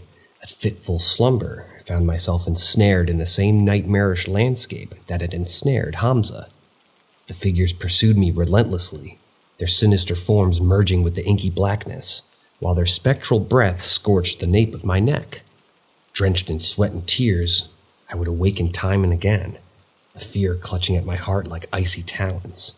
The cycle repeated itself, plunging me into a nocturnal purgatory from which there seemed no escape. It was a torment that gnawed at my sanity, eroding the boundaries between reality and the ethereal realm that now held me captive. Haunted by the book's malevolence, I could bear the burden no longer. The weight of my actions pressed up against my conscience, and I felt compelled to confess to my father, to seek his guidance and redemption from the clutches of the supernatural. Bracing myself for the consequences, I divulged the truth to my father, unburdening my soul of the secret I had harbored for far too long. His stern countenance betrayed with a mix of disappointment and concern, yet he took the book from my trembling hands, his resolve unwavering. He uttered a stern warning, instructing me to never speak of the book again. The gravity of his words hung heavy in the air, laden with unspoken knowledge and a profound understanding of the forces that lurked within its pages. What became of the book, I can't say with certainty, for my father's actions remained shrouded in mystery. However, one thing was undeniable. The nightmares ceased, the hallucinations evaporated, and the oppressive presence that had plagued our lives dissipated like morning mist.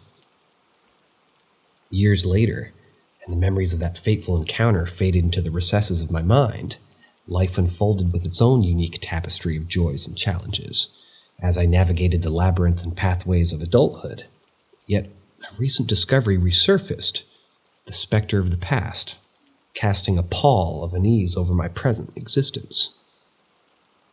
During the renovation of our ancestral home, urged by the persistent persuasions of my aunt, my family pooled their meager resources to breathe new life into the dilapidated structure.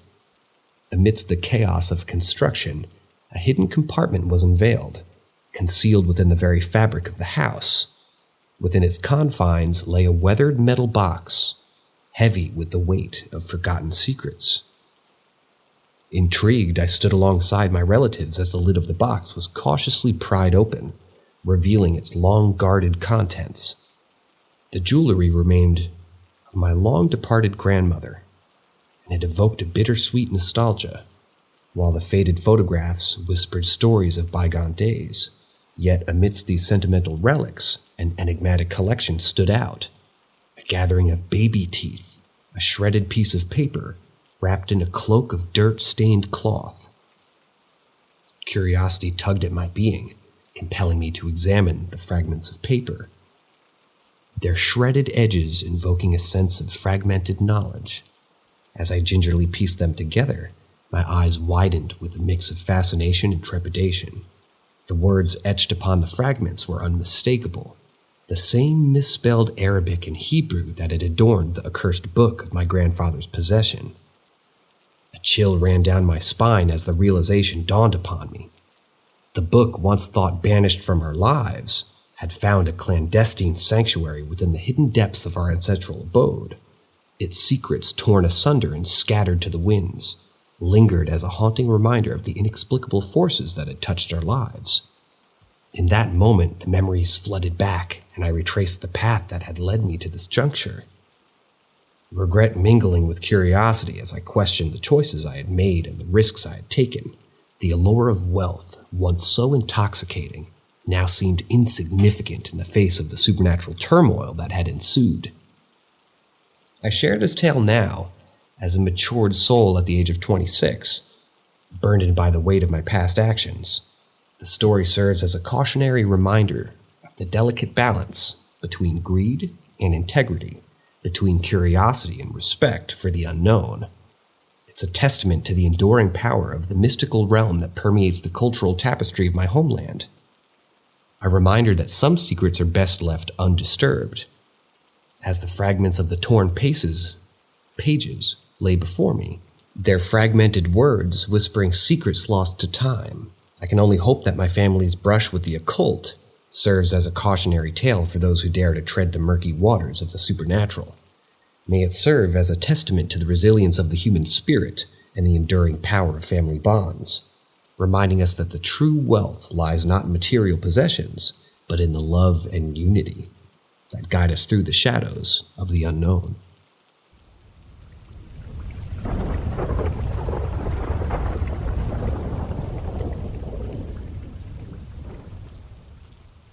Van life haunted by poltergeist. As I settled down to watch my favorite TV show, I was looking forward to a peaceful and restful night. However, that's when I heard footsteps outside my van, which I found quite odd. I mean, who'd be wandering around at 11 p.m.? I tried to shake off the feeling of unease and put it down as just a passerby, but deep down I knew something was off. As the night wore on, I drifted off to sleep. But suddenly, I was jolted awake by a loud noise. It sounded like someone was banging on pots and pans right outside my van. My heart was racing and I had no idea what was going on. I tried to rationalize the noise, thinking it was probably just some kids messing around. But then I heard a clock ticking sound circling my van. That's when I knew something was definitely wrong. I didn't have a clock in my van. Panic began to set in as I realized that I might not be alone. I had no idea who was making these noises, but I knew that I had to do something. I picked up my phone and I called my mom, hoping to calm my nerves. As soon as my mom picked up the phone, the noise outside my van suddenly stopped, sending shivers down my spine. It was as if the person making the noise had disappeared into thin air. I was terrified and I didn't want to spend another minute in that place. I decided to get out of there as quickly as possible and find a safer place to spend the night. As I drove away, my mind was racing with all sorts of scary thoughts. Who could have been outside my van? What did they want from me? I was glad to have escaped unscathed, but the experience left me shaken and scared. I realized that I couldn't take my safety for granted, and I needed to be more cautious in the future.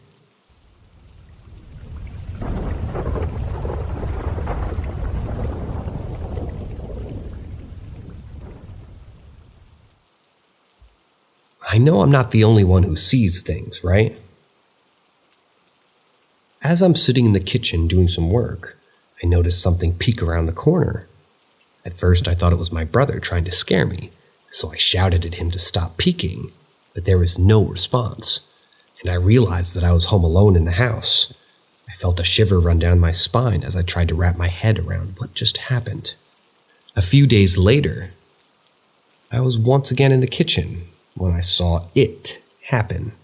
This time I could see its hands, arms, head, and torso. I couldn't make out its face, but I had a feeling it wasn't human. Again, I thought it was my brother playing a prank on me, but he was in the bathroom this time. I felt a sense of unease and discomfort in the pit of my stomach as I wondered what it could be. These occurrences happened only twice, but it left a deep impression on me. I couldn't shake off the feeling of being watched when I was alone in the dark. But that's not all. I would hear strange noises, too. There was this one time when I heard someone calling my name while I was home alone. It happened a couple of times, and it always left me feeling weird. I even asked my parents if they called me, but they said they didn't. One night when my parents were in their room, I heard my mother calling me loudly. I rushed to their room thinking that something was wrong, only to find out that my mother never even called me. It was strange and I couldn't explain it. All these experiences made me feel like something was off about our house. I started avoiding being alone in the dark and would always turn on the lights. I couldn't shake off the feeling that I was being watched, and I didn't want to find out what it was.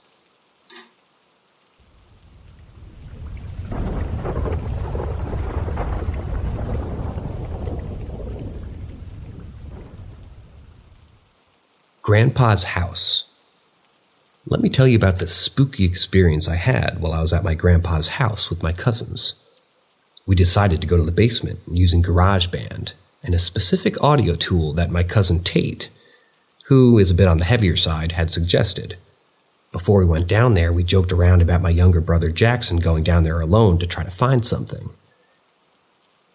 My older brother Caden had previously claimed that when he went down there to retrieve his guitar to play it about 5 or 8 years ago, he saw a ghost and got scared. Then, when he went down there again, the guitar had moved, so we were already a bit spooked before the actual story takes place.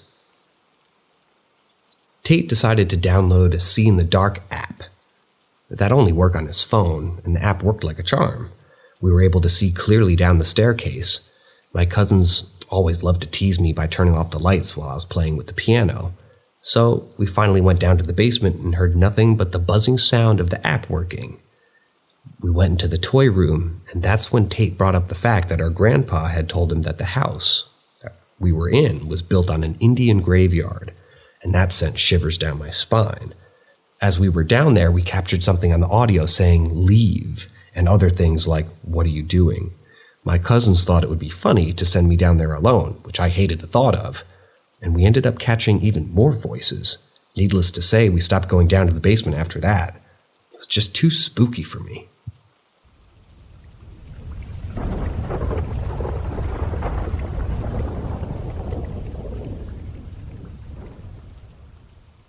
The walls in my room had a heartbeat. Last night, something really strange happened to me while I was in my room. It was around 10 p.m. and I was just lying in bed scrolling through some silly videos on my phone. I had my back propped up against my pillows and my head rested against the wall. Suddenly, I started hearing this weird noise, like someone was tapping their finger against a table. It was so loud and distracting that I couldn't ignore it. At first, I thought I might have just had some random noise that would eventually stop. But it didn't. In fact, it got louder and louder till it was right next to my head. The sound began to increase in speed, and it sounded like a racing heartbeat. It was freaking me out because I couldn't figure out where it was coming from. I even put my hand against the wall to see if I could feel anything. To my surprise, I couldn't hear the blood flowing through its veins, and the wallpaper was pulsing. I knew it wasn't my own heartbeat, as the sound's different and it's usually heard inside the skull. This was coming from outside of me. The sound continued to grow louder and I couldn't concentrate on anything else, so I turned off the fan in my room, thinking that it might be the culprit. The heartbeat stopped for a second and then continued, but it was fainter this time. Gradually it faded away entirely. I still have no idea what caused that bizarre experience. It didn't feel like some kind of spirit or ghost was tricking me. That seems like a random thing for a spirit to do, and it doesn't make much sense. However, I have this feeling that my room has its own consciousness, and that it may have to manifest itself physically. Can't explain it, but somehow, something about this experience made me feel like it was the room itself that was responsible for what happened.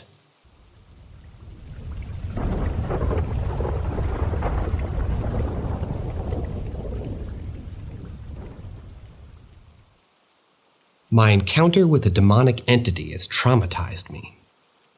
Let me tell you a story that has haunted me for years.